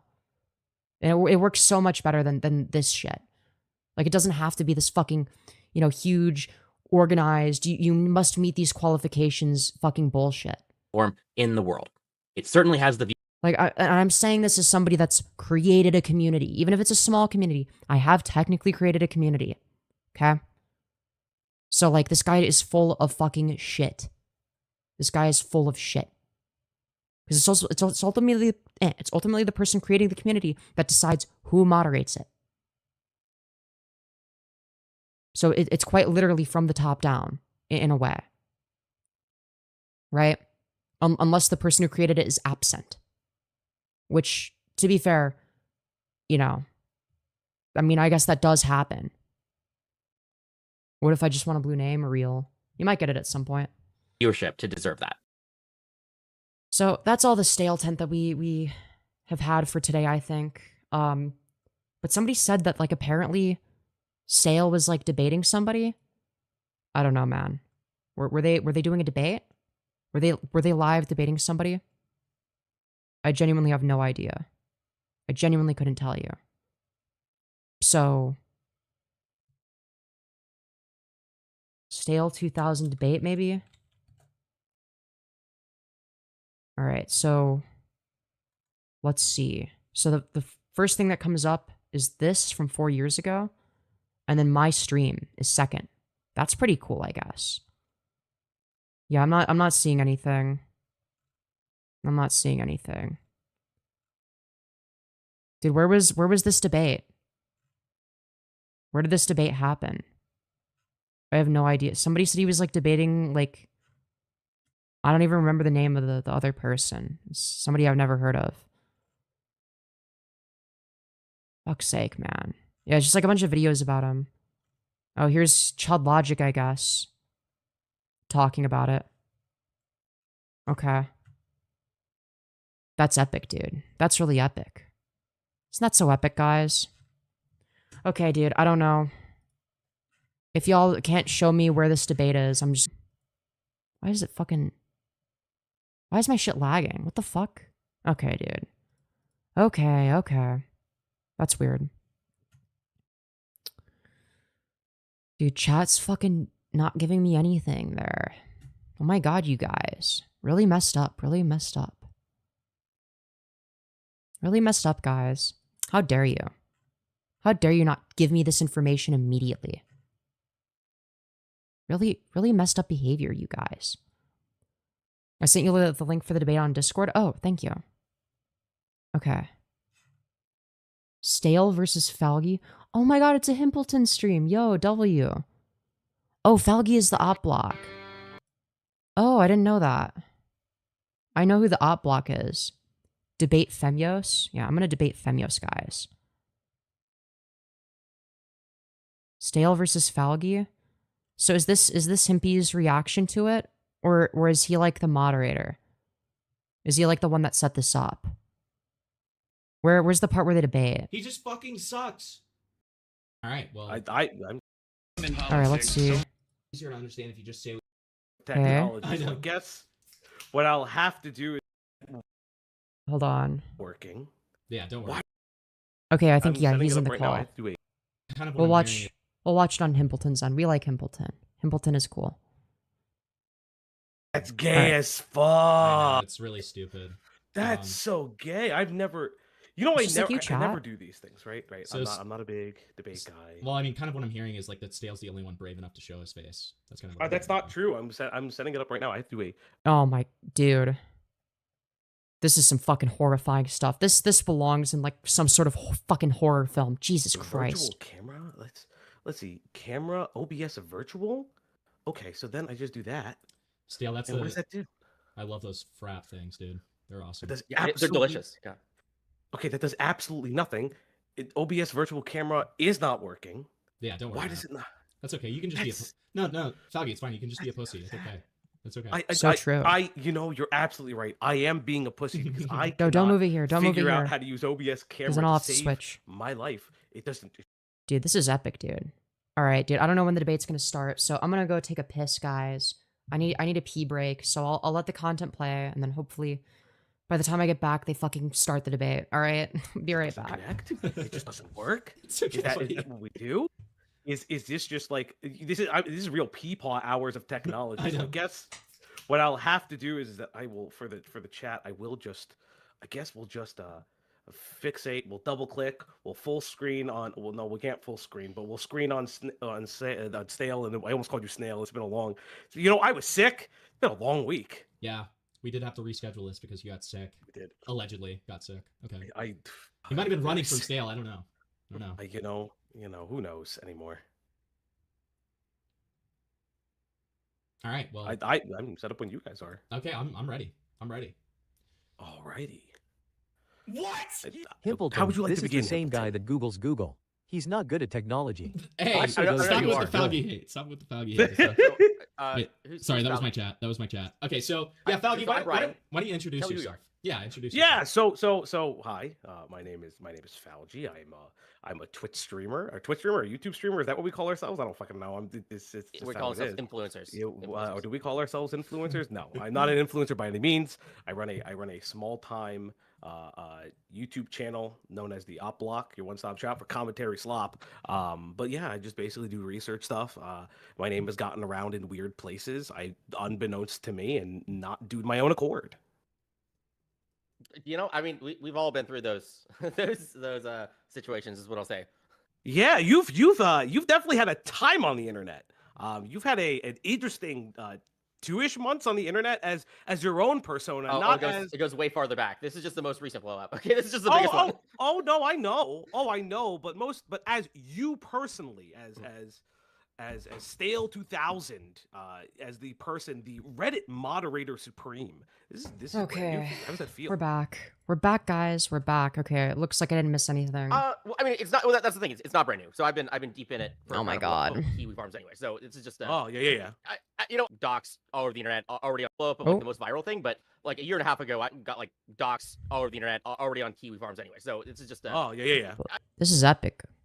You know, I already went through this once, so I protected myself from all the internet publicity already. So that's kind of good.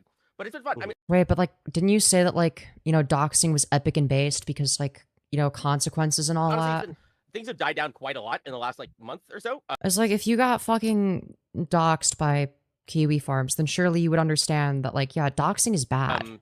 You know, I'm not, you know, getting Holy dozens fuck. of messages every day anymore. I'm not really getting any, honestly. So it's been fine. I'm just doing my own thing now. Okay. Very, very cool. Very Dear, I think this guy might actually just like be the worst for a live format, man. cool. Well, you recently, I mean, like, you got famous to a lot of people. Now, I'm not saying that you haven't had. Okay, what are these fucking softball questions, man? Hey, thank you, Batal Crafter, for the 5. Saying cute outfit, by the way. Thank you. Some I appreciate notoriety on that. the internet before, but you had internet notoriety starting with the Reddit stuff. Can you talk a little bit about that? Because you know a lot of people reacted to your video, and a lot of people. Oh my god, dude. This is gonna be a fucking pain, isn't it? This is gonna be a fucking... Oh god, this conversation's not gonna be good, is it? People mocked you. So I'm just really curious how you feel about that. I think there was some misinterpretations going on. Although part of that is certainly my fault. Yeah, I mean, the short story is, you know, Reddit is full of crazy people and drama, and I was involved in one of those crazy dramas, we'll say, and I, you know, lost a big. See, this is what I mean when I said, like, I already knew that the question was gonna go nowhere, and it's just gonna be him rambling about a bunch of shit that he's either A, already said, or B, doesn't fucking matter. You gotta ask him more pointed questions on this. Position as the top moderator of Livestream Fail, which is the #1 gaming server on the platform. And so I made a funny video, a very impassioned video directed to the CEO of Reddit, where I described all Like, the if you're gonna do this, you gotta prepare better questions than that. I mean, come on. problems at Reddit and how, you know, this is a huge company that's worth like $30-40 billion. See, now he's just going into, like, his fucking monologue of all of his retarded talking points. And you've enabled him to do this. And it's just kind of like run by crazy people. And, you know, I gave some suggestions of how to improve things. No, you didn't. You're just like, these things are bad, and, like, here's, like, a vague idea, maybe, possibly. And it's like, you're just saying a whole lot of nothing. In a very impassioned way. And yeah, and so that's the thing, the main thing that people, that's the summary. I guess people misinterpreting a lot because I said lines like, Reddit moderators should deserve to be treated like celebrities, which so I knew that line was going to be controversial. I guess. Oh my god, dude. I thought it was meant to be a joke. What happened? I'll explain what I meant by that. I just meant that, hey, these, you know, moderators, these random people are. Oh, so it's not a joke anymore. Now it's in serious. control of quite a lot of like views, and you just like don't know Yeah, okay. They should be treated like a celebrity. So you were serious who then. they are, and like they're just these like puppeteering masterminds kind of behind the scenes. Surprisingly, No, you're actually quite stupid. You're not a mastermind of anything. doing a lot of stuff, and billions of views per day are controlled by these people, and so they're you should treat them like influencers, right? Because they influence people. No, you're not. You're not the one making the content. Shut the fuck up. That's like saying like, yeah, dude, ChudLogic's editor DK should be treated, the same as an influencer. It's like, no, that's retarded. What? No, that's fucking stupid. Mm-hmm. Now, yes, that was very comical.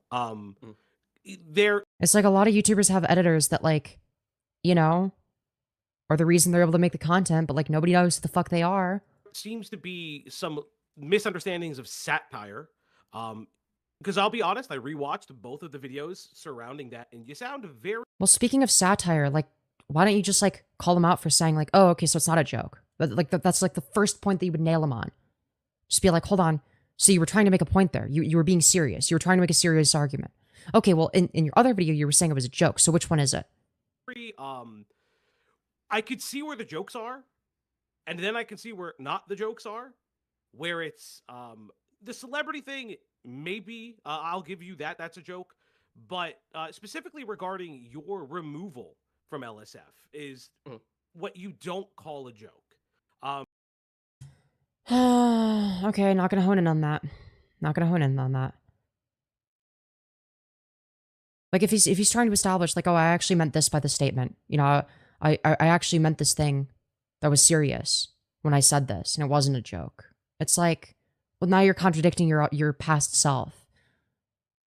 It's like, I don't know, man. I think OpBlock might be woefully unprepared to ask him anything meaningful, and it's like, we're just gonna get a fucking 2-hour-long Stale2000 fucking monologue. Front load it with the words well-intentioned and good-natured, and Reddit didn't see it that way, which was within their terms of service, and your video is challenging their terms of service and saying that it's just wrong, that the partner agreement that Reddit has is oh my God, not efficient enough, and this guy also yaps. Kind of did you dirty because you were not so understanding of why you were removed. Is that correct? I mean, I know why I was removed. I disagree with it, I would say. Yeah. And I mean, it's their website. They can do whatever they want at the end of the day. Yeah. And I can say why, I think it's... So, whether or not it's within the rules isn't really the point. The point is this a good idea for Reddit the company?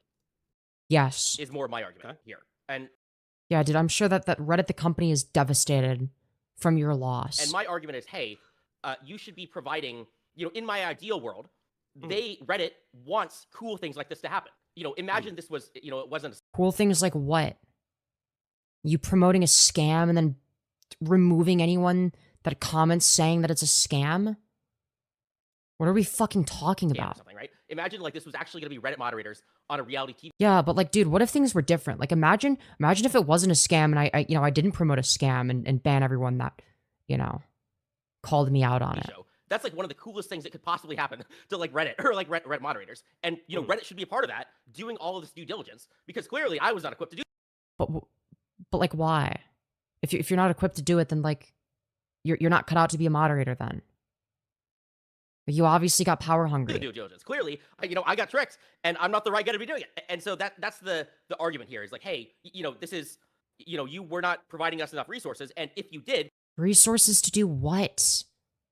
Not promote a scam? What fucking resources do you need for that?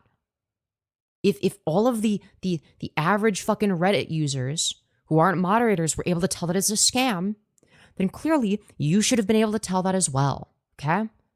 The company would benefit. Because wouldn't they have even less resources from doing that? So, yeah, holy fuck, this guy is so stupid. Yeah, so is it safe to say that you feel like the TOS in that instance failed you?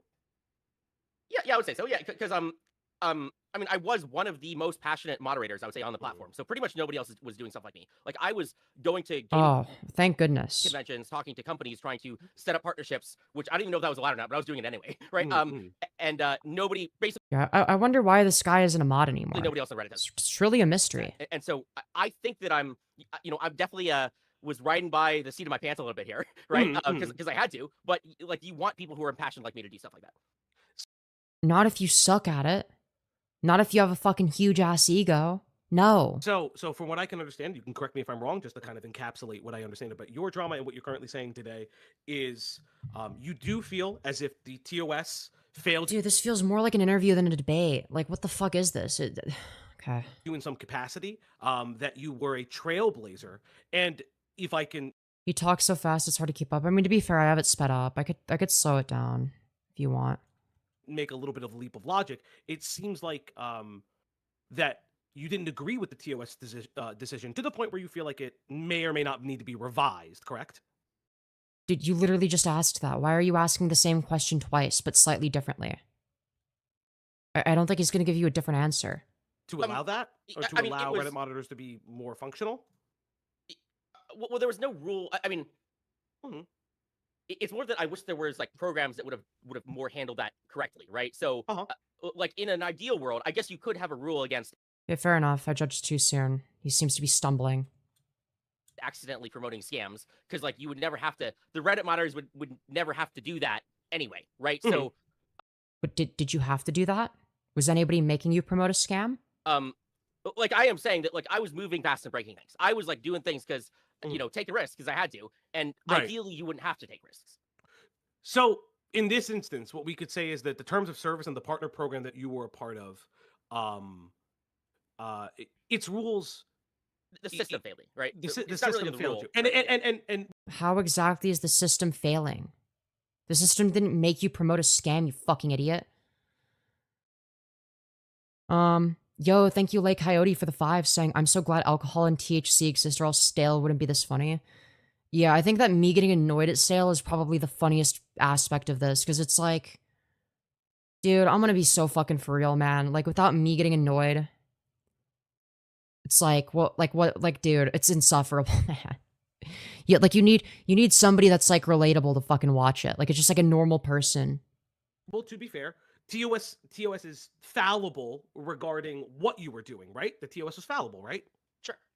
It's like the whole it's like the whole platform. Like it's not about like what the rule is or not. It's like the whole platform itself is really not dealing with the Reddit runners correctly. And then I got owned by it. Yeah. Okay. So I have to ask this because I just saw it. What's going on with the AI? You use a lot of AI camera stuff. Dude, really, man. What are we doing here? Just, it's like, this is not really... Dude, you could have continued. You could have continued with this. You could have asked, like, a follow-up question, like, okay, like, what specifically? Like, be more specific when you say what you want from Reddit, okay? Like, what do you want Reddit to do specifically? And then he's gonna say some vague shit. And you get more specific than that. Right? To test whether or not he even has an understanding of his own position. Because I'm guessing that he doesn't. So try to get more specific with your line of questioning here. Don't just ask random fucking questions that you have written down. Actually engage with what he's saying. I'm not gonna lie, that first video you put out did you incredibly dirty because it smooths the fuck out of you. Yeah. Don't take this the wrong way. Smooths the fuck out of your like Charlie Brown hairline. What the fuck happened? You know, I just try things, dude. Okay, I'm an AI bro. I'm living in San Francisco, working at like S-tier AI companies. I mean, he's an AI, bro, so it's like, well, I guess his response, you know, makes him even more unlikable, I guess. It's so good for you for getting this response, but like, you could have asked this later. I gotta use AI. That's my whole life is AI. You don't understand. I mean, this is sad, man. Okay, I mean, I'm no different than any other average SF tech bro, right? And so it might sound crazy to you guys. Oh, great, he's a tech bro. This is awesome. This is like completely normal for me. Dude, I didn't think that I could hate this guy even more. For everybody here. Yeah, so like you're an AI tech bro. It's something, and you've got to use it even if it makes you look. I'm not gonna lie, like fucking Smeagol. Like it did not do you any fucking favors. You know, I didn't really look at my stuff after that. I just clicked the button. I just like, okay, this is supposed to make things better, right? This is the AI make better button. I guess it didn't really do it. It did not. Wow, it's almost like you want everything to be done for you or something. Wow, crazy. It did not. So like, I'll leave like fun. You know, we're getting to know each other. We'll leave funny questions out of the line. Listen, that's fine. It's good. Yeah. Listen, I always try to lead with funny questions. Listen, I'm a guy. You're a guy. Our hairlines move and shift all the time. There's been a lot of comments about your hair. Dude, you don't need to fucking like make him feel better about his hairline, dude. Just get to the fucking point. Can you discuss the hairstyle? Can you discuss why the hairstyle? God. Some people are like, all right, fair enough. oh, you should go bald. You're assuming that there's like there's not like some big choice here. Okay, this is something. Well, it is a choice. You could choose to shave it. By not shaving it, that's also a choice. Like I don't really think about it. Like I've spent. You don't think about it, really. That's why you used AI to supposedly try and fix it. 34 years of my life not really thinking about it. I guess until the internet like spammed me about it, right? I mean, now and at this point now it's just like, well, I'm not going to do what the internet tells me to do just because they totally do it, right? And so that's the answer why. It's just like, so you're keeping it out of contrarianism, really. I never really thought about it, never really cared, and now I'm not going to give into the internet hate, right? Well, so like, wait, just to clarify, Stale, because last time we talked about this, you know me, man. Like, I had to ask you. Like, it's like if you shit your pants on stream and then people made fun of you for it. It's like, well, now I'm gonna shit my pants on stream on purpose because everyone's telling me not to shit my pants, so I'm gonna do it out of nothing but sheer spite. It's like, okay, dude. I mean, you can do that, but like, you're not helping yourself. Like, you're not getting anything out of that. For hairline tips, because like. Or if you're doing anything, because I'm kind of headed down the same route. And you said that you had started like you had potentially started one of those like regime. Yeah, so I did start a very effective and cheap solution, which is minoxidil or something. Okay. You mean minoxidil? Yeah, clearly it didn't do anything. Clearly it was too far gone at that point. It's like the common one, right? Right. Yeah, what you needed was dutasteride and minoxidil, and you needed it before you started balding, or like when you just started balding, right? You can't do it when you've already lost all your fucking hair. It's not going to do anything. Like a no harm. It's not going to bring it back. It's not going to magically, make the hair follicles come back. Okay, that's not how that works. Yeah, but that's not like shaving your head, right? Like, no, okay, true. No, True, that might be true. good, Yeah. True. Wait, is he 34? Is he saying he's older? Oh wait, I don't know. I would assume he's older, right? It's just like the internet kind of like you kind of have like a brand now in a way because of your head shape, and it's like the persona. A lot of people have coined you as like the Reddit moderator body. I remember early on in. I don't know. I'm just kind of annoyed by this like line of dialogue because it's like I was expecting a debate. Like you're not pushing him back on anything. Like you're just asking him a question and then he responds and you don't engage with it at all, and then you just like move on to the next question, even if it's completely unrelated. Like I want to hear more about, like what Stale thinks, Reddit should be like. I want more specifics. I want him to get fucking pressed on that. I'm kind of disappointed by this because it doesn't seem like he's getting any pushback. In your dramas, there were people comparing you to Yeah, this definitely feels a lot more like an interview, and it's like I'm not impressed by that. And maybe this is Himpleton's fault for putting Stale versus Falgi in the title, framing it as like a debate, but if you say you're going to do a debate, then I expect a debate. The caricature of the Blizzard, the WoW player from South Park. No, granted, if you say it's an interview and then it becomes a debate, that's not a bad thing, because debates are generally more entertaining than interviews, right? Somebody that you would interview is usually somebody that you interview because you can't debate them if it's somebody interesting, like Stale. Either that or it's somebody you agree with and they're like, in an interesting situation. There have also been memes of you as Syndrome. I don't know. Have you seen any of those memes? And what are your thoughts on those? I don't know. I think it'd be kind of funny. I don't really. Yeah, like this is what I mean when I say like these questions like kind of suck, because like he's gonna respond with shit like that. Like I don't know, man. I guess the memes are funny. Like he's not. It's I don't know, man. I'm not really like tracking every single meme though, right? It's like a silly internet thing, right? So on your 4 layers of irony, where would you place it as? Is that meta irony? Is that no you irony? That's like level. I think. Dude, we're all over the place here. Like it's like he's just going through like a list of talking points he wrote down, like a list of questions / talking points. It's like this is not coherent. Like he's not engaging. He's just reading from a list.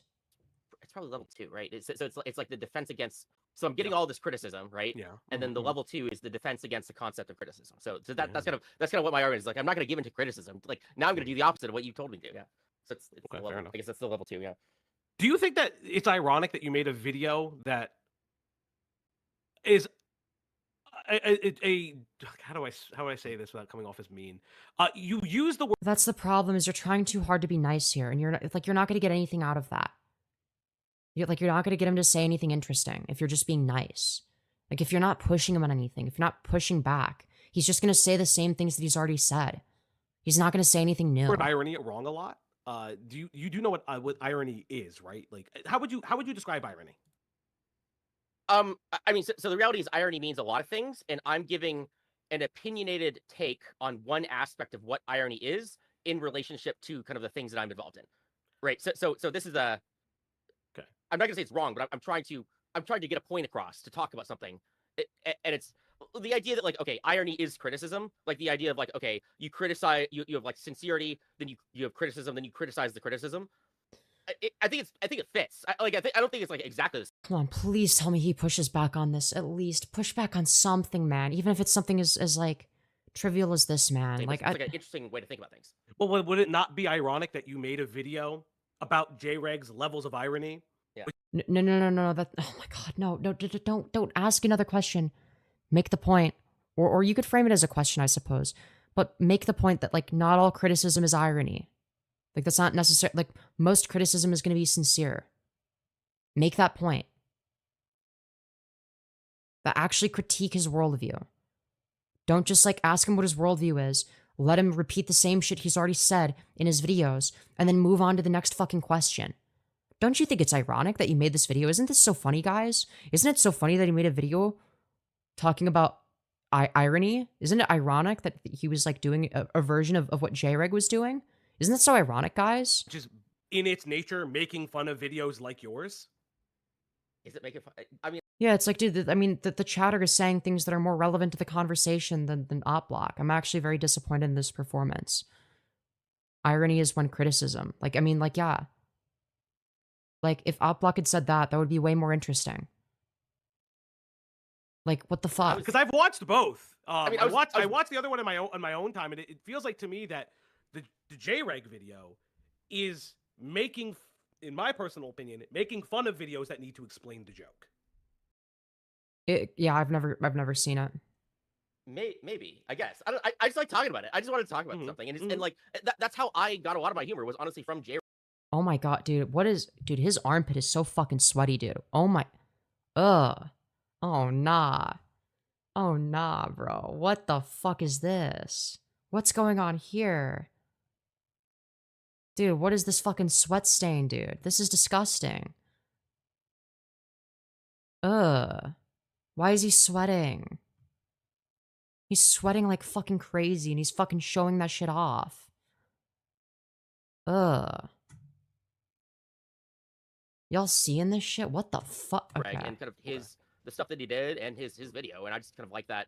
Oh, dude, I don't know what's more vomit-inducing, the fucking armpit sweat stain or the fucking hairline, dude. This is disgusting, man. This is vile. Ugh. I was thinking, it's like a style of thinking. It's not just humor. It's like, how do you think about things? And I like that. No. Are there other... That irony is not how you think about things. It's how you frame things. That's not the same thing. How you frame something isn't necessarily the same as how you think about something. It's just the way you explain it. These are fundamentally distinct concepts. Like, what? Other places that you, are there other, like, creators and people that you get your opinions from? How late am I to this video? Very. We're just criticizing everyone at this point, except for Himbleton. Himbleton's just here to listen to whatever the fuck happens. Or just kind of your style from, per se? Or would you say that you're a trailblazer of your own? I mean, I'm involved in a lot of Twitch spaces, so I'm pretty deep in the... Now, granted, I'm probably going to be very, very critical of OpBlock here, mainly because, like, again, this was supposedly going to be a debate, and I've actually done debates, so, like, yeah, I'm not, like, a crazy good debater or anything. But I would wager that I'm significantly better than OpBlock, because it's just, like... the Destiny Orbiter space. Even as an interview, it's not good either. It's not even good as an interview, so it's like, what's the point? Like, I'd understand if he was, like, trying to debate, and then it's like he's not that good at it. I could understand that. You know, sort of the way that I have, like, dabbled in interviews, and I'm not, like, the best at it. Necessarily, like, I'm way better at, like, engaging, like, in a debate than an interview. But It's just like it doesn't feel like an attempt is even being made Right. here. So the you know, the political space have been in there for a while, but that's really it. Okay, okay. Because I know I've heard of the Destiny chatter video of some kind, if I remember correctly. I've watched it. I just can't remember the specific statements on it. But all this to say, Himpleton got us together, and I think it's ironic, one may say, that your drama starts, or your rise to infamy, one may say, in the more Dude, like, what argument is being made here? the more collective consciousness of the internet space is about you feeling that you've been wronged by TOS that could not cover what you had done, Dude, now we're circling back to this. Are you gonna make a new argument? to then create a video about mass flagging. Sure. Nope, we're not gonna circle back to that. We're actually gonna talk about this entirely separate thing. So surely you're gonna give him pushback for this, right? I mean, this is gonna be the easiest thing to beat him in an argument for, right?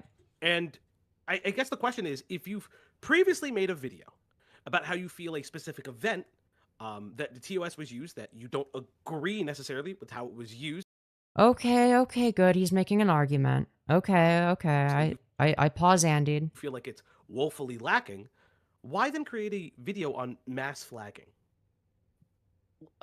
I guess All right. I mean, it's fairly basic. It's a fairly basic hypocrisy point, but it works. to address the contradiction, I guess, because it's about systemic effects and what do you want the system to be.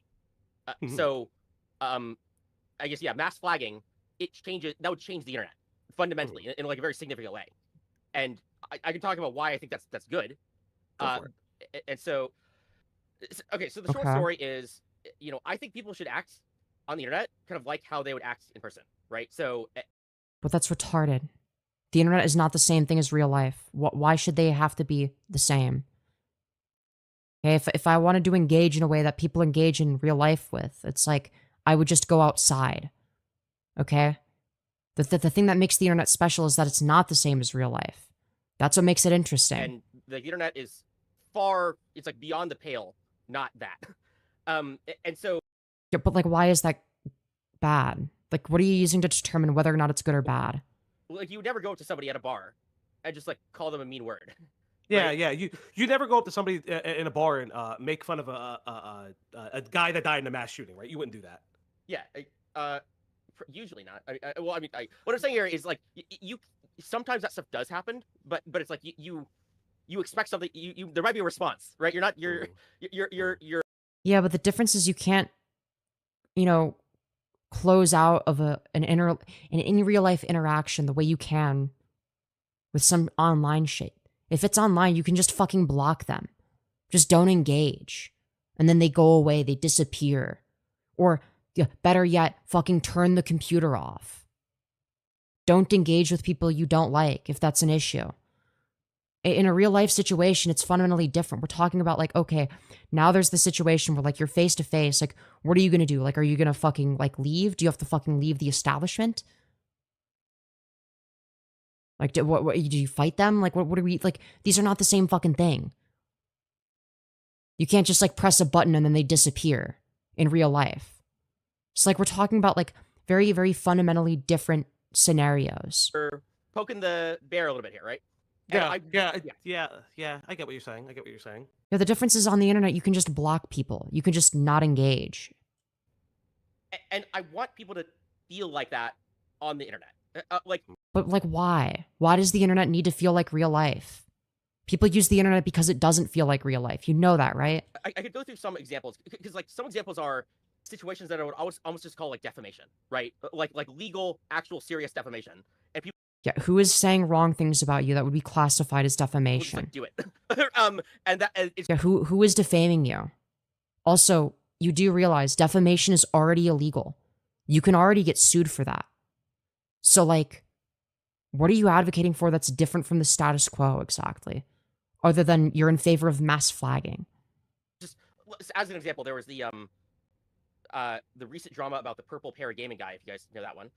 Oh, let's fucking go, dude. I'm very familiar with Perry and Brandon and everything like that. Yeah, a lot of us don't. Listen, I don't know Perry. In my house, we call him Perry the pervert. And I don't necessarily hate Perry. I just think he went too far. And I do think it's pretty fucked up. But why not go to the one that specifically ticked you off? which is ChudLogic's comment on how you Oh. looked. Because in your video, you actually misread the quote. Yep. I mean, Okay, yeah, I good. did misread that a little bit on purpose.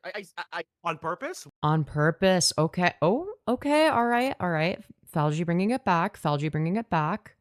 Okay. Okay.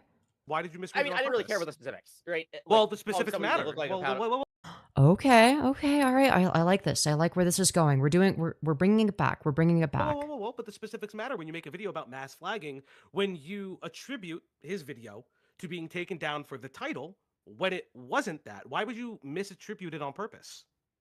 No. Okay. Okay. Nope. You've derailed it. You've derailed it. Oh, he was so close. He was so close.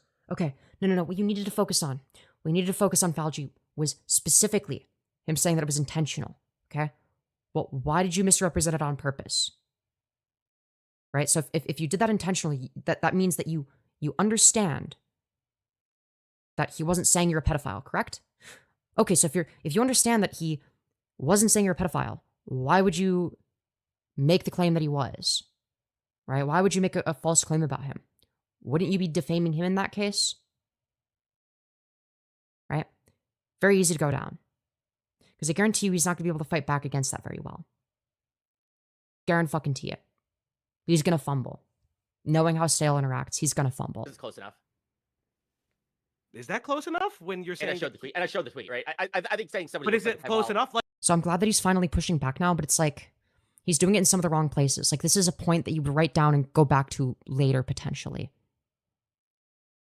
Right? You could shift the conversation into this, but you need to stop him at the point where he says on purpose. Don't let that fly. Don't let that fly. Make that become a focal point, because what Stale did there is he made a huge fucking error. He made a huge fucking error, and you did not capitalize off of it. You made one comment about it, and that was it. Okay, you need to capitalize off of dumb shit that he says. Okay, and try to get him to defend the dumbest things that he says. And that's how you win a debate. like how faux pas is said, how you. So he read it wrong on purpose? Yes. Yes, that's what he should be focusing on. That's what Falgi should be focusing on. Right? Say faux pas is fox paws? Like, is that close enough? Yeah, that was close enough. That was close enough. Dude, no. Dude. Stop. Go back to the point where he said that he was doing it on purpose. Go back to that. That was really important. You're missing that. Too, right? Look, here's the thing, because you knew what I was talking about, right? You knew what I said. So like, Well, Even the chat is like focusing on that because it's obviously important. well, not As an everyone knows example, what you said, right? Because wouldn't that be defamation, knowingly lying about something? Knowingly misrepresenting something? If we're going to talk about legal definitions? it's not about the technicality of somebody says. It's about what the other person gets out of it. Okay. And so like me saying, I'm saying, hey, this person over there said a very mean insult, and whether or not the insult is calling somebody a pedophile or saying that they look like, I don't think that like these are that. But they're actually very different, because in one case, you're saying that ChudLogic is levying false pedo accusations, and in another, you're saying that ChudLogic is calling you ugly. These are very, very different. These mean very, very different things. So it's not even fucking close, right? But I really want him to focus on the on-purpose aspect, and I really, really hope that Falgi brings it back to that. Much worse of insults that I guess I'm misattributing something to him. Like it's about the emotion behind it. It's like what am I accusing this person of, as opposed to specifics. So is it So like also if it doesn't make much of a difference, then why would you lie about it on purpose? Because you admit that you did it on purpose.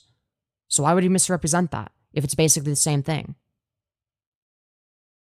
appropriate to call for to ask if the docs of people who are making fun of you is available in your own private, in like your own chat? Okay, I didn't know about this. I'm glad that he brought this up because I didn't know about it, but I was hoping that he would press him on the issue with Falgi is he's not pressing on a specific point for long enough. And sometimes what he'll do, I'm noticing this quite frequently, is he'll start pressing him on a point, then he'll get sidetracked, and then sometimes he'll bring it back to the point, but that the sidetrack wasn't related to the point at all. And I'm confused as to why he does that. I don't really understand what his method is here. You usually want to focus on one specific bad argument or bad point that was made or one really dumb thing that he said. That's what you want to focus on. You want them to defend one thing at a time. Because then you can take them down, you know, whatever line of logic is needed to see where the logical conclusions of their positions lie. And that's sort of how you win at something like this, right? Now, granted, he's going to win anyway because he's debating fucking Stale. So, of course, he's going to win. But, yeah. Is that appropriate? Depends on the... Depends on the situation. TS of the website, right? Uh-huh. So it depends on, like, what do you... Okay, well, now we're gonna I mean, it happened on a different website. Like Chud said. No, just ask him, like, is it appropriate, like, what you did in, like, the yes sense or the no sense? Like, is it the case, yes or no, that what you did was appropriate? Okay? A yes or no question can be very, very powerful. Because as soon as they start evading that, okay, you don't let them do it. You don't allow them to evade it. You don't capitulate to that. Okay? You be very direct. And if you're direct, and then they continue to evade it, they look like a fucking pussy. Okay? Those statements on said those statements on Twitter, X, however you wish to call it. Didn't say it on YouTube. So why would you mass flag on YouTube? Sure. So I don't think the platform. So there's another thing. I guess I'll just give you another. So this is what I mean when I'm saying, like, he's all over the place. He can't stick to, like, one specific point. He's kind of gish galloping here a little bit, where it's like he's going back and forth between separate arguments. It's like you got to do one at a time. Okay, do one at a time. It's more effective, especially if you have an opponent like Stale, where that's going to be the worst possible case scenario for them. But you call because if you really press them on one point rather than kind of pressing them on multiple, you can get really far with that. And then you really press them on the next point, and then you really press them on the next point, right? That's how you brutalize someone. You don't brutalize someone by kind of pressing them on some stuff. for mass flagging on a very specific platform for the purposes of life ruination to target monetary value on a joke that happened on a different platform. You didn't call it for it on X. You called it for it on YouTube. Sure. Yeah. Sure. So like the example that I'll give is let's take the bar example, right? So I think that if somebody's coming after you, I don't think you have to play by the same rules as they do. So just like you know, if somebody goes up and says that they're gonna like sleep with your girlfriend at a bar, the person might not respond by yelling an insult back. They might get physical. Yeah, would that be justified? You could say it's, you know, technically that's illegal, but is it deserved? No. Yeah, ask if it's justified. Like, kind of. No, wrong. The punishment doesn't fit the crime. You're just wrong about that. Push back on that. But so we have laws. So if I said that you were a pedophile, no, don't make a legal argument. No, stop.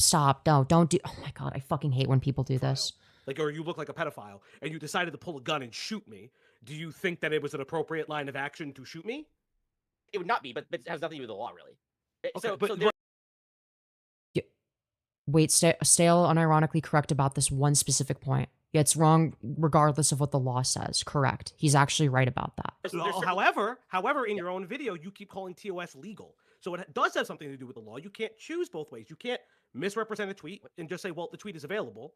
You can't just all right, fair enough. say, well, it's not technically legal, it's moral, when you then say in your video, well, TOS is legal.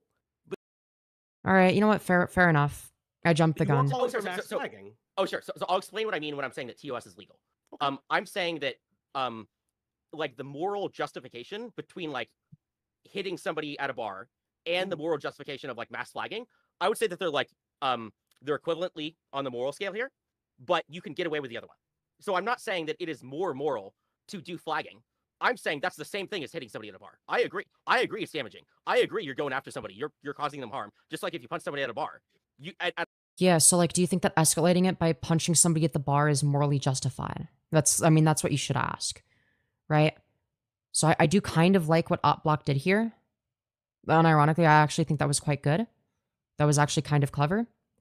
Because he did force him to say the opposite of another position that he had, right? But we're back at the previous point. So because it's circled back to this, now you're going to want to press him on that. I would presume. It's strategic advice. But how is that similar? Because it's a small scuffle, right? It's a small scuffle. Maybe the two guys don't fight. You're specifically calling. Wait, hold on. Ask him, like, do you think it's like morally justified to escalate it to physical violence? Ask him that specifically. Because it's obviously the case that, like, no. Now, you shouldn't fucking, you know, fucking beat somebody up, let's say, for like saying that your wife is a whore. I think that's retarded.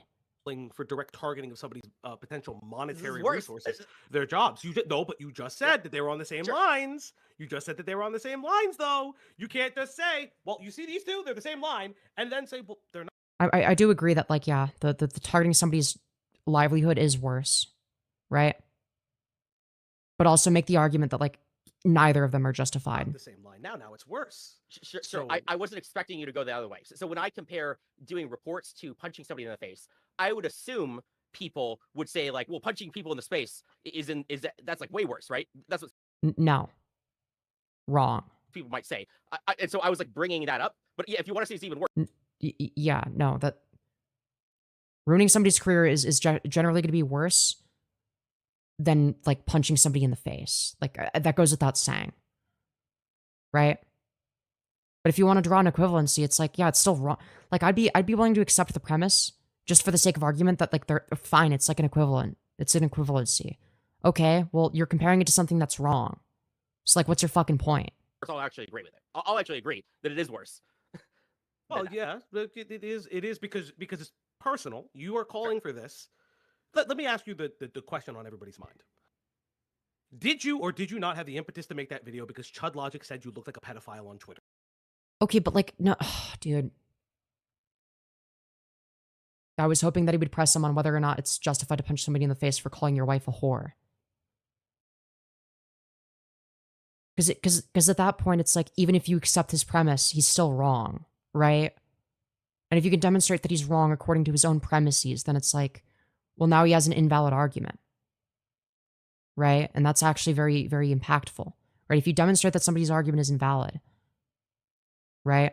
So what Falgi did is he demonstrated that Stale's argument wasn't sound because one of the premises was wrong, right? But what's a lot more impactful than that is proving that an argument is invalid, right? Does that make sense? It's generally going to be better to prove that an argument is invalid if you can, right? Yes or no? That was Though I guess it does depend on the argument.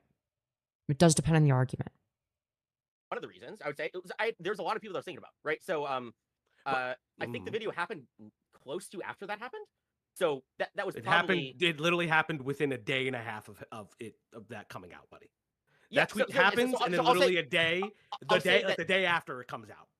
So I'll probably say that that was probably one of the triggers of like, hey, that gave me.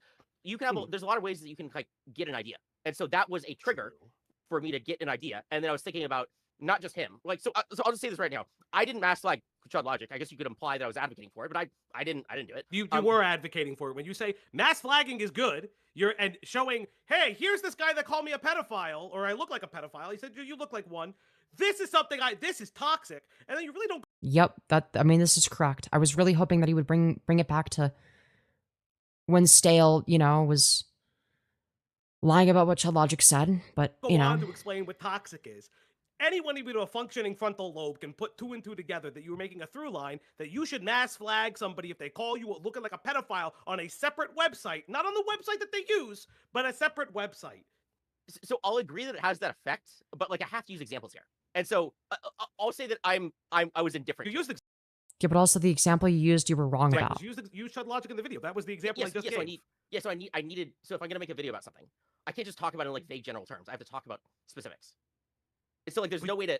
I guess like. But speaking of specifics, I really wish I could have been the one debating Stale. Even though I'm like new to this fucking drama and I hadn't looked into it until today, I really wish it was me debating him because I can ask direct questions better. I don't know. I feel like I'm better at like being very direct. I don't know. And it's because I'm like more debate brained than op block, which is kind of necessary for somebody like this. See, the thing about Stale is he's like Rose Malay, okay? Where he'll just fucking yap. He'll just fucking yap and like go on a fucking tirade saying a bunch of retarded shit. You have to ask them very specific pointed questions, okay? You have to be very, very specific.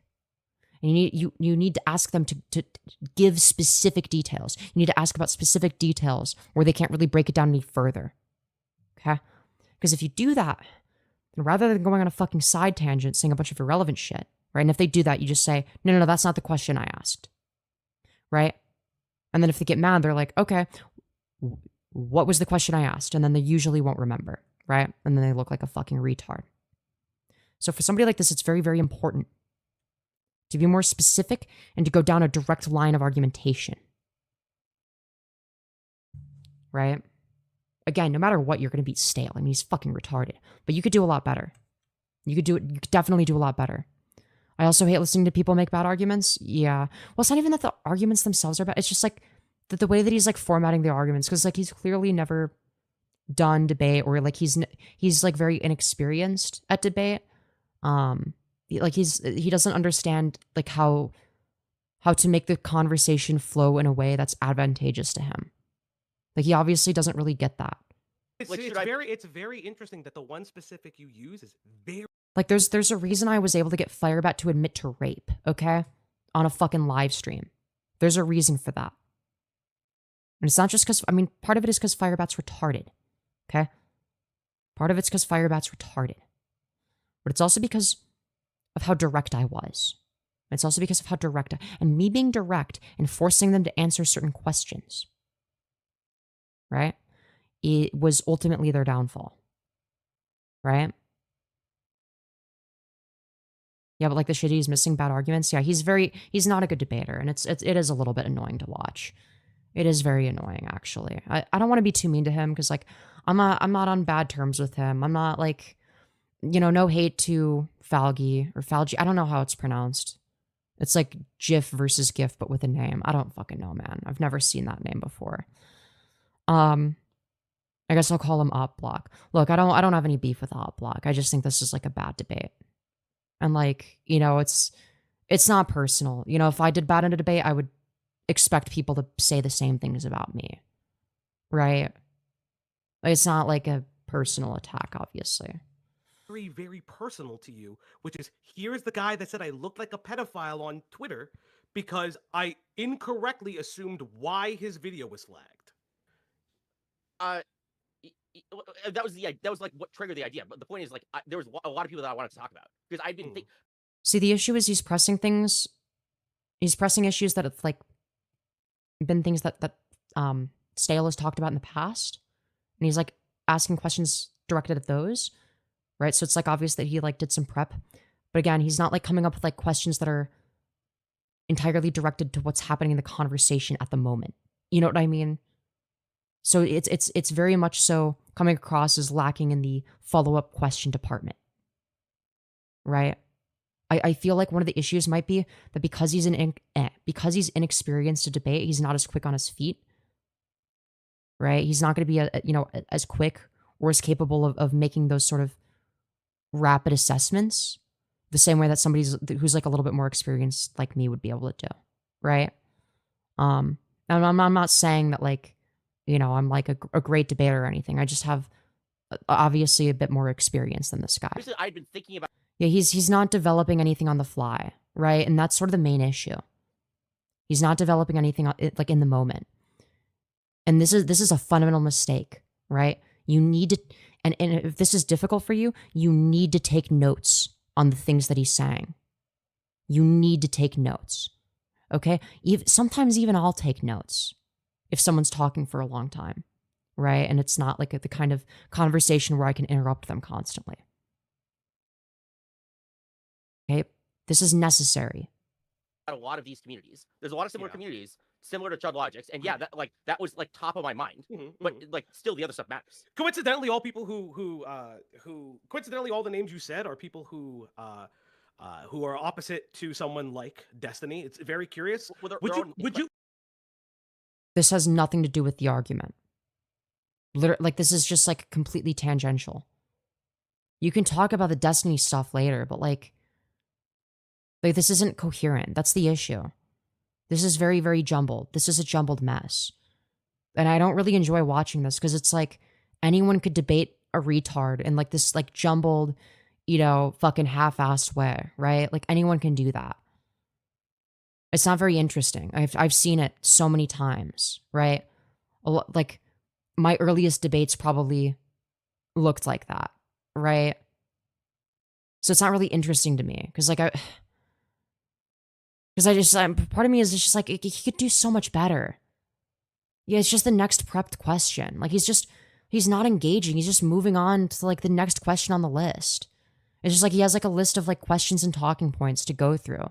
And it's like, he thinks that if he just like goes through all the talking points, that that's him winning a debate. Which, I mean, against Stale, yeah, sure, because Stale's fucking retarded. But if Opblock were to debate, like, I don't know, like, not even necessarily good debater. If he were to debate me, he would get fucking raped, okay? I'm not a good debater. I'm okay. I'm all right. I'm probably better than the average person, just from having more experience. I'm not anything special, okay? He would get raped in a debate with me. I'm not saying that to be mean or to try to, make myself, sound like a great debater.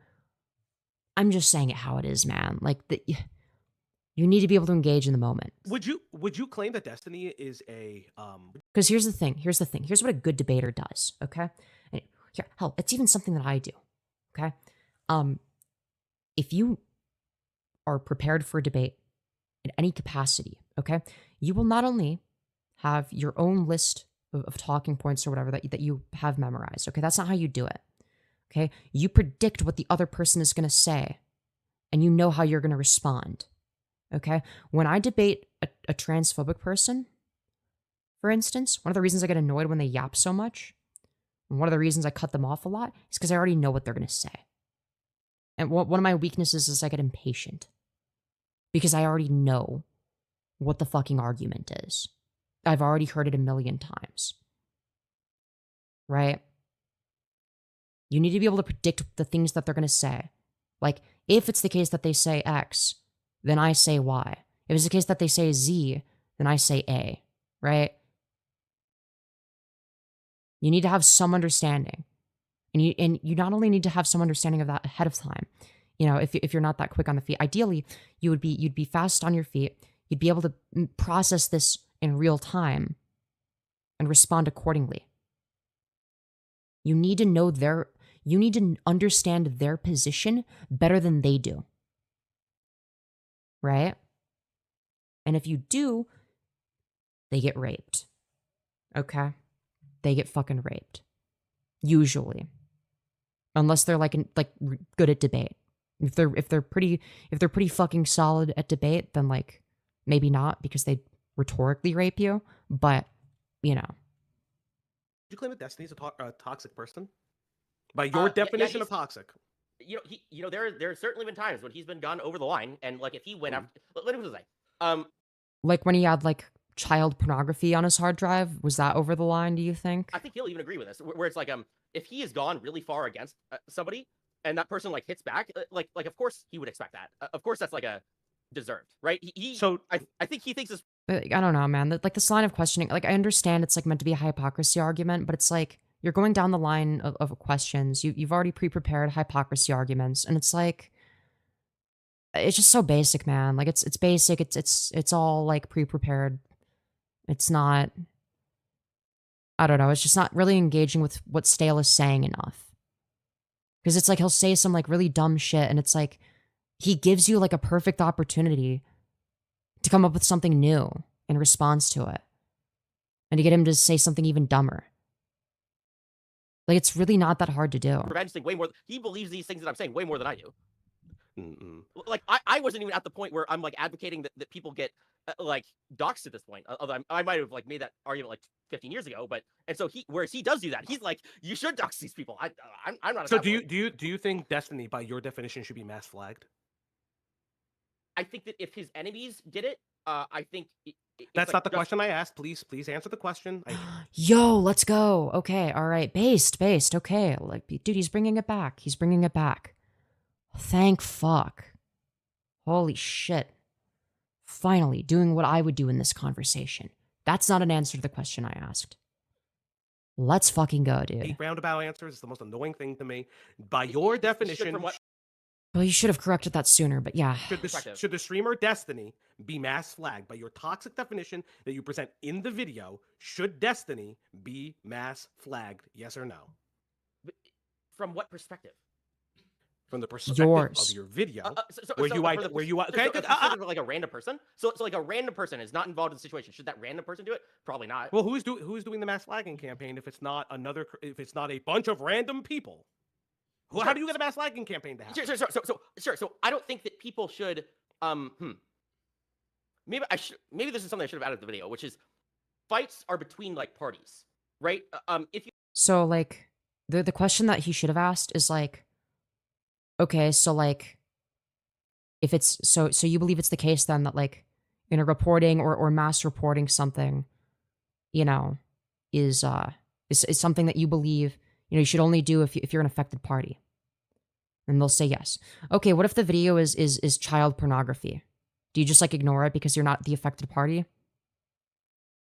Now, obviously, they're gonna have to say, well, no, of course you wouldn't ignore that. You would report that. You would try to get that person taken down regardless. It's like, oh, okay, so it's actually not the case that you have to be the affected party. Right? So, one of the chatters in Himbleton's chat sort of agrees with me. Okay, they're saying you should make a game show called Yes or No. I agree.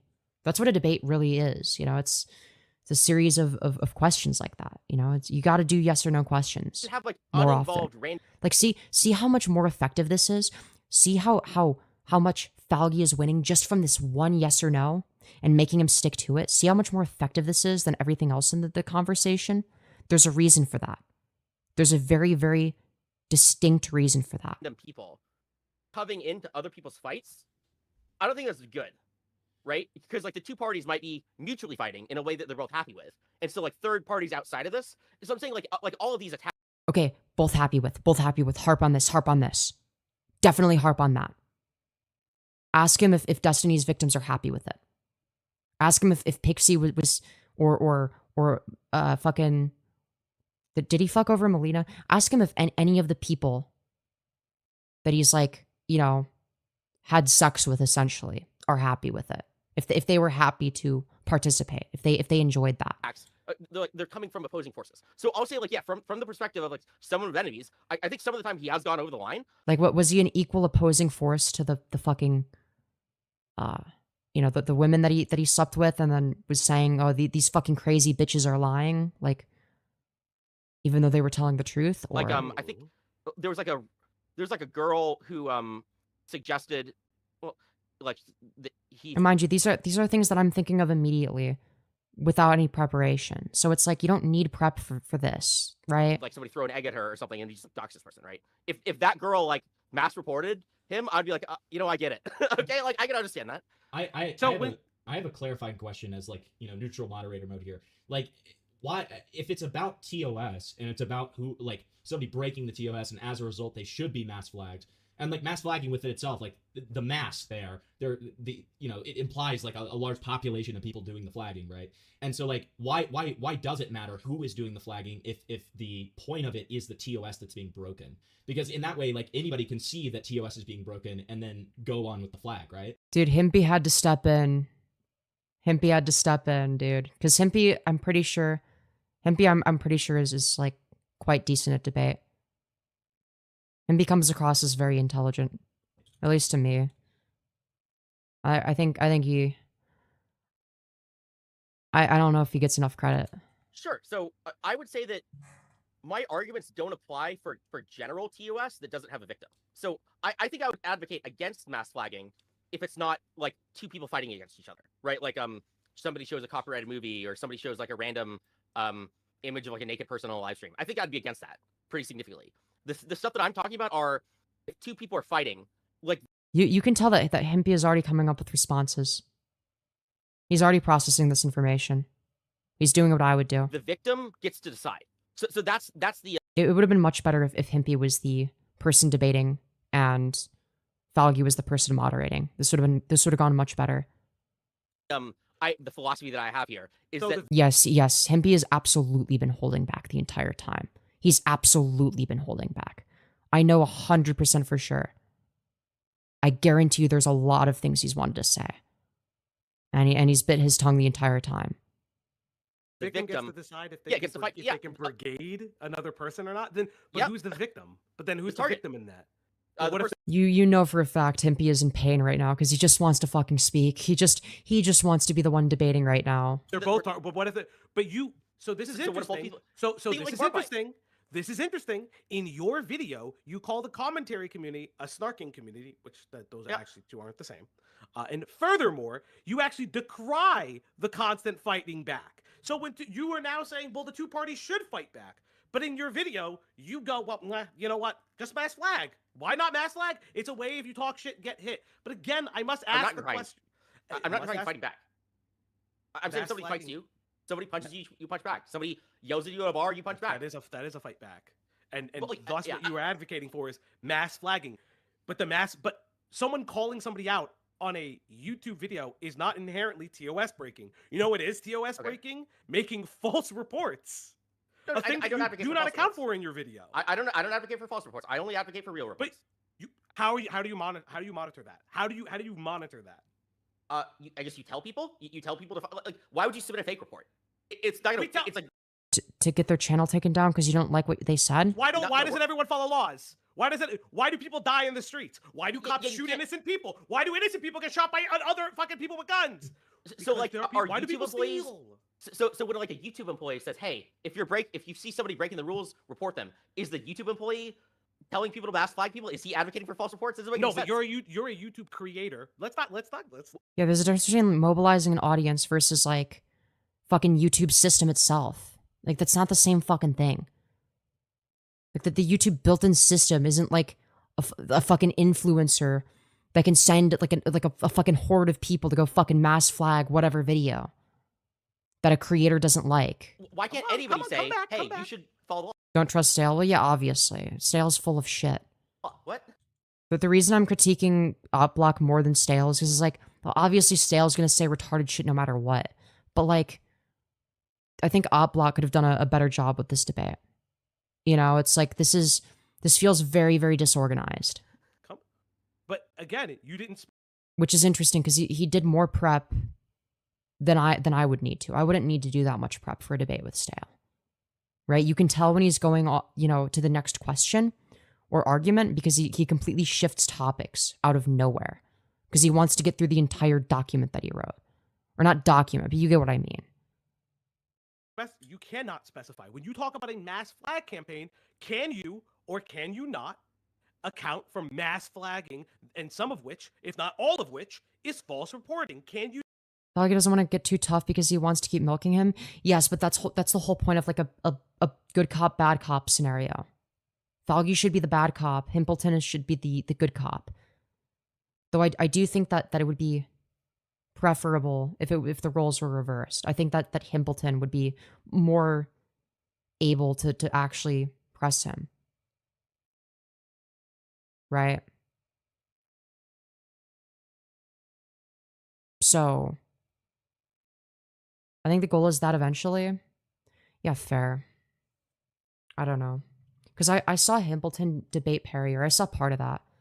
And dude, Himpleton is like actually like kind of good at it. Like he kind of fucking mogs, dude. He's asking all the right questions and shit. So he's like a way more organized debater. It's more pleasant to listen to, I guess. You know what I mean? Do that, yes or no? I said just like a YouTube employee, you can't do it. I'm expecting real pressure in the future. Yeah, maybe. It started out as an interview, and I don't think that was necessary. I understand that the goal is to, like, build rapport or whatever. But, like, I don't know, man. So in the same way that So why do you advocate for something that is impossible Perry was drunk. Himpleton is good when he's mentally stable. Yeah. to moderate if it is false flagging or not? for the same reason that I would advocate that YouTube employees Well, and considering the fact that Himpleton doesn't primarily focus on debate, he's definitely good. Right. advocate that the people report things.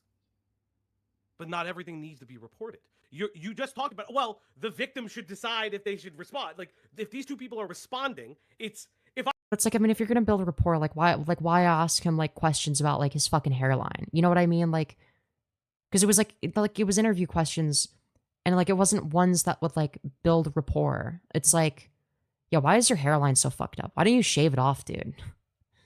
So it's like, even in that sense, it's like you're not like doing anything there. You're not gonna make him more open to anything by doing that. Like, I mean, he's pretty retarded, but like he knows that that you're fucking snarking him, dude. Like he's not that stupid. He's stupid, but he's not stupid enough to not realize that he's getting made fun of. I criticized you for your shitty video, which I did, and I'm toxic. Do I, because you call it a nebulous toxic, do you? So we had to slowly nudge him to being and be lost had lost a lot of confidence after the Jonkler arc, so we had to slowly kind of nudge him to being back at it. I don't know his personal life, just his helper. Stale lets you bother him pretty easily like a carpet. We kept telling him that the stream was freezing over and over again and he was trying to fix it. Stale is really oblivious. Yeah, exactly. So it's like, yeah, I mean, if he's completely oblivious, then it's like, just start with like the debate. You don't need to build rapport. Like, that doesn't fucking matter in this case. Like you already agreed to the debate, you know? I don't know, man. I think that starting it out as like an interview type thing was like kind of annoying. Like, unless Stale didn't agree to a debate, unless it's a situation like, but like even in like my Firebat debate, which I framed as just a conversation ahead of time because Firebat wasn't going to agree to a debate, right? I was like, I was very, very direct right from the get-go. Like, I was still direct in my approach. So it's like, he thinks he's going to be a Z-list famous and get as many followers as you or Chud or something. It's really funny. Yeah. No, for sure. It's very strange. And it's like, even if he did, it would just be because like there are people A-logging him. It's like, you don't want that kind of attention. You don't want fucking my audience or Himpleton's audience or ChudLogic's audience. You don't want those to be the people that are watching you if you're in Stale's position. Because none of those people are going to help you financially. Right? They're just there to fucking mock you. They're never going to donate to you. You're not going to be able to stream and be successful. Right? They only care about you insofar as they can laugh at you. I think that I should be mass reported. I don't call you a pedophile. I just say that, so in my judgment of that, that's not something. This poor guy is going to off himself over Femi dragging his ass this hard. Who? Falgi? I hope not. I hope if he were to see this, I really hope he wouldn't take it personally. Like, I would expect somebody to do the same thing if I was, debating somebody poorly. Right? The same way that people dragged me for the fucking Sarah Faye interview. Right? Because, like, I wasn't prepared enough. Right? I didn't do the best job there. It was, like, kind of mid. Right? It was very mid in terms of my approach. Right? And there was some legitimate criticism. Now, some of the criticisms were kind of like bullshit and like moral faggy and stuff. And like that shit was kind of annoying. But like there was like some legitimate criticism to be had. Right? And I was okay with that. Right? I was fine and open to hearing that. And I hope that other creators in this space feel the same way and don't take it personally. You know what I mean? Something that I would support doing, right? So, I'm the quote unquote victim. And like I would assume that if Opblock is in this space, I would assume he would feel the same way as me about that, right? I don't think he would take it personally. If you're gonna get in the ring, you gotta take your lumps. Yeah, exactly. And frankly, I don't think Opblock cares what I have to say about him. I don't think he gives a fuck. I don't even think he knows who I am. I'm not gonna attack somebody for doing a criticism of the video, but it's like if you do some like really over the top thing. Dog is fine. He has thick skin. Okay. Good. I mean, who knows, right? Which is what over the top? What's over the top? Where do we draw? Well, and if he were to see this, I would hope that he would incorporate sort of my critiques into like any future debate, right? So if he does debate Stale or somebody like Stale in the future, like he does a better job, right? So that when I cover it, I have more good things to say. Like obviously, like when he was like, actually pressing Stale, like I was praising him, right? Like, it's like rewarding good behavior, shitting on bad behavior, right? Stale. I think that's one of the questions here. Is making fun of a... Where does the person at the bar draw the line? Okay, so... Like if Himpy has to jump in to clarify a question, like you're not doing the best job communicating, right? Like that's what that means, right? That should tell you something, all right? If the moderator has to like explain the question, you're doing something wrong. Again, I'm going to pose this question because you avoided it the first time. Now I'm going to ask... You can always message him. He's very amiable. Anyways, I've already seen this, so I'm out. But have a good evening. All right, have a good one. And yeah, maybe I could message him, giving him some fucking tips. I mean, I don't know if there's anything I would be able to really add that I haven't said here. Well, I mean, like, at least in terms of specifics, like, you know. Ask it a second time and I want a yes or no. Does There's nothing more educational than being mildly embarrassed. Yeah, exactly. Destiny, under your distinction of toxic, deserve to be mass flagged? Yes or no? Good job. Yes. In some cases, there were cases where, yeah, I would say so. In some situations, where like he was going way over the top on some of these people, I remember. And so, like, if they advocated for it, I would say, like, okay, I get it. So yes, he should be deplatformed then. Again, not they, you. Do you advocate? Do you Stale2000 No, that's like advocate? No, I'm asking. Do you made the video on mass flagging? Do you advocate for This works too. for mass flagging someone like Destiny, who under I'm not the your target. definition, we're not listen again. So you made the video. You never Falgi's doing good here. specified target. Wait, so were you the target of that Yes, he's focusing on a good point. video then? If you made that video on mass flagging, aren't you the target?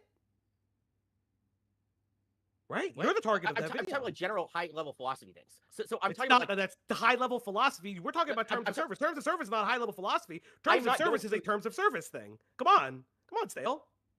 no, there's morality. So there's morality. There's when you use the TOS, and then there's the TOS itself. I'll agree that the TOS are objective rules, I guess we'll call it. Yes, they are objective rules. Yeah. And would you agree that TOS really is just to save the platform? It's really not to save the actual creator. It's to save the platform. Let's be honest. Like, Well, yeah, I mean, okay. I understand where he's going. I think a better way of phrasing this question, or a better direction to take it, is, well, you would agree that YouTube's TOS does not equate to morality, correct? Because obviously he's going to have to say yes. Right? Go in that direction. Right? So make it, because what you want to do in Falgi's position here, okay, is you want to make it, you want to force Stale into basically, well, either making the dumbest, statement ever, which is, yes, YouTube TOS equates to morality, or no, YouTube TOS isn't morality, right? These are not the same thing, right? Just because something is in the YouTube TOS doesn't, mean that it's moral or immoral if YouTube TOS prohibits it. And if he acknowledges that, then you could say, okay, so like, not all instances of enforcing YouTube TOS is morally justified then, correct? And if he says that yes, it's justified no matter what, then you go back to, okay, well then it is morally just, it is equivalent to morality then, right? It does equate. Right? So then you go back to that. And then once you get him to acknowledge that, like, well, yeah, okay, like some instances are going to be okay and others aren't, right? Then you can get into the particulars of this, right? Where it's like, okay, and how do you determine? How do you make a determination about what should be, mass reported? How do you make a determination about that? Okay? Because he's going to make the argument that, like, because he's going to make the argument that essentially, actually, no. Here's a better way of doing it. A significantly better way of doing it. Okay? I actually made a mistake there. You want to say, when for any particular rule, for any particular aspect of TOS, that any aspect of TOS that should be enforced in one case should be enforced in all cases of that TOS violation. That's the direction you would want to go. Right? And this is probably an argument that I would have written down ahead of time, is if it's the case that someone should be penalized for any particular TOS violation, if somebody else were to break that same TOS violation, should they also be penalized for it? Right? Because then you get into the particulars in that specific way. And that's how you sort of break the barrier of, like, well, yeah, like obviously, like some instances, like, if, like somebody, breaks TOS by posting a video of child rape, right? You get away from that, where it's like, yeah, obviously some TOS is like gonna need to be enforced while other TOS doesn't. Because then when you demonstrate then, is either A, it's gonna be the case that he's a hypocrite in terms of how he wants things enforced, or B, that he doesn't actually care about any of this, and that he only wants things enforced based on his own personal motives. Okay? And those are the two directions that this can go. right? So this is the sort of line of argumentation you would want to go down. And the reason I'm being careful with how I explain this is because, well, I wouldn't necessarily be able to, I don't know if I'd be able to come up with that one on the spot necessarily, like in the middle of a debate, but this is going to be something that I would think of ahead of time. This is going to be one of those arguments where, like, if I was preparing for debate, this is something I would write down, and I would remember it, and I would make it when necessary. So again, this is what I mean when I say you need to be able to predict what your opponent is going to say. Right? So we just sort of went through the brainstorming and argument process together. I hope that makes sense. So when you get to that point of the argument, which you inevitably will, no matter what, that's what you want to do. Yeah, if you're advocating this because TOS violation, then you're advocating that anything that equals TOS violation. That's the correct answer because there's no way around it. Yeah, exactly. So there's going to be multiple layers to it. So it's going to depend on, like, okay, do you think that all TOS violations should be enforced by YouTube? Right? If they say, well, no, some of them are it's like sometimes TOS is wrong. Right? Once they acknowledge it, then you get into the more complex argument that I just laid out. Which is going to be the one that's more difficult to make. Right? But you can still make it. You just most likely will need a little bit of preparation to make that argument. You're going to have to be able to predict it. Right? Predictability is very key. And with somebody like Stale who's painfully stupid, you should be able to predict the kinds of things that he's going to say if you're preparing for a debate. HR. Sure. In a way, right? Well, yeah, it has systemic effects, which I think are good, but sure, yeah. So again, I would love for you to answer the question by your definition, Stale. Do you think that the streamer Destiny should be mass flagged? A streamer like Destiny should be mass Good. mass flagged. The guy who is called for the doxing of his enemies, the guy who apparently had like CP. I can give you giving you specifiers. Okay, go on. Go on. Yeah. So like, okay, let's just use the person at the bar example, right? So you're asking me the question: somebody insults. No, I didn't ask you about the bar. I asked you a yes or no question. Is it the case that he should be platformed like a yes in the yes sense or no in the no sense? Somebody at the bar should. Or alternatively, maybe this is what he's doing. Let him speak and then say, that's awesome. Do you think that that answered the question that I asked? And then he's probably going to say yes. And you ask him, really, what was the question I just asked you? Right. So, and then they're probably, if they're able to repeat it, obviously if they're not able to repeat it, then it's like, okay, so you obviously didn't even know what the question was. If they do repeat it, it's like, how exactly did that answer the question? Because you didn't give me a yes or a no. If Destiny did it, should he be punched? Right? That's what you're asking me. And so like, I'm the third party out here. He said, I'm going to have sex with your girlfriend. And you're asking me, should the person punch him in return? And it's like, well, I guess it depends on what the person thinks. Right? But I guess it depends on what the target. You're telling people to use. So you believe that whether or not somebody should be mass flagged, whether or not it's morally justified, is contingent upon what you think is the case then. So is this not purely something that is based on your own self-interest? So you start your video talking about the use of TOS as the use of the weapons of the disenfranchised of YouTube, right? So again, I'm not asking you as a third party. I'm asking you as the guy who made the mass flagging video. Why are you avoiding this question? Because it's you were the guy that made the video. What? It depends. It depends on the situation of the case. Like I'll say sure for yeah. So it's a situation in which Destiny broke a part of TOS that you're in favor of enforcing. Is it the case then that aspect of TOS should be universally enforced, meaning that Destiny ought be deplatformed by YouTube? Okay. Some of his enemies, I would say sure, yeah. Like I would totally see it for some of his enemies. So you do think that Destiny should be mass reported? There were some cases where that would be justified. There were some. So it's like either the case that like yeah. So you would agree then that he ought be deplatformed, correct? Like over the course of his entire career, he's been in so many fights. Like there have been a couple fights where he's gone like way over the line. So you're okay. You're going for there's no yes or no answer to this, and you're going for I understand you. But there is a yes or no answer. Like logically, it has to be the case that either yes, it's the case that he ought be deplatformed, or no, it's not the case that he ought to be deplatformed. Right? There's no middle ground there. There's no, well, maybe he should be deplatformed. Right? If we're looking at the particulars of the case, right, it's either the case that yes, he broke this aspect of TOS that needs to be enforced, or no, he didn't break that aspect of TOS that needs to be enforced, or alternatively, the aspect of TOS that he broke doesn't need to be enforced. Those are the only three possible case scenarios, right? And all of them boil down to yes, he should be deplatformed, or no, he shouldn't be deplatformed. You're doing it, but look, I'm not going for a yes or no answer. The problem is just that you keep kind of like. What, no, that was a really retarded thing to say. You were going for yes or no answer. Own it. That's a good thing. It's good to go for yes or no answer. You were obviously going for a yes or no answer. But that's the point. Circumventing the question, and in this yes, it was a yes or no question. That explicitly is going for yes or no answer, and that's a good thing. instance, in your video, you talk nothing about third parties. You don't talk about any of the things that you're clarifying now. It seems like when pressed, your video isn't A, really up to snuff, and B, when pressed on things that are about your person, you're struggling to answer the question because it. Yeah, true, but this is commentary you would give, like, during, you know, you rewatching a debate. You wouldn't fucking give this in the debate. Like, this is just, like, very meta. You need to press him more.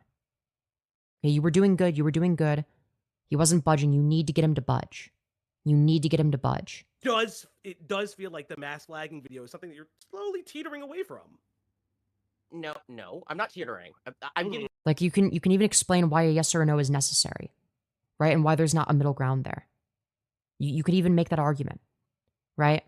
Over why it is imperative that he answers this question. You can go there. That's an argument that you could make. I don't understand why he doesn't do that. I don't know why he backs off and says, well, I wasn't trying to go for yes or no. It's like, well, you obviously were. And that was a good strat. Don't fucking back off of it now. Keep at it. Explain why it's necessary. In very specific ways where it happens. So there's very specific circumstances where I think this stuff applies. I think that if you're in a fight with somebody, so you can use a fight with one of his enemies of destiny, right? Is in a fight with him, right? That person who's in a fight doesn't have to play by the same rules. So what you're saying is they ought mass report them. So if he gets attacked in one way or whatever, you know, they can attack in some other ways. They don't have to stay on the same level. So what you're saying is that people should escalate. Here's an interesting question. You talk about people like Queeman and JSDLK, Just Ilk. You talk about them. You talk about their. So a line that they could go down, that I would probably go down after hearing that specific point is like, okay, so you're in favor of escalating conflict, correct? Right? And then I can take that to its absurd conclusion. Right? That's like a really, really easy argument to make. It's like, okay, so like, what if it's the case that like somebody like, you know, calls me stupid and I call them a slur because I escalate it because I'm not playing by the same rules, even though they have a rule against calling somebody a slur. I don't follow that rule. Okay? So I call them the N-word, okay? Because I don't have to play by their rules. And then they fucking, you know, beat me up because they're not playing by my rules, which is, you know, the non-physical violence agreement. Okay? And then I kill their family. But, you know, they drew the line at killing. But it's like, well, you know, I don't draw the line there, actually. Right? Do you see why it gets to an absurd point? So that's a very, very, very easy argument to make. And you would destroy him if you did. Toxic communities. Now they, interestingly enough, Destiny went over the line. They? The Jews? Sorry. If I remember correctly, and Templeton can correct me if I'm wrong, he asked if they were ever doxed yet, and he would kill them in real life to Willie Mack of all people. Hippleton, am I correct by this? He advocated for their doxing multiple times. I don't know about the kill in real life thing, but it sounds a lot like harassment and toxicity. I don't know, man. There was something. I would fully expect them to. I would fully expect the other side to report them in that case. So do you support the two people that you called out in your video, Queeman and Just Ilk? Do you support them if they ever wanted to? I'm not saying they do. I'm not saying they do because I don't believe they do. But by your definition, they should have mass reported Destiny, but they didn't. But they should have. I mean, yeah, these people are in serious fights, dude. Like that's what happens in a serious fight. So you're saying yes, Destiny ought be reported then. That's what that indicates.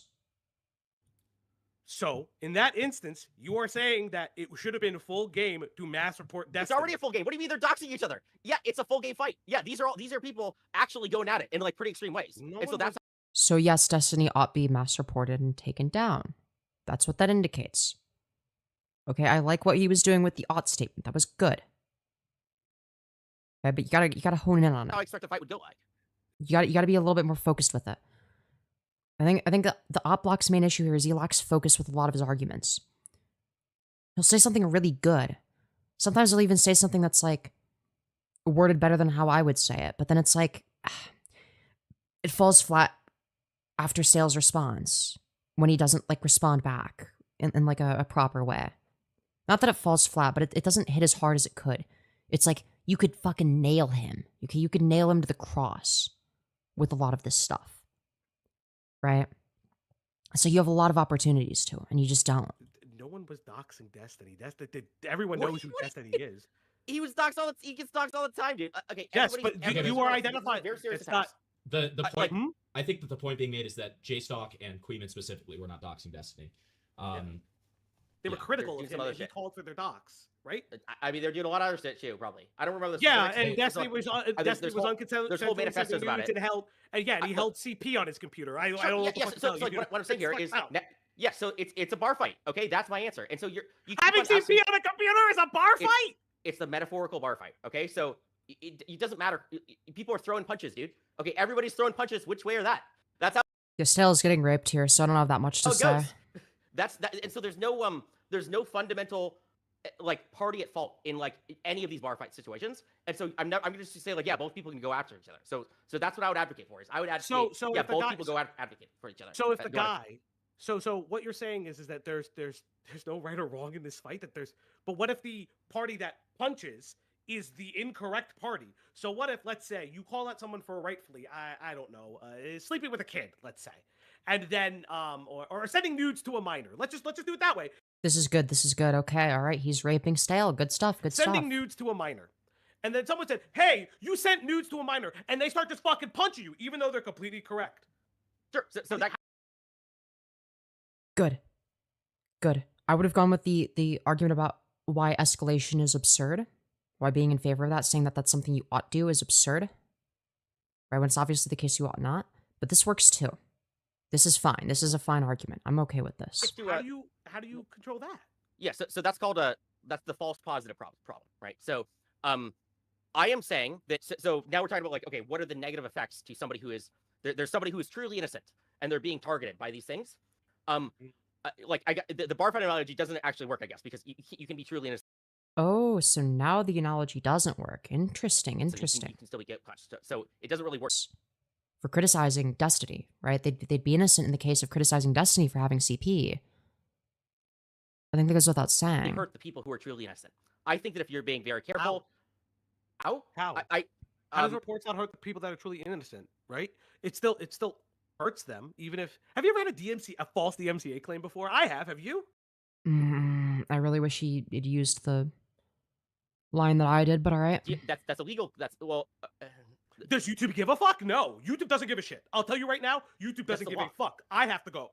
They don't care. YouTube doesn't give a shit. No. I'm saying that if you get a false DMCA strike, you are by law taking damage. You have to have your content taken down. That's the law. That's not the law. Nope. That's not how the law. What?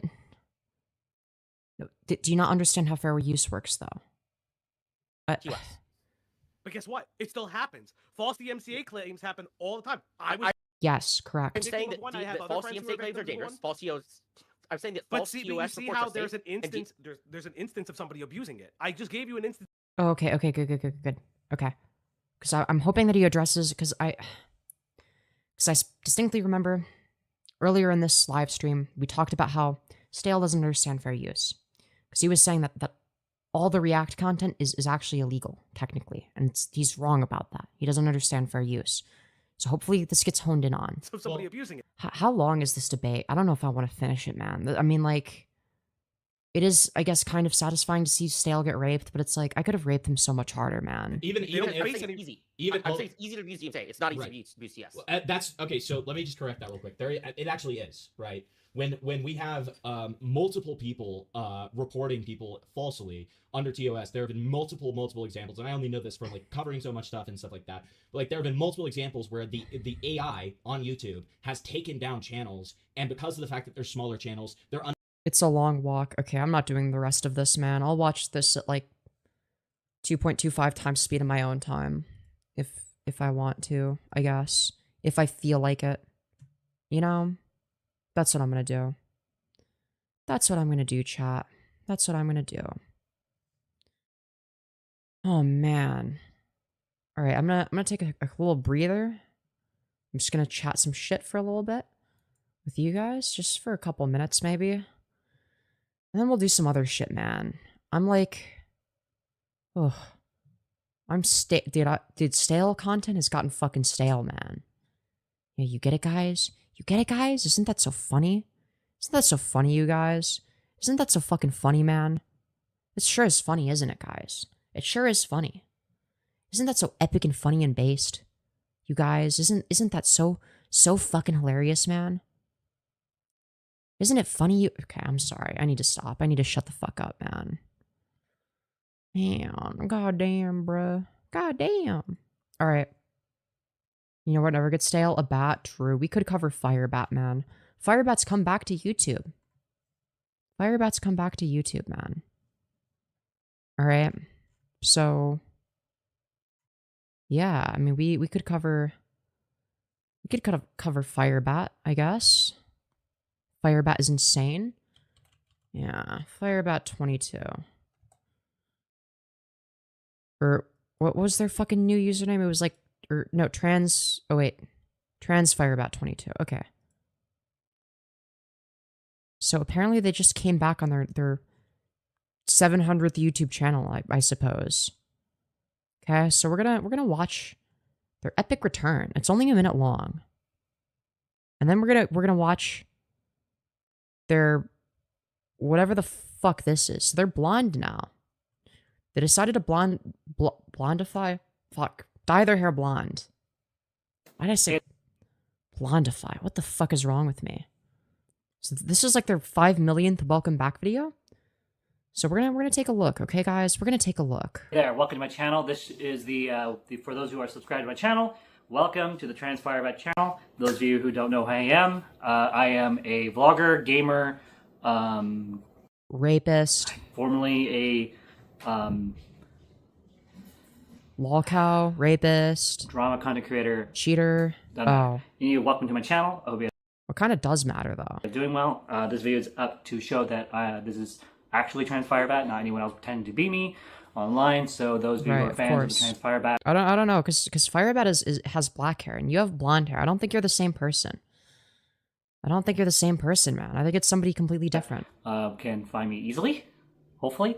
I have one video is set up to play and show 1 year from today, and this is the only video that will be not archived or deleted or anything, so you guys can see that this is well, that video is never going to see the light of day. Genuinely me. Sorry.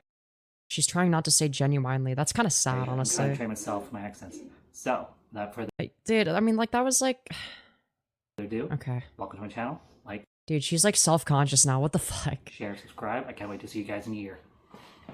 Dude, it's less entertaining when like, you know, you're like weirdly self-conscious about it, man. Yeah, that was like the least of her problems. Like, maybe be self-conscious about like the whole rape thing. But anyways, it wasn't see you in a year because, you know, she uploaded again like 4 hours ago. So, yeah. Again, I don't know why she's in her blonde era now. Like, is she trying to copy me or something? Like, is she trying to be like me?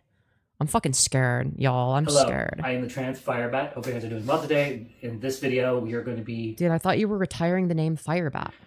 Seeing our wedding from back in December 10th, 2023, and see a huge difference. Dude, they're gonna do a reaction to their own wedding? Between now and then, which has only been 3 years.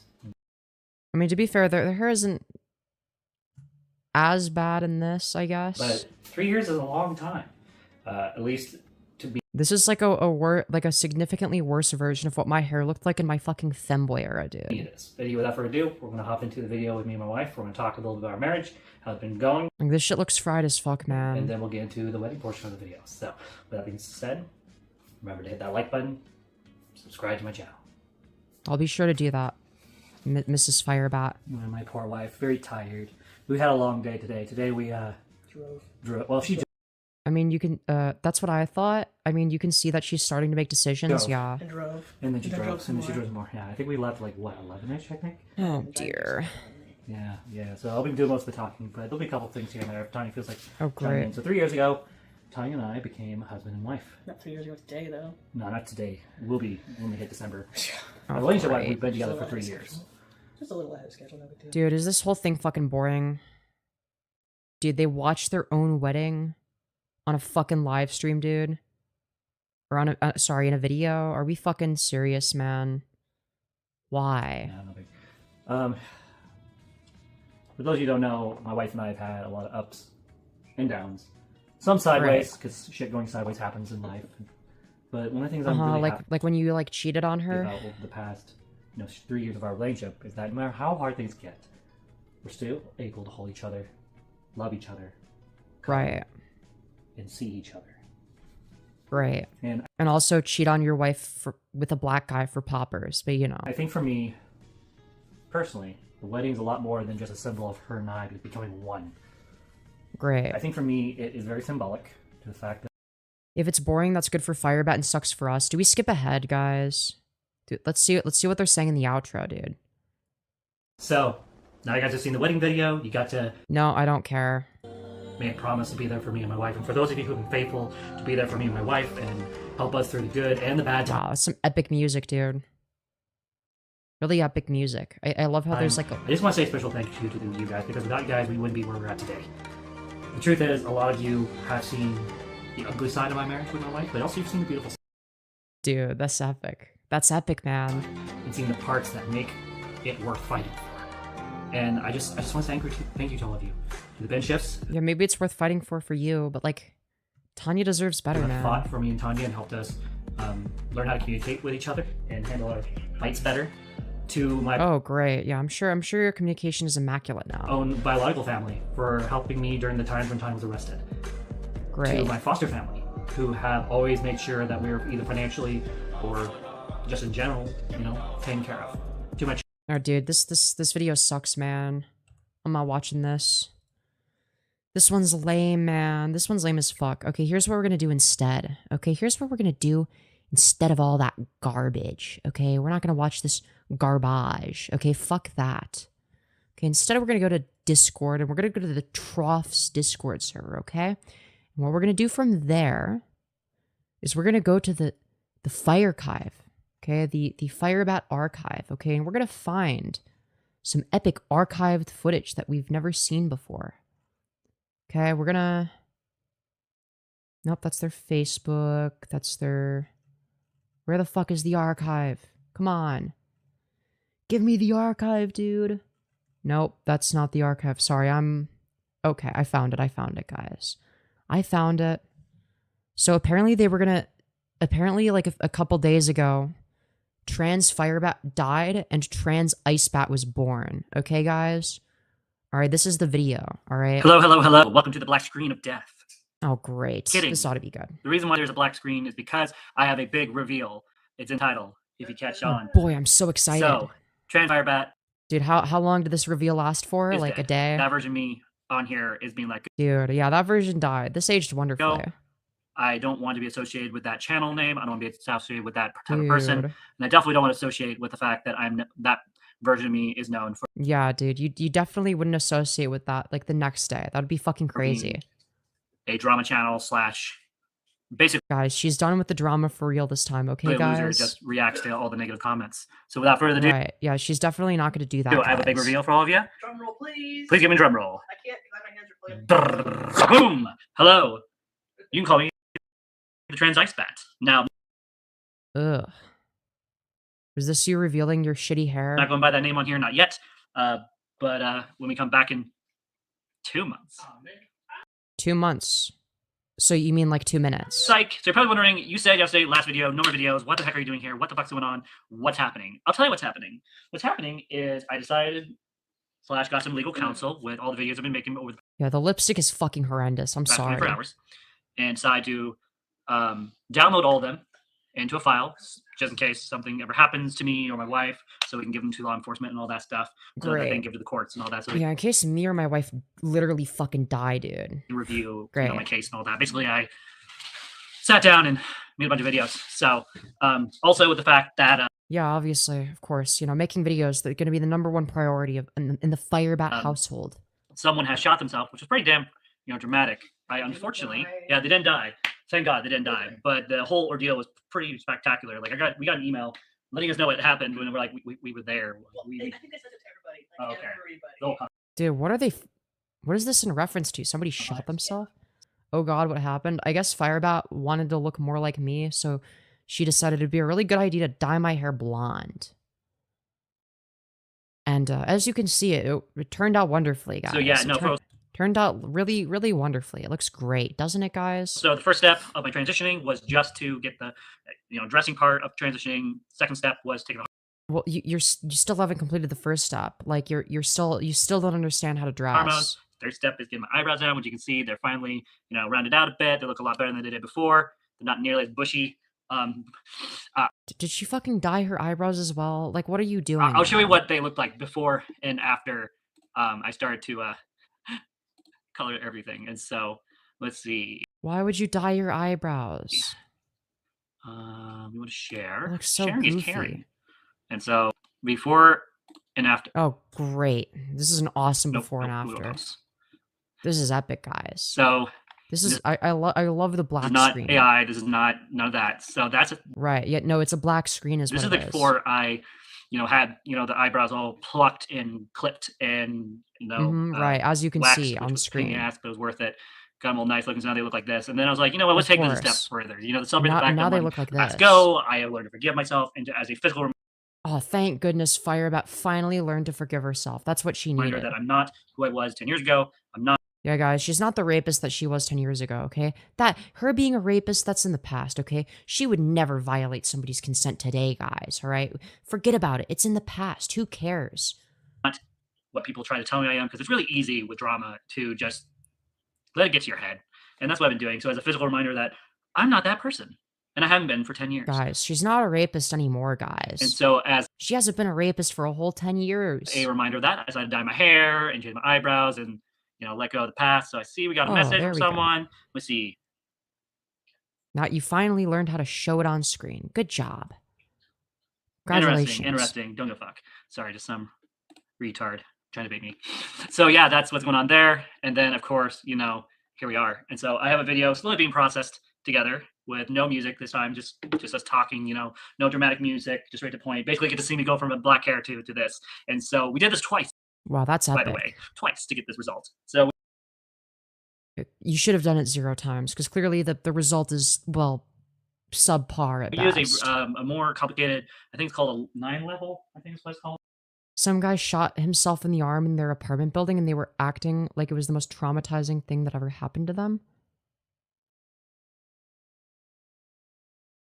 I mean, to be fair, like, yeah, if you shot yourself in the arm, you probably would be traumatized from that, even if it's your own actions. Like, I mean, that would be a fucking terrible feeling.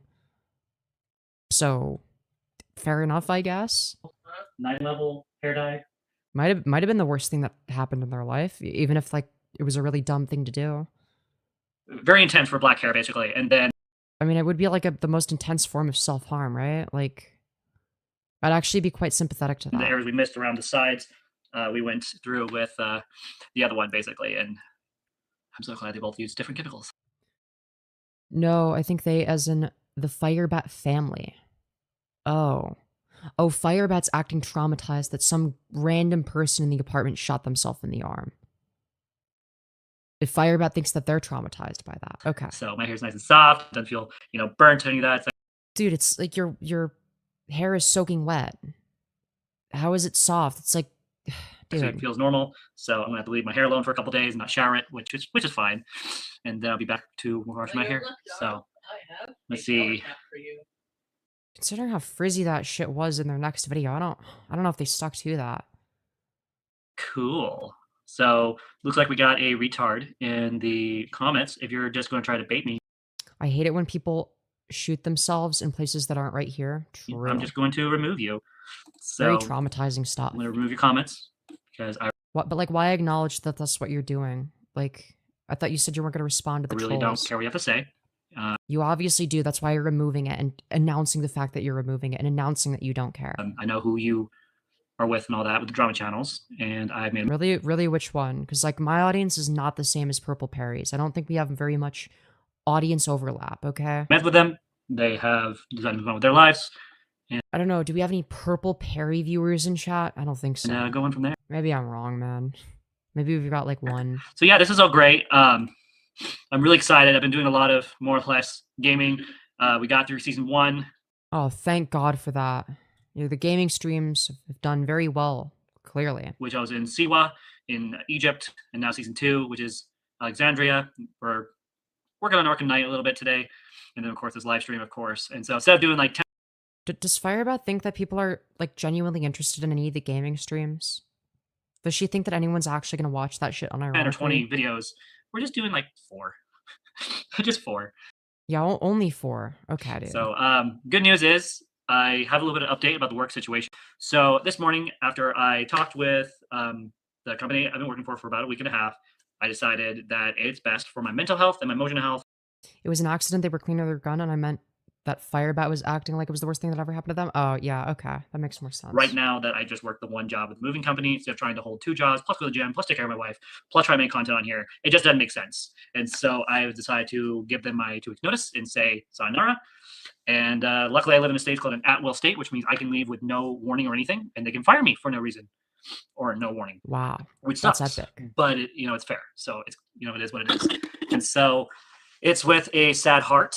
I was looking forward to being with them full time, but the truth is that you is suck. right now with my mental health, it's just not a good idea for me to Oh, right. Yeah, it's your mental health just this dive into my time. work, continuing isolation, all that. Dog, but like you were taking 0 hours. You weren't working any shifts. You were home the whole time while Tanya, your pregnant wife, was out working. At the same fucking job, mind you. So why is she getting all the shifts? When you were working there first, you fucking idiot. What are we saying? Oh, but my mental health. It's like, dog, your wife is pregnant. Like, you don't have time for this shit. So, I worked enough. That's all I need to know. I'm not going to go into... You worked enough, but you were streaming all day, constantly waiting for Tanya to get home. Why would that be the case if you were always at work? You barely took on any shifts. Like, what are we saying? Detail about stuff. So I was told if I ever want to return, I can. Maybe one day I might return. This job has always been, at least for me and my wife, it's a filler job basically. So during the time frame when we're, have working, like a job that's It was a filler job? I thought it was full time, but now suddenly it's a filler job. not enough hours. It sucks. It sucks ass. But hours are Yeah, why is it the case you weren't getting any hours? supposed to be picking up soon, so I'm excited about that. And I want to make sure that I'm available for any other stuff I have to do.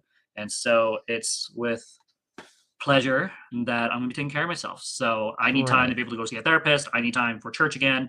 And basically, we're going back in time. We're going backwards. So instead of continuing with the drama and all their channels, instead... Okay, guys, she's done with the drama for once, okay, guys? She's actually done. She's done with the drama, you guys. Continuing to talk about, who, instead of, going in circles and circles and circles and circles about what if, we are going to live life how we've been living it. Something happens, and I disappear. If something doesn't happen, then I have nothing to fear. And so we'll know within a month or 2, because we decided to move it to 2 months instead of 1 month. This video is basically just a, hey, see you guys around, new look. And then we have, of course, our the actual video of my hair being done and all that. Oh, great. Be uploaded That'll be after good. this. So you guys get to see the process of me going from black to this. Yeah, in case you want to, do the same thing as Firebat and follow in her footsteps, of course. And dye your hair the same gorgeous way. Blonde. So I'm excited. Yeah, gorgeous, really. That's one word you could use, maybe, hypothetically, for your hair. Yeah, it's not the one that I would use, personally. And honestly, I'm going to be real with you guys. The past happened. I made a lot of mistakes. You mean like rape? I have to answer for those things. That's why you're avoiding it? And lying and doing all that shit and pretending that you're turning yourself into the police and then later admitting that it was fucking bullshit? Okay, dude. Today. And so I'm going to focus on... Oh, but not today, not tomorrow, not the next day, not any day, really. But at some point, maybe eventually, hypothetically. what matters, which is my mental health, my wife, my job, and of course doing what I love. Your job? Really? But I don't know if that's true. It doesn't seem like you care about your wife all that much either. Seems like you're in it for yourself, the man. most of all these things, which is making content for you guys. Oh, right, yeah. Mostly than me. And so I know a lot of people are going to be sad that I won't be posting this type of video for a couple months, but I think with everything Well, that lasted like a that's been day. going on, I think I owe it to myself to take care of myself. I think I owe it to myself to, slow down and take care of my wife. Together, 2.5 right? months, and then the baby will be here. So I need to be preparing for that. And so that's why we're taking care of that. While I'm trying to look for a therapist, I will be continuing with the gym. That helps with my mental health, believe it or not, because I get to work out all that excess energy and feelings. Yeah, we don't really seem to see any results from you going to the gym. So are we sure you're going to the gym and legitimately working out? And I'll be reconnecting with my church family, so I'm not isolating and I'm not alone, which has not been helpful. Church is a lot more than just a faith thing for me. Church is also a community. And so, of course, great. Sunday, for those of you who don't know, I basically went to church, made amends with David, and she made amends, you basically- guys. Don't worry. I didn't even. She made amends because she forgave herself for the rape she did. This is what happens. So I walk into the sanctuary and I see him and I walk towards him. He looks at me and he looks like he's scared for a second. I was like, please don't run. I just want you to know that I forgive you. And I was about to turn around. Dude. What did I fucking say? Well, to be fair, she's forgiving him, apparently, instead of forgiving herself. But, same shit, man. Oh, thank God he was blessed by Firebat's forgiveness. After he was like, dude, I think I should probably make a police report since you did the whole, raping your ex-girlfriend thing, but okay, dude. Walk out of the church because that's the whole reason why I went there, was to tell David I forgive him to his face. Forgive him for what? What exactly did he do? Other cowards. You know who you are. I prefer to confront people to their face instead of hiding behind a screen and a camera. And so his reaction was, you don't need to forgive me. I need to say I'm sorry. And he had to apologize for scaring the crap out of me. Apologizing for what? Scaring the crap out of you? Well, by doing what? Saying that he's gonna go to the police because you raped your ex? How is he in the wrong? In what fucking world is he in the wrong? Why do I not believe you? Why don't I believe that, he even apologized? Because I was like, he has no reason to. He didn't do anything wrong. It's like this made-up scenario in your head. Right? It's not like he has, a platform to fucking, argue against this shit. So it's not like he can fucking debunk it. Right? And all that. And he apparently talked to our pastor, and so many rapists and abusers will join religion because they know they'll be accepted there. He realized that what he did was not okay. Oh, don't worry, guys. I might have, done a little bit of rape. I might have done just a little bit of rape. It happens to the best of us. We all do a little bit of rape sometimes. But guys, I've forgiven myself and God has forgiven me, okay? So it doesn't count anymore.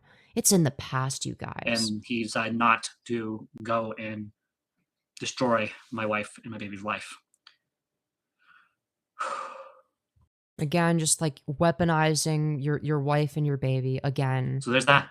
So I'm fully aware that there are people on the internet that are not going to remove the videos I've asked. Yeah, why would we remove the videos of you admitting to rape? That's fucking crazy. Yeah, those are on the internet forever.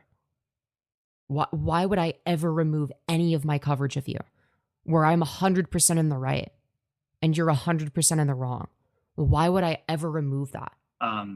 Even though I have bluntly have asked people to please remove said content for... Guys, make sure, please, guys, can you remove the content of me, admitting to rape, guys? Can you guys please remove that? For the baby's sake. Do they think that lipstick looks good? Apparently, yeah, I guess somehow they do. For my wife's sake, I'm trying to change things on here for the better. And, great. This time, things are going to be different, guys. It's okay. It's okay. Really, it really is okay, We can't win them all. And so basically I found 3 separate sites so far with my old content under the name TFB. And I have been going through them, emailing the websites as well as some other things that I'm not at liberty to talk about, seeing if I can get Right, yeah. Well, unfortunately for you, my friend, the archives are staying up, you fucking those idiot. taken down. And then I've reached... Dude, that's not how archive sites work. That's not how that works. The goal is to preserve content that's been taken down. That's literally what they're designed for. They're not going to remove it because, somebody fucking asks for it to get taken down. Right? That's fucking dumb. Out to the drama content creators, asked them to take them down, and thank God some of them actually listened. Some of them I did not expect to listen. Let me guess, it was Mary Chu. Mary Chu deleted their coverage. I'm guessing. Mary Chu's the only one that would be pathetic enough to capitulate to Firebat. But they did, and they took down a lot of their content. It was definitely instead of having Mary 6 too. different, people covering me, now it's less. And so it's a little bit of Yeah, it was definitely Mary too. breathing. Breathing. It's nice to be able to breathe a little while I'm trying to, get back to my center and all that. So I've made amends with you guys online. I've made amends with the person, and they know who they are, as best as I can from an online video and from text messages to them. I have forgiven that person while also Oh, great. Yeah, thank you for your forgiveness, forgiving Firebat. those who have been encouraging this whole drama thing. And truth is, what happened 10 years ago, Oh, thank you for your forgiveness, Firebat. That's what I needed, is being forgiven when I did nothing fucking wrong. it happened. And there's nothing I can do to change it. There's nothing they can do to change it. All we can do is control. Yeah, all we can do is move on from the fact that Firebat did a rape, guys. Have you ever considered moving on? How we react to it and how we move forward. And so I am not going to ruin my life in order to give this person closure that they need. If they want to ruin my life, they can go ahead. I'm not afraid anymore. At least not for me. I'm more afraid for my wife and my child at this point. And weaponizing your wife and child again. so I know them well enough to know that.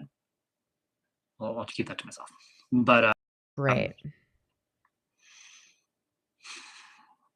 Dude, this is fucking pathetic, man. I have a lot of work to do and little time to do it. And the truth is, I don't want my daughter to come into this world and dude, I don't think that you're in a position to raise a daughter. See me as or anyone really. Firebat. I don't want her to see that.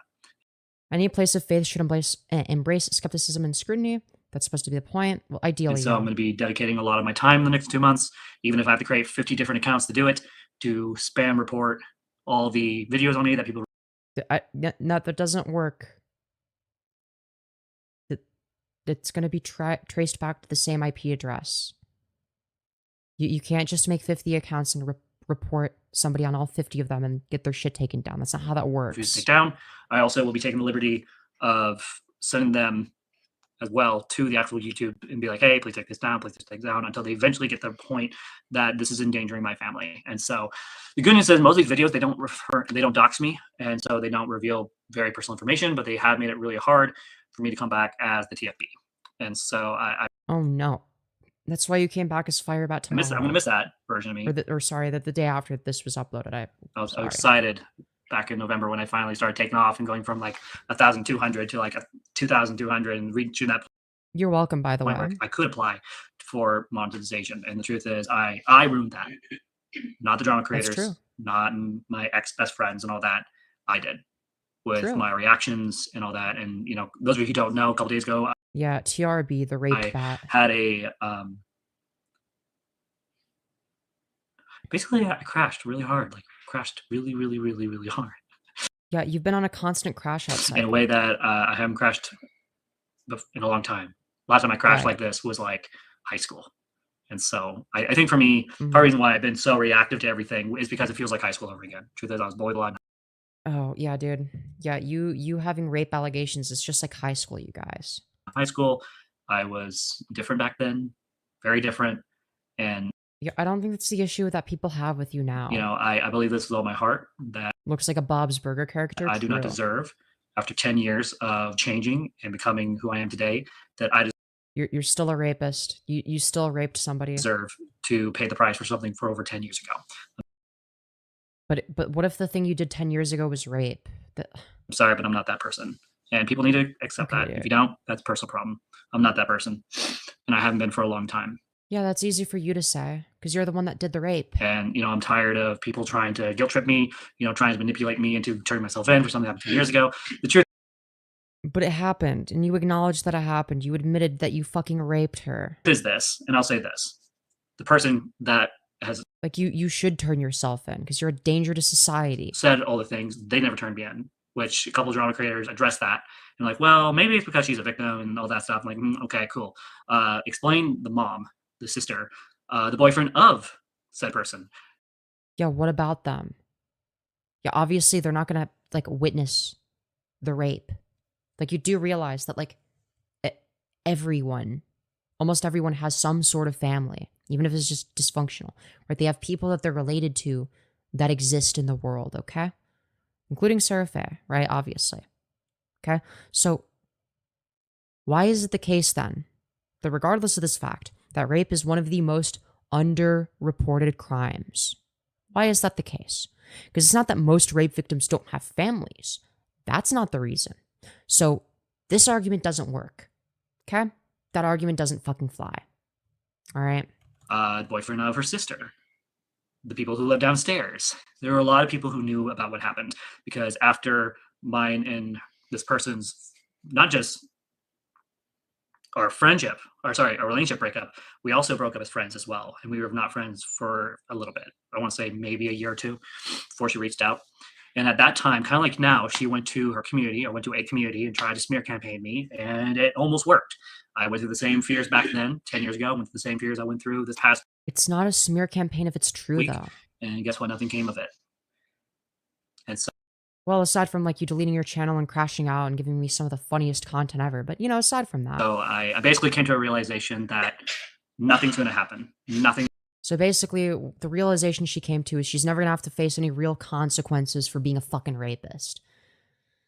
I mean, this is sickening stuff, man. This is fucking terrible. I'm sorry, man. This is just like so fucking vile. It's like, well, guys, you don't understand, okay?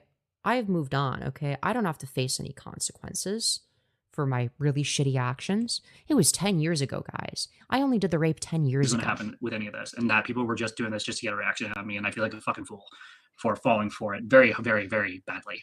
Wait, what happened to you playing 5D chess, Firebat? What happened? The truth is, yes, this person revealed a lot of information that I wish she hadn't. Like you being a rapist? But the truth is, after going through all of their interviews, she didn't reveal as much as she could have. Yeah, true. It's a growth experience for the main character, you guys. Okay, the main character did a rape so that they can grow. Okay, they're like the anti-hero, guys. And so, nope, we're not talking about that person. I don't even know that person. But if, as I said, we don't mention people's names in here, fortunately, I have to remove that comment. Have respect for the person. If you're just gonna be disrespectful, you'll be removed. Thank you for your time. Dude, Femboy Stormtrooper is so fucking drunk. Jesus fuck. Why is Firebat looking fuckable right now? Dude, you were so drunk. You're like more drunk than the trough right now. Jesus fuck. That's actually crazy.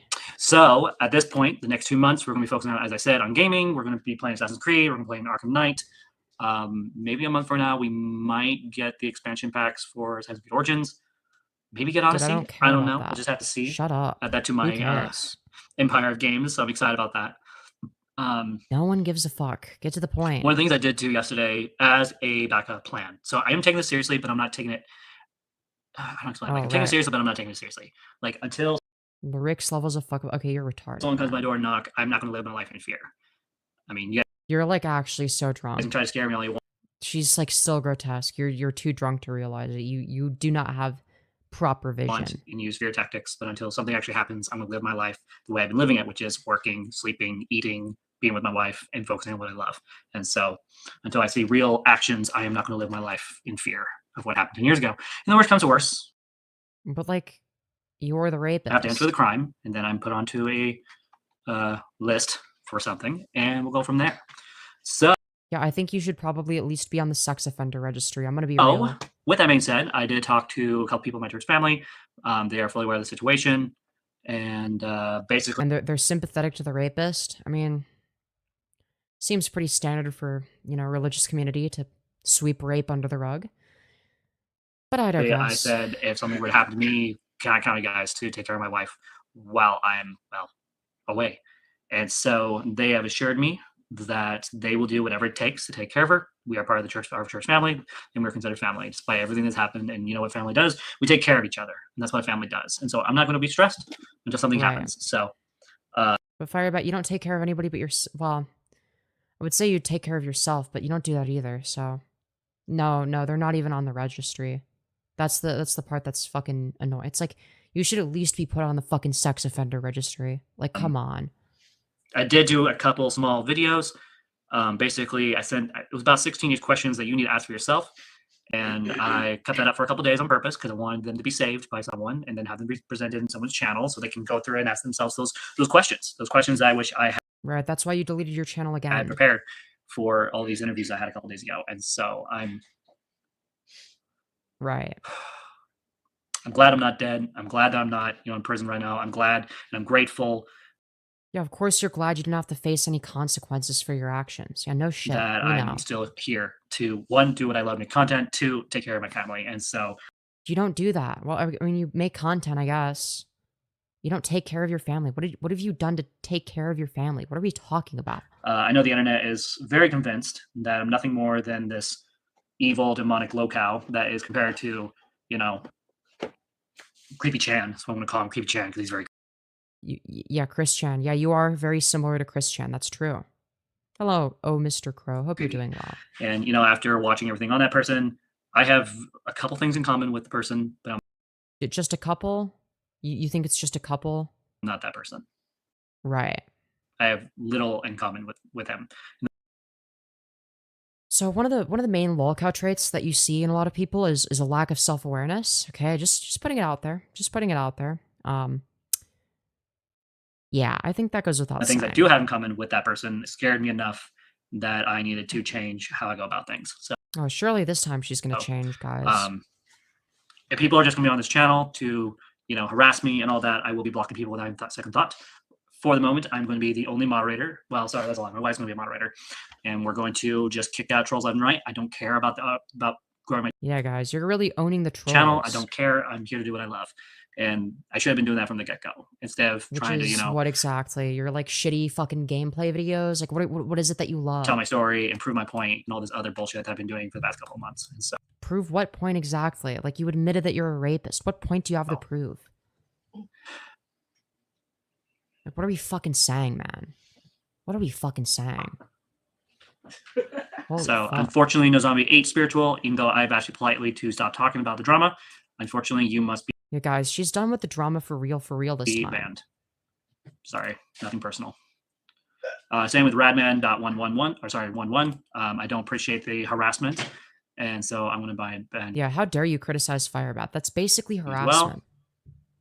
I've watched my videos, seen my videos, make videos about my videos. I just don't care anymore. What? Oh, you hang out with Melanie? Yeah, and she insists on keeping me company despite knowing I just ate 4 oranges. Oh, do you want to hang out with? Maybe you smell better than the bleach that's in the hair. I doubt it. The moment she saw the oranges, she read. Oh my She has god. terrible short-term memory.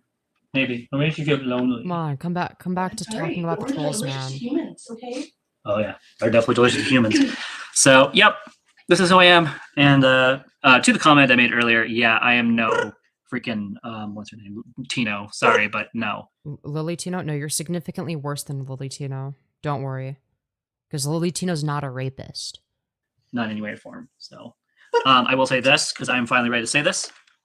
Lily Tino is a fucking angel compared to you. I am a Republican. Oh boy, this ought to be good. I am a Christian. A Republican Christian fucking ogre hunt. Are we fucking serious, dude? You're an ogre hunt tranny. Okay, you're an ogre hunt troon. Okay? And now you're like you're back to being a fucking Republican Christian, dude. Oh my god. And I'm choosing to follow my faith as close as I can, despite being transgender. And I've decided to walk away from a lot of my disgusting behaviors as well as spicy content. I know how much people love that spicy content. Oh, right. Yeah, people love the spicy content. Chat, how long do you think she's going to be off of her fucking FetLife account for? A day? Maybe 2 days if she's really persistent? Maybe not the right word. I'm still going to be making spicy content, but just not in. Oh, okay. Yeah, that's what. So I was wrong with my assessment. It's actually like less than 5 seconds is how long that was going to last. In the same way I was before. So not. So they're still gonna make spicy content, but it's different now. It's Christian spicy content, you know. It's Christian spicy content, you guys. Okay, it's definitely not the same, you guys. I was gonna say 3 hours, yeah. Like with writings and all that, and like being, dumb. There's still gonna be that type of stuff, but I won't be doing a lot of writing and a lot of that stuff. Things that people can use in their videos, basically. Oh, okay. So you're not actually doing anything on the basis of your faith. You're just like saying that and then like, oh, I'm gonna like do like the thing that would be condemned the least by most Christians. I'm gonna stop doing the thing that's condemned the least. and keep doing the things that most Christians would condemn the most. Like, what are you fucking saying? And so if they want to talk about me and share my life, go for it. I mean, they're not going to find anything anymore. I've cleaned up my social medias quite significantly. So Yeah, true. Not like we can archive so anything. I'm pretty happy with everything that's going on at this point. Yeah, she's really happy, guys. Let me kind of show you guys. I'll show you guys everything that's going on. I'm pretty Are we gonna excited. do the black screen so again? first things first, we're I going to can't show wait to see the black this screen. page. We Oh, great. got this The one. black screen? Are you gonna show the black we screen? got Oh, you're not even gonna switch to the black screen this time. We can't even see what the pages are. this one. I'm excited because the next couple weeks Wow, we're I'm so excited. Look at this epic web page. focusing on guys. TikTok. Yes, this is live, retard. Oh, are you talking about Firebats? No, Firebats isn't live. Getting that up and running now since I got Facebook for the moment up and running. So I got a couple things I want to show you guys. I think they're pretty cool. So first thing we're going to look at is my Facebook. What? No. Oh, well, I predicted it correctly just too soon. I don't even know why that's going on there. No. Dude, wow, this is a really good Facebook account. Okay. You'll love to see it. Firebat looks like a baby and a 50-year-old Italian mobster at the same time. True. Yeah. There I am. Just simple. Okay. Yeah, Okay. I'm going to have to. Okay. Let's try this. I don't even know why it's even asking me to sign in. I just finished watching the Falgi and Stale debate, just a heads up. Emrao joins in and debate rapes the whole time, completely derailing most of the section. That shit was so annoying. Oh, that's epic, dude. W Emrao. Let's fucking go. What? What are you talking about? I don't know. Emrao is one of those people where it's like, he's either really funny or like really annoying, and there's never any in between. Okay? So depending on how he did that, I'm gonna either side with him or like be against it, dude. But I'm inclined to side with him because I feel like in this case it would be funny. I feel like in this case it would definitely be funny. Well, so weird. Okay, okay, that's what's going on. Sorry, I tried to create an account. Dude, I wish that I could have called in, but like, I was like still catching up on like all the lore and stuff. So, because like I remember somebody mentioned like, oh yeah, dude, they're doing the like, there's like a debate between them right now, and it's like, well, I don't even know any of the lore, so I had to like catch up. I had to fucking catch up to it. Wait, what? And then I watched like a good chunk of the debate, and then I got bored. And I'm like, dude, I'm not watching all this shit, man. I am so confused right now. Oh, Am great. I? Something's wrong with my. Wow, this is epic. This is some riveting stuff, guys. Isn't this the Firebat content that you guys wanted to see? Isn't this some awesome stuff, guys? I'm this so is confused. Wonderful content, guys. Why won't it let me sign into my Facebook? Emrao banned me for asking about his cat persona. Damn, that's crazy. Do I have it signed in as a different name, different email? Oh my fucking god, dude. log We get to out. watch them try to figure out their Facebook login for like 20 minutes. Isn't this epic content, guys? Isn't And it's this not this one awesome? either. Wow, dude. Riveting stuff, guys. Riveting stuff. Violet, Rose. Okay, so this is Oh not my it. god. Okay, I'm genuinely confused right now. Genuinely. Let's fucking Maybe I need go, to dude. load up my email really quick. Well, anywho, you genuinely guys saw a little bit about confused. that. We're going to share screen. We're going to go to my X page. And I'm going to say X page. Sharing screen. Sharing screen. I mean, what? What's going on? What? Ugh. By the way, Sal wasn't saying deranged stuff, so she was being dogpiled by people, and she's gonna take the screenshot as proof, but Olive ended this live conveniently when she was going to.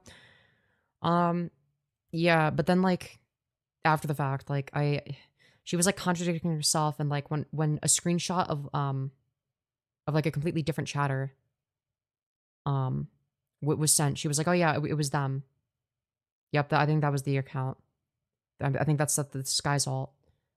And we pointed out, like, the name isn't even the fucking same. Like, it's not even the same name. And she's like, oh, well, I misread it. I misread it. And then, like, later, when I asked her specifically, like, hey, by the way, is it the case that, you know, the comment that you had an issue with, you know, had a blue wrench? Did they have a blue wrench? And then they said yes. So, like, you know, it's like, which one is it? Like, she couldn't even make up her mind on which account was the one that was, like, talking shit. So, you know. Okay, there you go. When I get No, she didn't buy it? Yeah, she did. What are we talking a about? chance, I'll be... Wait a minute, I thought I changed this. I don't know. When somebody can't keep their fucking narrative straight, I don't generally believe them. Okay, I've had to deal with people that, like, lie about shit, like, in many different instances, okay? I know what signs to look for, and she was not being honest, okay? I'm sorry. Well, like, when you can't even keep that, like, a very important part of your story that you would remember specifically, like, you would know, were they talking shit on an alt account or on their main? You would know the difference, especially if it's a fucking moderator. You would be able to tell the difference, okay? The fact that she wasn't able to keep that part straight, the fact that she was contradicting herself in that regard, is why I don't believe her. It's because of the contradiction. Okay, true things don't have contradictions. I guess I didn't. Okay. Where am I? There's no contradiction. Yes, there is. If you're saying that this person did it on an alt, or I thought that they did it on an alt, and then later you're saying that they did it on their main, that is absolutely a contradiction. Okay? It's either the case that the comment that was calling her lazy, which, what a dumb thing to fucking whine about. It's either the case that the comment calling her lazy was on his supposed alt account, or what she thought was his alt account, or it was the case that it was on his main account, okay? It can't be both. Okay, these are mutually exclusive. All right, dude, I'm not getting one guide, okay? I'm not gonna get one guide by you, okay? I'm not. Wait a minute, that's not right. Other people along with him could have made that comment. Doesn't mean he didn't say it. Yeah, but like she was looking at that specific screenshot. Okay, I'm getting one guide. Great. No, she was looking at that specific screenshot, and she was saying that that was the guy. Okay? We explicitly had her look at that screenshot. Okay, and she was saying, yep, that's the same account. Okay, and then later, she was like, oh yeah, it was, you know, yeah, he had a blue wrench, but, you know, he was on his main. Okay? Right, that single line of dialogue, contradicting a previous single line of dialogue, is what convinces me that that person is a liar.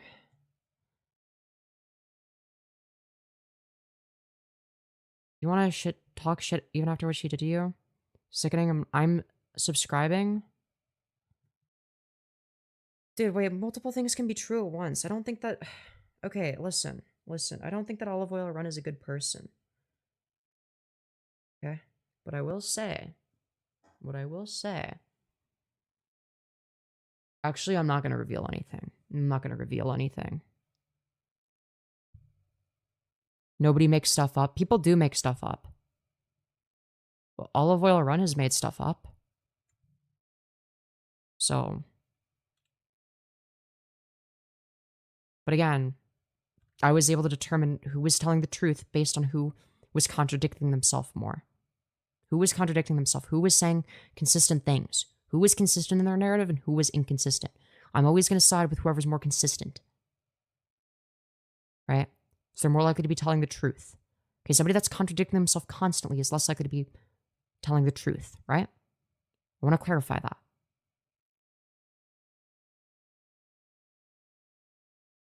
You didn't determine any truths, there was zero proof on either end. Yes, but you can make inferences based on whether or not somebody contradicts themselves. You can make inferences about their story and their ability to remember things and display that memory in an honest fashion. You can make inferences, right? And that's what I did. I made inferences on that basis. You just like to assume? No. It's not an assumption. It's inductive reasoning. You clearly don't understand how any of this works. Okay, I used inductive reasoning in order to make a determination. Okay? How is it that... I'm sorry, Yeah. What the heck? Alright. Well, this is epic stuff, Firebat. Thank I guess I didn't... Sign Dude, if me getting one guide is more interesting than Firebat, maybe we need to right. do something else, Has to be man. right. Nothing's. Why am I signed out of everything? This makes no fucking sense. Oh, that's right, because I cleared my history. Okay, that makes sense. That means everything is lost for the moment. Okay, okay. This is embarrassing. Okay, I'm gonna have to do show and tell a different time. Because I forgot I have all the new stuff. Shit. It is what it is. So I guess I'll show you guys this way. So my Instagram page, I'm super excited about. Look, all I'm gonna say when it comes to the olive oil run stuff, okay?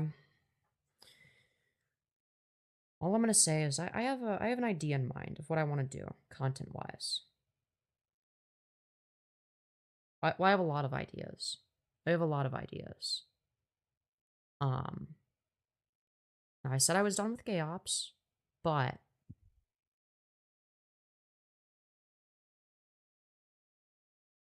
what if that's part of the gay op? No, I'm just kidding, guys. I would never do a gay op. That would be crazy. You know, we got the photography stuff going on. If you can see, you can see. If you can't, just slowly getting back into doing photography stuff again. This is really cool so stuff, guys. That's some really, really epic photos, man. That one right there, I just did a couple just yesterday, and we're just rebuilding. Yeah, the expert photographer Our Firebat. Instagram page for photography reasons, and then you know we got the family page where I'll be posting all of mine and Tanya's family stuff and photos of each other and you know things like me playing the piano and us hanging out and all that. So that'll be family oriented with a little bit of photography because my Instagram is linked. Bro, my YouTube was crashing out anyways. Emra was very annoying. In that call my opinion, he would interrupt Falgi constantly, steel manning Stale's argument. And Emra admitted he didn't watch the video Stale made about mass report. Wait, that's so fucking based. That's epic. Wait, that's kind of real. Wait, that's funny as fuck. Yo, I just finished watching the Firebat vid clearing the allegations vid. It was insane. I had to rewatch it, the intro multiple times to accurately hear all the contradictions. Yeah. Yeah, no, it's fucking crazy, man. And then my Twitter account. This is just for trans stuff only. During my journey, like me going to the gym this morning, that was fun. And then, of course, you know, a couple things are going on. Really awesome stuff, guys. And so it's a very, very beginning for me. So I'm excited. And then, of course, we saw. Yes, I'm watching another. So this person is known for being a rapist. That's their main claim to fame. And I've done multiple live streams. You'll love them. Okay, all right. I'm like the good kind of debate rapist, you guys. All right, I'm the kind of debate rapist that everyone loves. All right, I'm the greatest debate rapist, you guys. The greatest of all time. All right. No, in all seriousness, though, let me hold on. Give me a sec. Give me a sec. Hold on. Let me show my past live streams. Because I think there's some good stuff here. Okay, we've got, you know, this stream going on, and then we got some vertical streams where I shit talk there as well. Dude, this fucking call-in, dude. Firebat calls in to address everything. Fucking peak. This interview. The interview itself is like kind of mid, but everything after that was like, but it's kind of important to the lore. And like also it's like, you know, everything after that is so fucking peak. Firebat is going to prison now. That video is also going to be interesting. Right? There's a lot of good stuff. And in fact, it's so good that I actually have a playlist. So if you go to the playlist section, you'll see one called the Firebat Saga. And that's where like most of the Firebat coverage is, right? And you'll see like you'll see that there was like 3 live streams here. Like Delusional Ogre says I'm NPD for helping her channel grow. That was the first time I talked about Firebat. And then I found Chris Chan 2.0 and Chris Chan 2.0 strikes back. So those were the first instances of me talking about Firebat, which was on Vertical Live. And I'm like, you know what? I'm going to make these into like, you know, horizontal VODs or whatever. So now I'm back to horizontal streaming sometimes. Right? And you can tell based on the thumbnails, except for this one. This one is a vertical stream. I just saw this image of WhiteBowser and thought it was funny. So I made it the thumbnail for one of my WhiteBowser streams. But yeah, dude, am I good at making thumbnails? I think my thumbnails are pretty epic, guys. I like my thumbnails. My thumbnails are great. Are my thumbnails so good? I think they're good. All right. Sorry. Anyways. Yeah, you mentioned this person on Himpleton's stream when watching Lord Crust. They sound insane. Yeah. You gotta get more poses for the thumbnails. Well, I'm obviously talking about the thumbnails I'm not in, right? Because the ones where I'm in them are usually default, right? So like this right here is like a default thumbnail for short streams, where it's like me and then it's like the shorts logo, so you know it's like a vertical stream. And then like for these, like these are, you know, like thumbnails that I made individually for each live stream, right? Well, to be fair, this one's kind of a copy of this one. Because it's a fucking stream, who cares? You can be lazy. But, you know, you get the point. You get the point, man. I think you get the point. All right, we have more content, okay? We have more Firebat tent, if you will. This isn't the most interesting Firebat tent, so I'm definitely not going to dedicate an entire stream to Firebat until I find something more interesting, but... We'll have our Discord up and running with a link.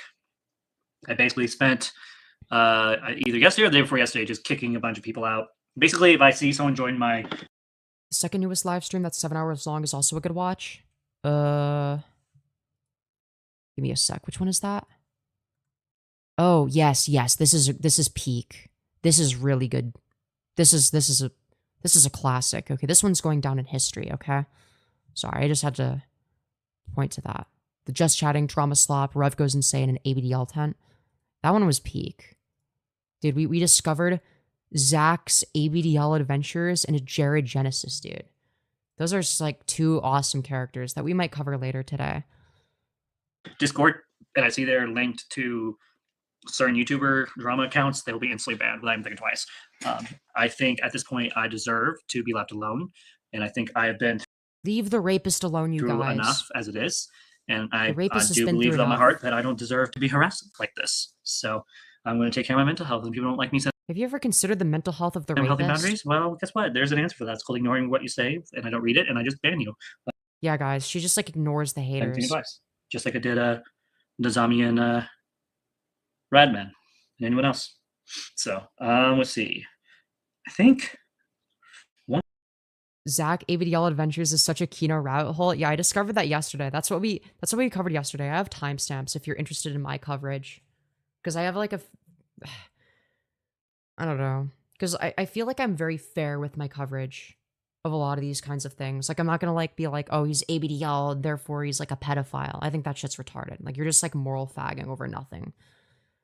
It's like, you know, people will like act like, you know, oh, I mean, that's basically the same as child rape. And it's like, well, no, that's retarded. That's fucking dumb. Right? But I am pretty fair with my criticisms, which really, for the most part, you know, actually, no, entirely. They're entirely unrelated to him being ABDL. Just so you know. Just so you know. Speaking of Zach's ABDL adventures.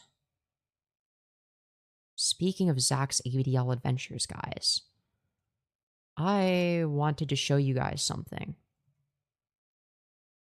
Okay? And I might show this on another stream again, if I cover him again. Okay? So I'm going to open a bunch of screenshots in Google. Okay, we're going to, if it'll load, of course, which it doesn't want to. Okay. I'm going to go to the next one. Okay. Holy fuck. So that's the first one. Second, third. Okay, sorry, guys. Fourth. Dude, sorry, there's just like a lot of screenshots. Okay, that's the verification process. And then there's proof of that. Okay. Sorry. Your interview alone should have convicted Firebat? True. Well, somebody else might be worthy of conviction. Okay? So, okay, hold on. Give me a sec. I need to go over here. Zach's ABDL Adventures, okay? And then I can start this segment.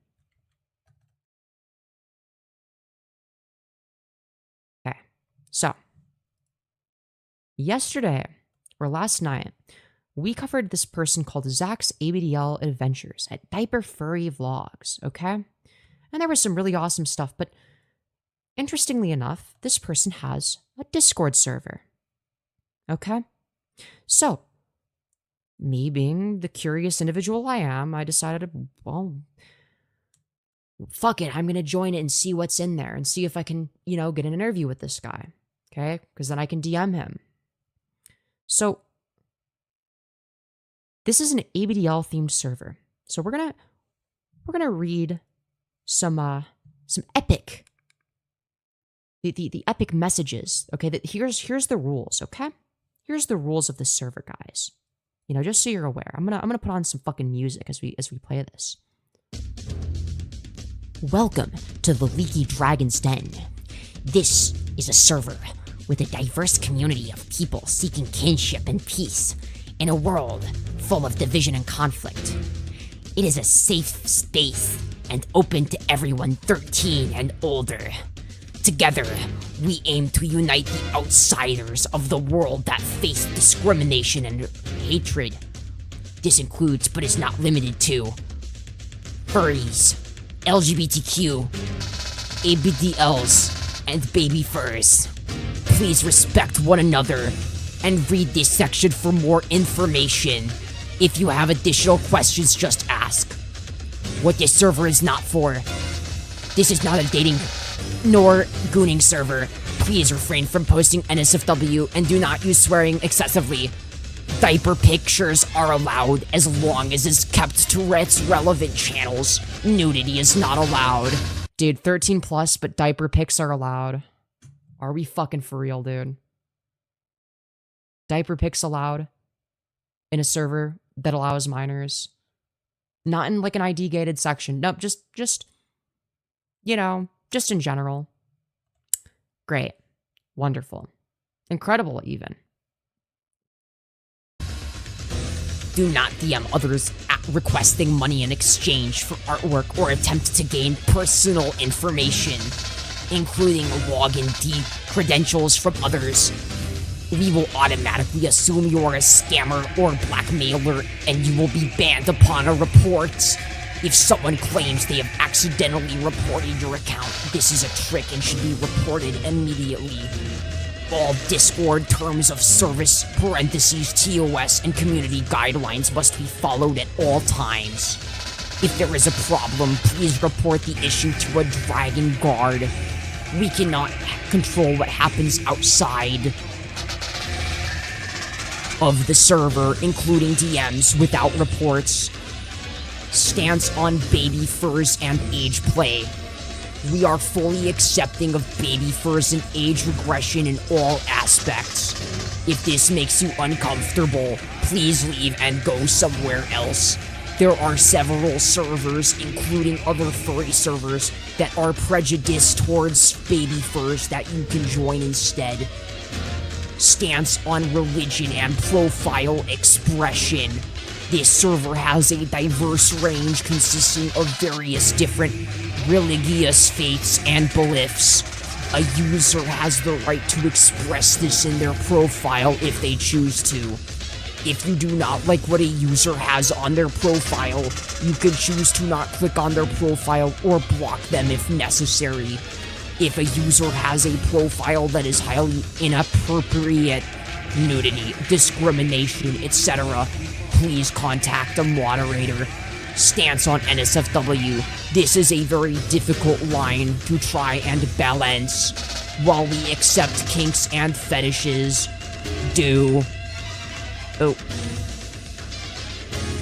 hold on. Due to the presence of okay, wait, hold on a minute. Dude, we gotta reread that. Stance on NSFW. This is a very difficult line to balance. While we accept kinks and fetishes, due to the presence of minors in this server, I ask that you control yourselves here. Oh, great. So apparently kinks and fetishes are allowed in a server with 13-year-olds. That's really epic, guys. Isn't that so epic? Yeah, very difficult line while allowing minors, apparently. Like, okay, dude. NSFW pictures, including pictures with suggestive themes, is not allowed. Yeah, except for diaper pics, apparently. But alright. Even if a user claims to be over the age of 18, do not assume that this is true. There was at one time a dedicated NSFW channel that was age restricted and locked behind age verification, but it proved to be too much of a hassle and was also the only focus for some newcomers here, and so that decision was made to get rid of it, and it will not be coming back, so don't ask.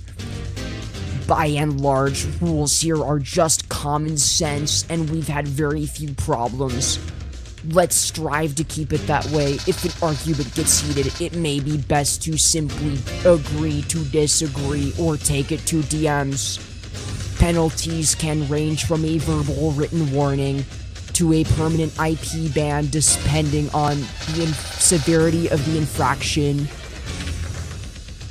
The roles: Emperor, reserved for server administrator, Dragon Guard, Moderator. Apparently these are given upon reaching a certain level. Okay.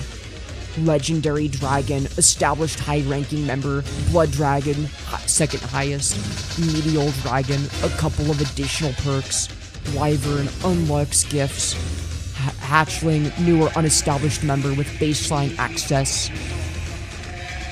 Wow, this is epic, dude. This is epic. So let's see. So here's the verification process, okay? So here's the first thing you see when you join the server, aside from, you know, what I just showed you, which is actually, well, technically that would be the second thing, but this is the first thing you see. Please wait for a moderator to grant you the hatchling role. Sorry for the wait, but this will help combat raids in the server and help keep the peace by keeping the baddies in limbo. So let's see. What does the average server member look like? Well, I went through some people's profiles, okay? So I want to remind you, they manually verify you, okay? They've made it clear they manually verify these people, okay? So let's see here. So this is Apollo, your favorite collie, teen/male baby/fur, age 15, okay? What roles do they have? Wyvern and Hatchling, so they've been in the server for a hot minute, okay? Furry, diaper wearer, no deodorant, autistic dragon fan gamer, ABDL, plushie pals, Binky Buddy, drinks from baby bottle, and I wet myself. Age 15, by the way. Not only is this, not, prevented from being in the server, this is actively endorsed. This is encouraged. Okay? This shit is encouraged. Just putting it out there. I'm fearful for what ABDL even stands for. It stands for Adult Baby Diaper Lover. That's not my criticism. My criticism is that they're allowing minors in the server, which I think is fucking deranged. Why would you allow minors in an ABDL-themed server? This shit is fucking nasty. This shit is actually fucking nasty, dude. Okay? Guys, do you want to watch more of this epic content, though? Do we watch more of Zach's ABDL adventures, guys? Dude, maybe we should do that. Dude, we could watch Rant on YouTube AI and the Fake Economy. Okay? We watched all their fucking, responding to the trolls videos that at least ones that would be recent. Dude, top 5 reasons why diapers are great? I don't know if that's going to be as interesting. I'm proud of who I am. And this is some diaper review. How to disable mentions on YouTube. Okay, that's why I couldn't mention them in the description. That's annoying. Why EDP is still a free man? Is he going to defend EDP, or is he going to, criticize the botched investigation? And then there's just, some, boring gaming stuff. Okay. Yeah, it says adult in the front. It's ABDL is explicitly for adults. Hello? Is that not clear, man? Why are you allowing minors to do this? Yeah, like actual Diddy Blood server. Like they're allowing 15-year-olds, well, potentially 13-year-olds, because they said it's a 13 plus server. But we looked at the profile of the 15-year-old that has roles that were specifically given by moderators, so that they were manually verified to be in the server when it says that they're 15 in their bio. The server being diaper fetish themed. So, yeah, I'm definitely gonna be a lot harsher on Zach's ABDL adventures today than I was yesterday, because I didn't know about that yesterday.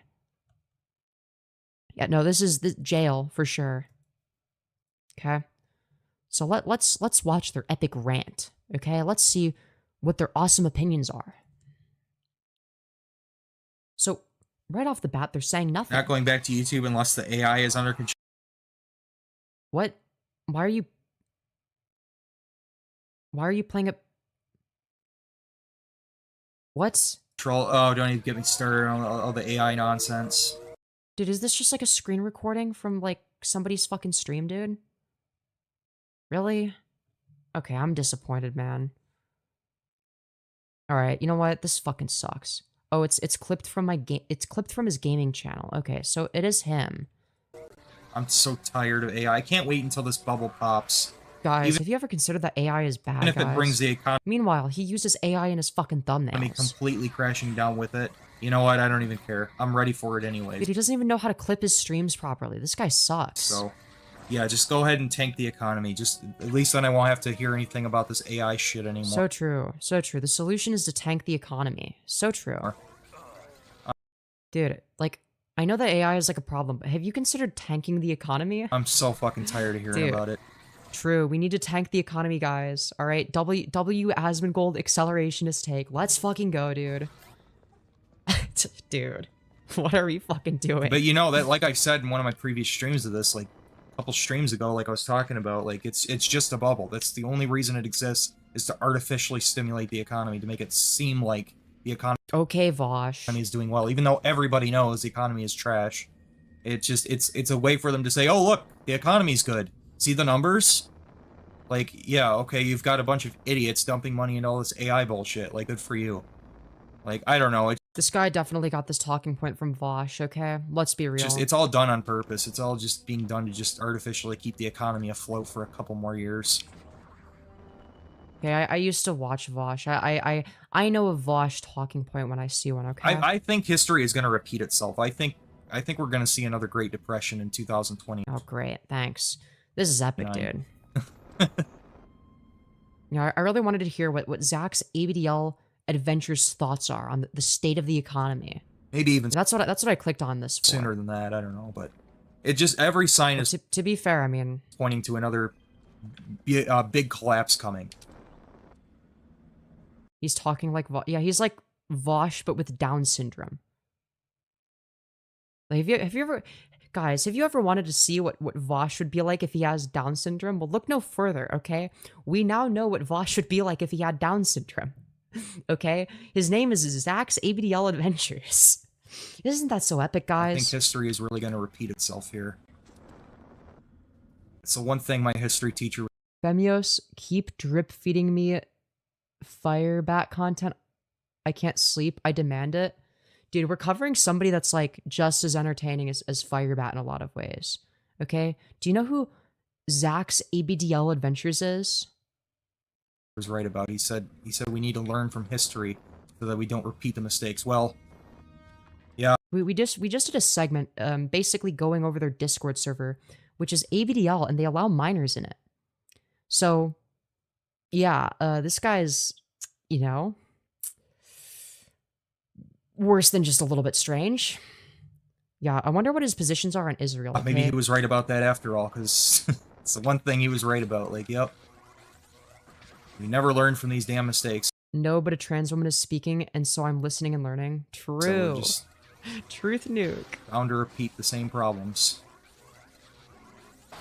Oh, this is some epic commentary, guys. Dude, we literally found Vosh, but with Down syndrome. History teacher in high school said. Guys, did you know that my history teacher said this? Because I told him, like, I don't really see the point in, like, learning about history, and he was like, well, we need to learn from... Yeah, fuck learning, dude. Fuck history, man. so that we don't end up repeating the same mistakes. Well, I kind of just go back to thinking about that, what he said. Like, you know, I think he made I actually think he kind of had a point there. Yeah, no fucking shit. I think we are kind of repeating a lot of the same mistakes we've made. Oh my god. Problem is, I can't do anything about it. All I can do is prepare for it because I see the signs, I see what's going on in the economy. What you mean is you watched Vosh for an hour. It's like, dude, I know a Vosh talking point when I see one, dude. Okay, like the you know, the way he specifically described, you know, like the fake economy bubble with AI. It's directly ripped from Vosh. Like history repeating itself, it's like you repeating Vosh though. Like what are we saying? See that we're clearly in a big ass bubble yeah, no shit, fuck it. Right now. Just like we were with the .com bubble, and then I'm prepared for it. I stockpiled food and water. Dude, he's just like regurgitating what he heard Vosh say. Like this is it's so fucking obvious, dude. I'm ready for whatever happens. So it's always good to be prepared. And if nothing happens, great. You know, but I'm ready for it just in case it does. I recognize a regurgitated talking point when I hear one, okay? Alright, and I will not let it slide. I will not let it slide, A lot of people during this yes, I am that government petty. shutdown, they miss one paycheck and their whole world is turned upside down. It's like, well... Alright, dude. Dude, I want to hear his opinions on why EDP is free, alright? I think we heard enough from that. Hello, everyone. So I just listened to Mad Black Entertainment on Rumble talk about EDP 445, and I want to talk about this topic because people have mentioned it to me as well. And my question was... Dude, I wonder why EDP would get mentioned to you. Why are people still talking about him, and why are they acting surprised by his behavior when it's in his nature because he's clearly a mentally disturbed person? Okay, alright, dude. I was hoping that they were going to defend EDP. That was going to be epic, dude. Or do they defend EDP? Did they say anything interesting? Didn't you say that you remember this person? But before I even start this video, I just want to make one thing clear. I don't give a shit about EDP. I never watched his content. I don't know him outside of the fact that his username should stand for Eternal Darkness in Prison. But I want He just troll shields about EDP. to explain why he's not going to prison because some people can't seem to understand it, and MBA is one of the few people that isn't just using this topic for pocket change, and I think he did a good job explaining why he's still a free man. Instead of doing the right thing and bringing the evidence against EDB to the police, the focus of people... Yeah, okay, yeah, I agree with that. Yeah, they tried making it into content or whatever, and they did a shit job. They botched the investigation. Yeah, I've made this point too. I don't care, man. This sucks. Dude, this isn't as good. Oh, shit, dude. WhiteBowser uploaded a new video. Let's fucking go. All right, let's see what WhiteBowser has to say. All right, WhiteBowser is way more interesting than that. Greetings, Fugu here. You see this channel? You see this channel? This is my dance No, because you're fucking shaking the camera. channel. And he won't go live to let me see girlfriend. He won't All right. go live to let me see my girlfriend in shoulder pads. Oh, dude, what is this thing with shoulder pads? Can someone explain this? Like, is there like a such thing as a shoulder pad fetish? Tell this. Because like he was like bitching that I was wearing clothing that's like too provocative. And he was like, dude, you should be dressing proper and ideally with shoulder pads. And it's like, what the fuck is wrong with you? Invalid. To go live to let me see my girlfriend in shoulder pads. Right I feel so bad for whatever woman he's sexually harassing now. now. Or girl, because, you know, he is known to interact inappropriately with minors, but, you know. Listen, okay? I deadlifted 185 pounds 12 times again! Yeah, but, like, we saw the video where, like, you were walking for 10 minutes and you were fucking wheezing. So, like, maybe focus less on deadlifting and more on, you know, the treadmill, cardio, like, you know, those things, you know, the things that, like, you actually need. Yeah. I want to see my girlfriend in shoulder pads. Boogie, I know you raped Sweet Tea. You can't fool someone with 118 IQ. I know you raped Sweet Tea, Boogie. I'm gonna be real, I don't believe the 118 IQ line.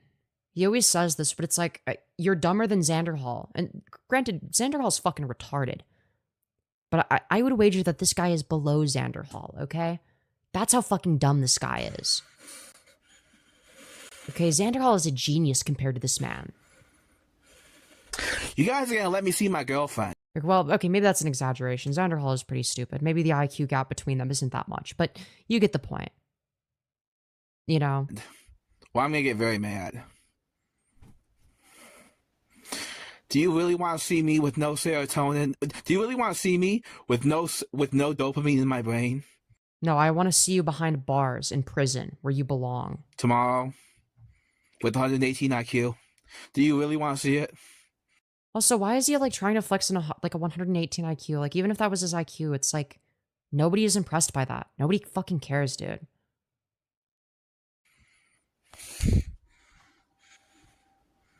You guys really do, don't you? As someone clinically tested at 135, his IQ is likely around 87 to 94. Yeah, so lower than Xander Hall. Must be Bell the Hat Man. Well, challenge. What did he do to deserve prison? Groping a minor. There's videos all about that. If you just search the WhiteBowser, you will find everything on him. He's admitted that he jerks off to Lolicon and he groped a fucking minor. Accepted, okay? Seriously. You guys are stupid. Keemstar won't even let me see my girlfriend.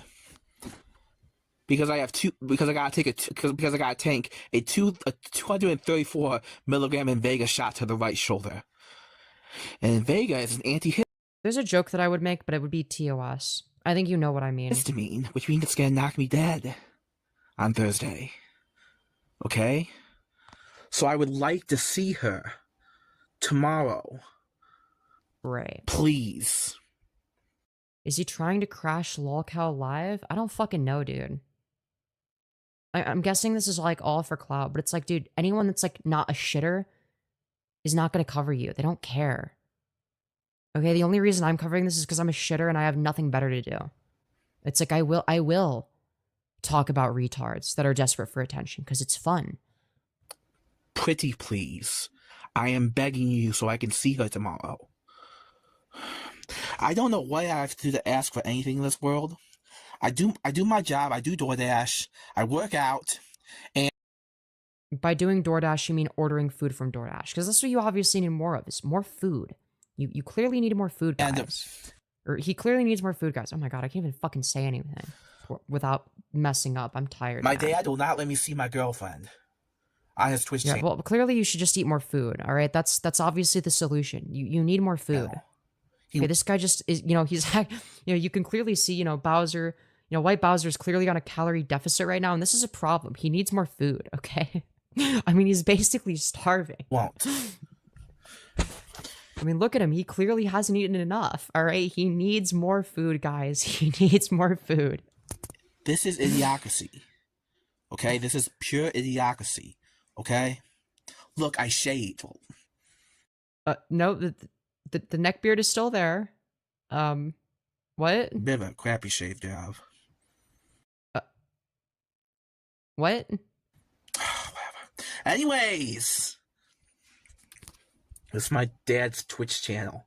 I'm plugging it for everyone, okay? I'm plugging it for everyone. I feel so bad for whoever this is that he's harassing. He will not let me see my girlfriend. He will not. But it's like, dude, you could harass me instead, and like I'd make it into content. Like if you want attention, bro, just like come at me. He will not let me see my girlfriend in shoulder pads because I'm Catholic. Go Israel, go Israel, go Israel, go. Femyoz's IQ is probably around 110 to 120, roughly 15 points above average. If that helps scale this tard in his claims. Israel, go. See this? This is where I got blessed by my ashes, because Ash Wednesday happened. Ash Wednesday happened, and I got blessed by ashes, and I... You got blessed by having a zit on your forehead? Okay, will return. You guys really don't think I'll be back after March 5th, do you? You guys think I'll have a seizure. You're gonna be sorely mistaken. You're gonna be so sorely mistaken when I don't have a seizure. Oh, lordy. Oh, so lordy. Won't even let me see my girlfriend. Of course he's Catholic? Well, yeah, of course. I mean, he has a lot in common with a Catholic priest. Will you, Dad? Yeah, it's Zit Wednesday, everyone. Will you? Will you, guy? Won't even let me see my girlfriend, will you, guy? And nice, awesome shoulder pads. I mean, this gives off huge rapist energy. Catholic. Yeah, you got that right. Definitely Catholic. We know. We can tell. I am ready to deadlift Sean Easy. Dude, what is this fucking obsession with Sean Easy? I don't understand. Where are you, Sean Easy? This is fucking weird, bro. This shit is strange. This is some strange fucking shit. Jesus fuck. This guy is so weird, man. Did he upload anything else today? Let's find out, man.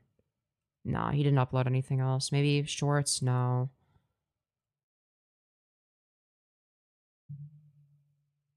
Okay. Yeah, no, he's just him fucking shilling Israel. We already saw that. Okay, him taking trazodone. Yeah, okay. Who is he doing these videos for? I don't know, man. This is fucking horrendous. I couldn't tell you. I couldn't tell you. Really, genuinely couldn't tell you. Maybe Jared Genesis? Do we cover Jared Genesis or do we go back to Firebat? Chat, I need your guys' suggestions. Do we do Jared Genesis tent or do we do Firebat? I'm gonna let you guys decide. I'm gonna let you guys decide. This gives off analog horror, private detective gone insane. Real. Very, very real. It's facts. And I'm fucking tired. I'm probably gonna end stream soon, so I don't know if I'm gonna be able to have time to cover both Firebat and Jared Genesis extensively.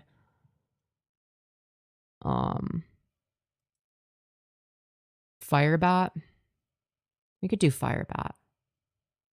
Who is Jared Genesis? He's like some like deranged pedophile that we made fun of last night. And like when he was like responding to like a pedophilia accusation, he was like, I can neither confirm nor deny this accusation.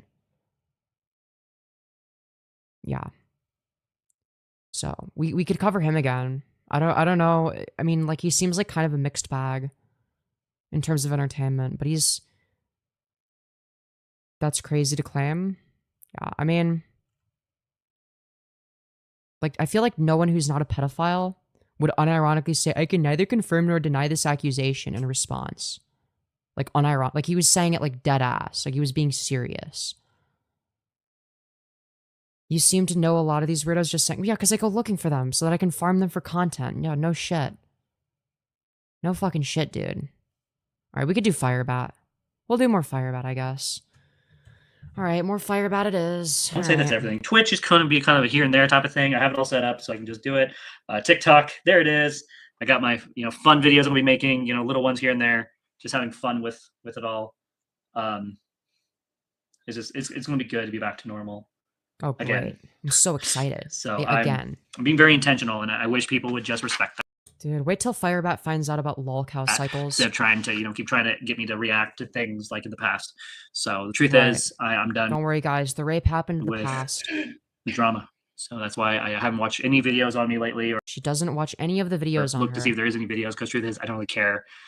So I don't have to be worried about them sharing personal information. And as long as I stay boring like this, eventually they're going to get bored of me and move on. Dude, okay, all right. Firebat, understanding the best strat, be as boring as possible. And then I can come back as normal. And I don't know how long. It could be a couple of years, it could be a couple months. I don't know. It could be like less than 24 hours. I have to. Basically, my rule for me is until I can type in the word TFB and all that, and I don't pop up, that's basically how long I have to wait. And so. You're always going to pop up, though. So good luck. Trans Ice Bat. I want to know what you guys' thoughts are on that. What's your guys' thoughts? Really good name. Definitely change it to that. Unless you're dropping channels. In that case, stay the fuck away. Oh, shit. God damn it. Let's see. Ah, your mom 13. Hey there. Sorry about that. Your hair looks nice. I know, right? I'm excited for it. I don't think she understands what a buddy troll is. It looks well. It looks good. Man. I'm experimenting with the eye stuff. I used foundation today for once. I don't really like great. Yeah, wonderful. Using foundation. You get kicks and all that, and then dude, her and Lyrics are transitioning at the same time. If you really think about it, he has to do that, and then of course my lipstick looks like my lipsticks. Their transitions are in sync with each other. Looks like shit. They're both dyeing their hair to make it lighter. They're starting to wear makeup. If you think about it, Firebat and Lyrics are basically the same person. If you really think about it. That's what happens when I don't know how to go about that stuff. So I'm not a big fan of wearing makeup all the time, but for this video, it looks pretty good. So Really? Is that so? Do you have eyeshadow on? It is very nice as well. Yes, we got white eyeshadow. Yeah. This is Firebat's definition of pretty good. Which looks the best with my complexion. We're basically We need to have a new mog paddle between my toe and Firebat and see if my toe still wins. Hell we're yeah. doing a bit of a do-over, and so you're going to see a lot more of this. About a month from now, give or take, I will be dyeing my hair again. Just let my hair heal a bit, you know, and all that. And so we will be dyeing it again because we're trying to go for platinum blonde. But unfortunately, orange is the color that comes out no matter how many times I want it to be blonde. So it's a work in progress. So. Dude, she's trying too hard to be me, man. This is fucking sad. She's trying to copy me. Well, it's like, bitch, I'm naturally blonde. Like, what are you like? What are you fucking saying? Like, part of me wishes that I had like black hair and eyebrows, just so that it's like higher contrast, man. Staring at me. You know, like she wants lovin's, but then she doesn't want lovin's. Maybe she feels betrayed that I still like oranges. Ooh, actually, speaking of oranges.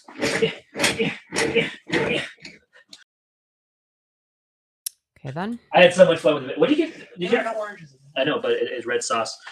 So this is the sauce that we use for the chicken. Apparently, my wife had her fill of the chicken, so she didn't feel like eating this. I'm like, two large pieces great. of chicken, so I filled that pretty thoroughly. Wow, this is epic stuff. I don't know if I want to keep covering this. She's missing the good stuff. Chat, do we keep covering this shit? This shit sucks, man. This shit sucks.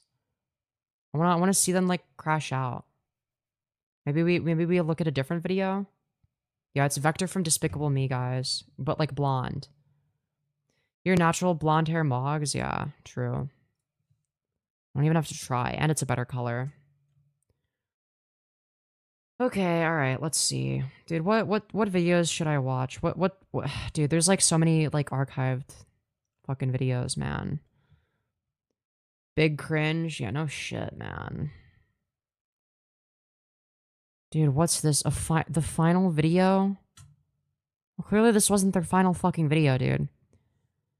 Cease and desist or else email part 3, dude. Dude, why would you make multiple parts to cease and desist or else? Dude, apparently there's no part 2. It's just part 1 and part 3, I guess. So I guess we'll start with part 1. Okay, so here's their intro now. Oh, this is really epic, guys. Dude, Okay, dude, wait, hold on. We gotta read that. Welcome to. Remember to like, share, and subscribe. Dude. Yo. Let's fucking go. Alright, this is the Firebat that I'm talking about. Welcome to remember to like, share, and subscribe. This is epic, bro. This is fucking epic. Oh. Welcome to what? It's welcome to like, share, and subscribe. Okay, so not even 12 Welcome to remember to like, share, and subscribe, everyone. hours. Sorry, not even 24 hours after this. That's like 2 intros ago. Woo, I love remember to like, share, and subscribe, yeah. Dude, me too, man, me Today's too. events of me admitting online some crimes, me talking to a couple other The crime is being rape, yeah. YouTubers about drama, and guess what? People are already trying to get me to react to things, so we're not going to react to them, but I'm going to read. Yeah, she would never react to content about her. Because I think this is important to read. I got a message from a YouTuber, not saying their name, out of respect to them, in regards to some stuff that's going on, and I quote, I'm writing to you to formally demand that you immediately cease and desist all forms of harassment and blank behavior directing towards blank and others. It has come to my attention that you uploaded a video on blank, titled blank, in which your tour blank blank, you are working on a notably at blank and blank blank. Dude, why is she fucking redacting everything? Blank. Yeah, she is, but like Chud, okay? We found transgender Chud, okay? Video. You begin a tour blank of the feature blank, including blank, during the blank, Tanya can be... Dude, what are you fucking... Bro. ...heard and critically asking, is that a blank? To which you confirm, is it a blank? It is a blank. The remain... We're talking about rape? Dude, this is like... The video is silent. Rest assured, this video has been uploaded and archived complete with the transcript intact. Cool, don't care. I didn't threaten anyone, I didn't attack anyone in that video. It's a Minecraft video of me just trying to let people go in my own way. I have nothing to hide. In addition, Yeah, if somebody is telling you to cease and desist, it's probably a fucking troll, you stupid fuck. over the past 2 weeks, you have made multiple live stream videos where you blank and blank with blank harm until they blank nose and ears. On several occasions, you have also wished for and blank the blank of the other streamers. Cool? Don't care. Those videos. Dude, we're reading the rape bat files live, but dude, this is like basically the release of the Epstein files, but with the rape bat files instead, okay? Where it's like, yeah, we'll release them, parentheses, we're gonna redact all the names of the pedophiles. You know, it's like, well, technically, you know. Delete from my end, and I've moved on from that time. Such actions are a clear violation of terms of service of the platforms you utilize, as well as applicable Washington Applicable state law. Watch John Freedom. Are they a lolcow or? Moreover, that sounds like a meme. I don't think anybody. Like, are they like a lolcow, or is it just like, oh, here's like some funny shit? You have expressed blank in wishes of harm towards blank person. Dude, okay, well, tell me about John Freedom. Are they a lolcow, yes or no? Which I have also documented and archived. I'm not reacting to them if they're not like lolcow material, okay? He's great. Well, then I'm not reacting to him, because then I'd just be stealing his content. Or making it worse. Like. Okay, cool. All these videos have been sent to my attorneys. My husband and my legal counsel have urged me to contact the authority immediately you're in violation of several laws. Well, love to see that she's very literate. Blank and blank. Your action statements. He's like your old content, but American? So my old content, though. Not only constitutes harassment, but also violates blank blank. Reverse code, Washington, which defines. So we're talking about the Lirio, Sarah? Dude, that shit was harassment good. as knowingly blank, intimidating or engaging in conduct that causes an individual to feel harassed, intimidated of harm. You continue blank, creating an alarming environment for others and. Dude, this isn't bro. It's like, this fucking sucks, man. My videos log this. True. And myself, which is also unacceptable and blank. Additionally, your conduct may fall under blank. May fall, not will fall, but may fall. She says, pertaining to blank blank a blank. Dude. This is unwatchable, man. Like we don't even know what the fuck is being said. I'd have to see like the actual DM. Like, it's fucking terrible, man. It's like this is like the same fucking method that Nova Online does, where it's like, dude, what if I just made my content as unwatchable as possible, dude? Surely that'll convince the trolls. And then it's like nobody watches them, and then it's like, oh fuck. But I want attention. Same fucking shit, man.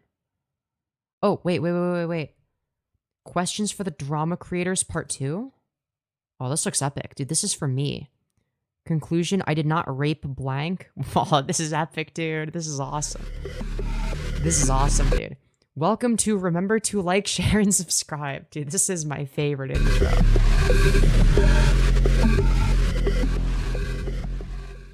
Okay, this is a part 2 of me admitting to. Okay, so here are the questions. I fully miss crime because I was hoping to stop blank from continuing to smearing me. Huh? I admitted to my crime because I wanted to try to salvage blank and I friendship. So they're obviously talking about Sarah Faye here. What? Why would she want to be your friend? Like, you're only admitting to rape as a means to an end. So you admit that you did the crime. But guys, I only admitted to rape because I wanted to salvage the friendship, guys. So therefore, I must not have raped them. Like, what? 3, I came clean and admitted, blanked to try to get drama content creators to stop talking about me. Yeah, dude, admitting to rape is the best way to get drama slop creators to not talk about you. That's true. That's true. That's facts, bro. 4, I told my story and memory of blank because I want to hear my side told. Maybe your side of the story included Sarah not consenting to sex and you not respecting her no. That was part of your side of the story. I told the quote-unquote truth about blank because I want to protect my wife and soon be born child. Yeah, dude, I admitted to rape to protect my to protect my wife and child, dude. Yeah. Does anyone else ever like admit to rape to protect their family? Like, what is this Cyrax level defense, dude? Fucking yeah, dude. I get admitted to rape to protect my loved ones, guys. Holy shit. That's awesome, dude. This welcome to remember to like and subscribe episode is gonna be good. Absolutely, dude. This is already epic. 6, I faked turning myself in to protect my wife and kid and prevent others from ruining their life as well as my own. Dog. Then why did you upload it right after? What are we doing? I admit to saying I blanked because I feel guilty about the whole situation from 10 years ago. Why would you feel guilty to rape if you didn't rape? Huh? The crimes that I've been allegedly accused of. That you admitted to. Instead of going into deep detail and trying to explain myself because I am terrible at debating, here are no, it's not that you're terrible at debating, it's that you incriminate yourself constantly. some deep questions you need to ask yourself. All 9 of them are here. These aren't questions, these are just like bad arguments. Like, conclusion, I did not rape. Like, from like the worst arguments I've ever seen. Instead of asking you about what ifs and or you need to ask yourself if I actually did or didn't, these are the reasons why I have admitted to said crimes. In order to protect my wife and my family, I will not be... Dude, like, admitting to rape to protect your family, like, what are we saying? Like, well, this is the most retarded shit I've ever fucking going heard. into any more detail, nor will I give them the name I mean, this is a crazy level of... of the content creators covering me and or the alleged victim involved. I would like your guys' opinion. Thank you. Okay, dude. Did they just sit here the whole time? Nope. Okay. Music. Okay. Wow, this is epic, dude. Okay, so I think we've seen everything we need to see there.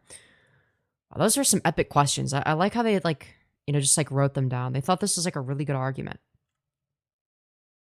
So anyways, guys, we're gonna watch their final video, alright? Part 1, of course. The final video / a plea for help part 1. Alright, guys, this ought to be good.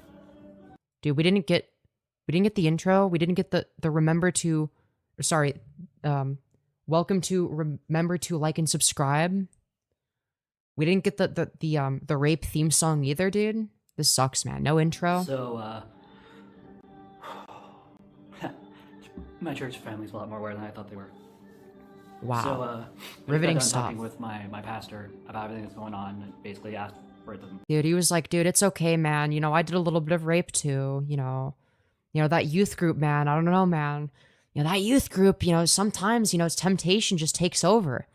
And, you know, as the pastor, you know, sometimes you can't help yourself. So, you know, I get it, Firebat. I get it. You know, sometimes we all, you know, do a little bit of accidental rape, okay? Advice. I didn't mention this in the other videos, but since this is the last video, period.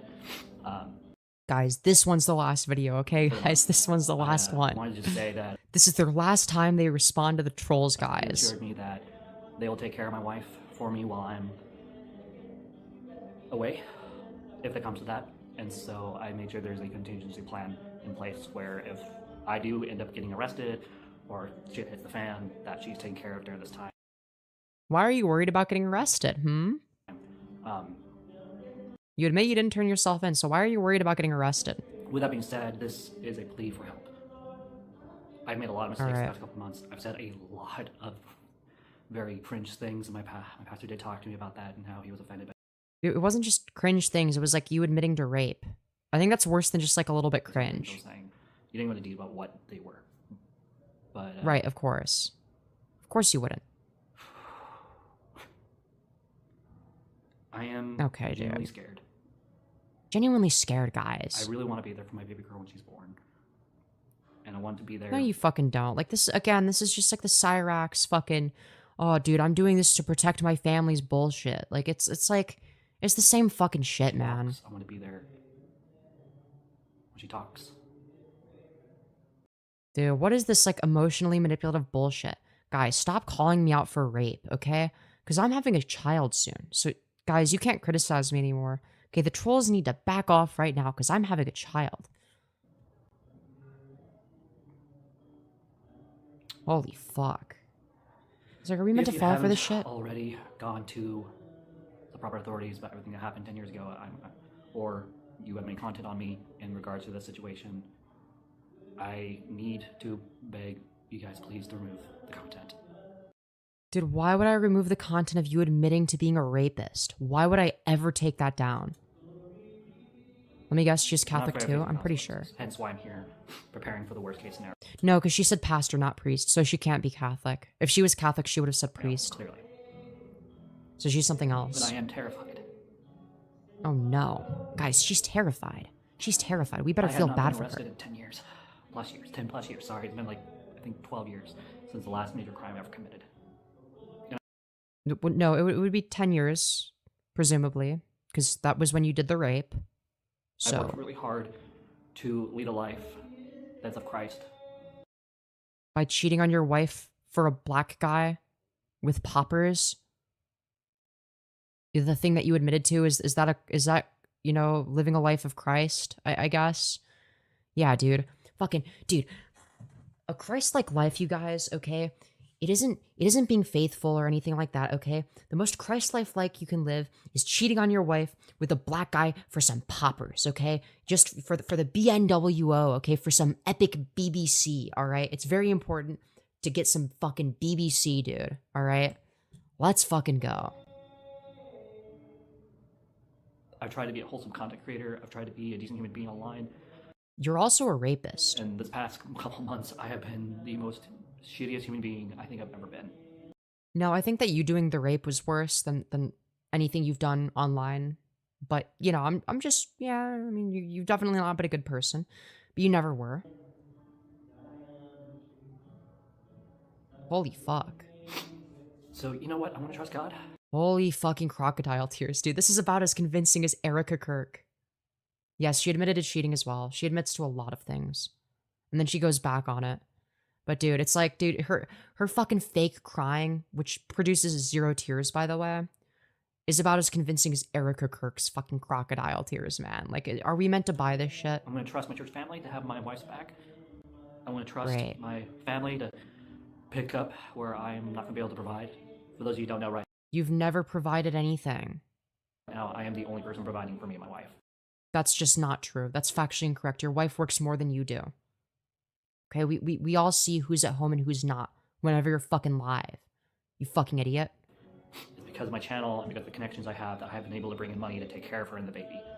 Those of you who don't know, Yeah, because you don't fucking pick up any shifts. What are we saying? back in December through the beginning of January, one of my best friends had donated a couple $1,000s, which helped keep us afloat during this really hard time. And we wouldn't have been able to do it without them. We would have Yeah, I think they're talking about Phaeton, who should donate to me instead. been homeless on the street, potentially. Wow, it's almost like you weren't providing anything. And for those who don't know, Congratulations, is this real guilt or just a humiliation ritual? The latter. It's like, it's meant to farm sympathy, but it doesn't work if you know who Firebat is. I spent a month and a half trying to recover after a troll went out of their way to stalk me, find out where I work, and then got me fired because they didn't appreciate who I was online. I mean, if that happened, yeah, that's shitty. Like, disavow. Don't do that. Don't touch the poo like that, okay? Touching the poo is bad, guys. But, like, also, what the fuck? Like, what does this have to do with anything? How is this relevant? And truth is, I have been going downtown ever since. And it's like assuming that what she's saying isn't, like, bullshit. It's like, no, you've been spiraling since I talked about you. Okay, that's when you started spiraling. Is when I tried to be your friend because I felt bad for you. I know, contrary to popular belief, okay, I can be nice sometimes, okay? I'm not always a fucking asshole, okay? And that was one of those times where I decided I'm gonna be nice for once, okay? I'm feeling nice today because I saw like, oh, you know, this poor person, like her chat's fucking shitting on her because she's streaming to YouTube Shorts. I'm gonna join her live show and like, you know, be fucking nice to her, okay? And like make fun of people that are like being mean to her and like saying like weird transphobic shit, you know? Because I sometimes, okay, I have a soft spot for certain people, okay, just by default. Like I can be very like, I don't know. Like sometimes I'm very soft. Okay? And people like Firebat remind me of why I can't be, okay?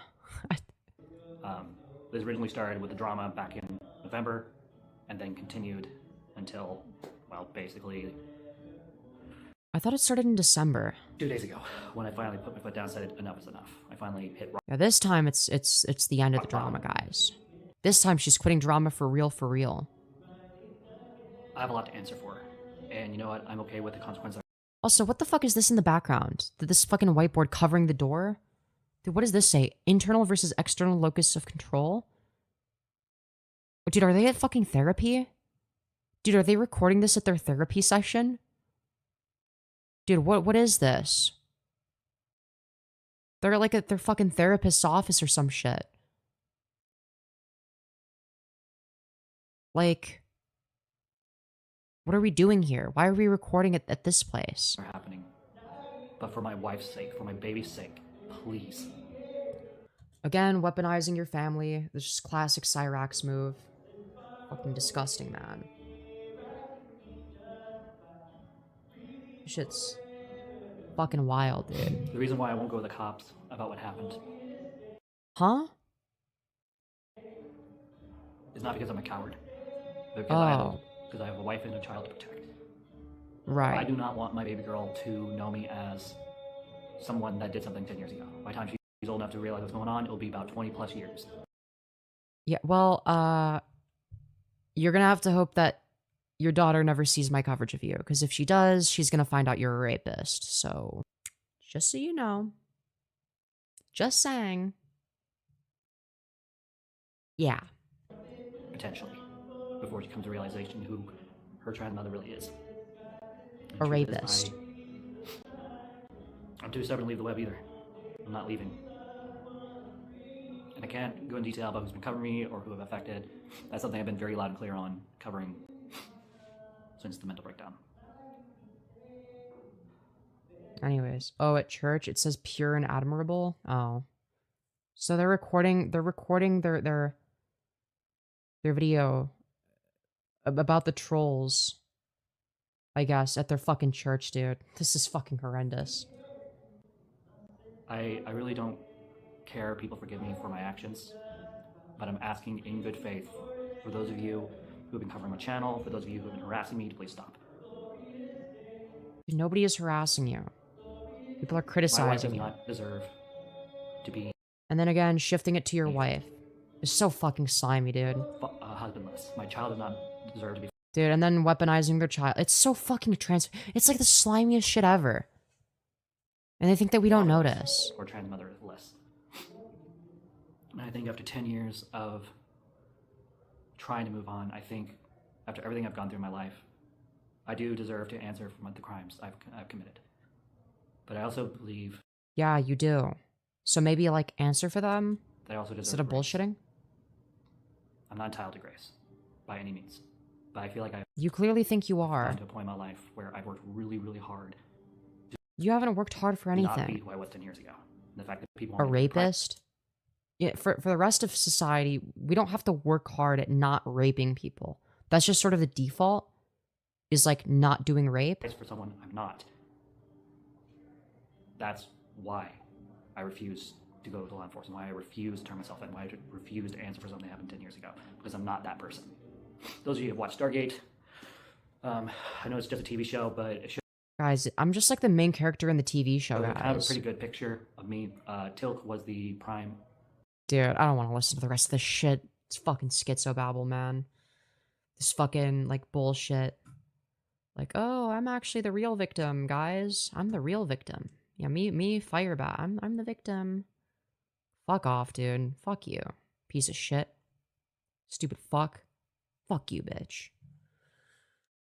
I'm fucking tired, man. Alright, my channel be dying. My channel's dead now, guys. Alright, we were, like, averaging, like,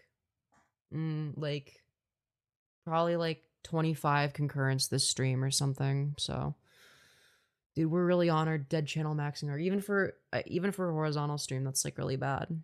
But whatever, man. I'm tired. I need to go sleep. Gorgeous, thank you, man. Night night dead channel maxer, yeah. I don't know, I'm experimenting with different stuff to see how well it does, and covering Stale did not do that well. Yeah, I made $700 last night, that's true. Well, I guess, well, technically YouTube takes 30%, so it would have been 500, but... Yeah, I don't know. Horizontal streams might not be the move. I think the only reason that, like, the horizontal streams I was doing before got, like, the same, or almost the same viewership as, like, the vertical streams was literally just because I was covering Firebat. So, yeah. I don't know. Hopefully I'm not making a mistake here. But the definition of insanity is trying the same shit over and over again and expecting different results. So, you know, I'm not going to be doing that.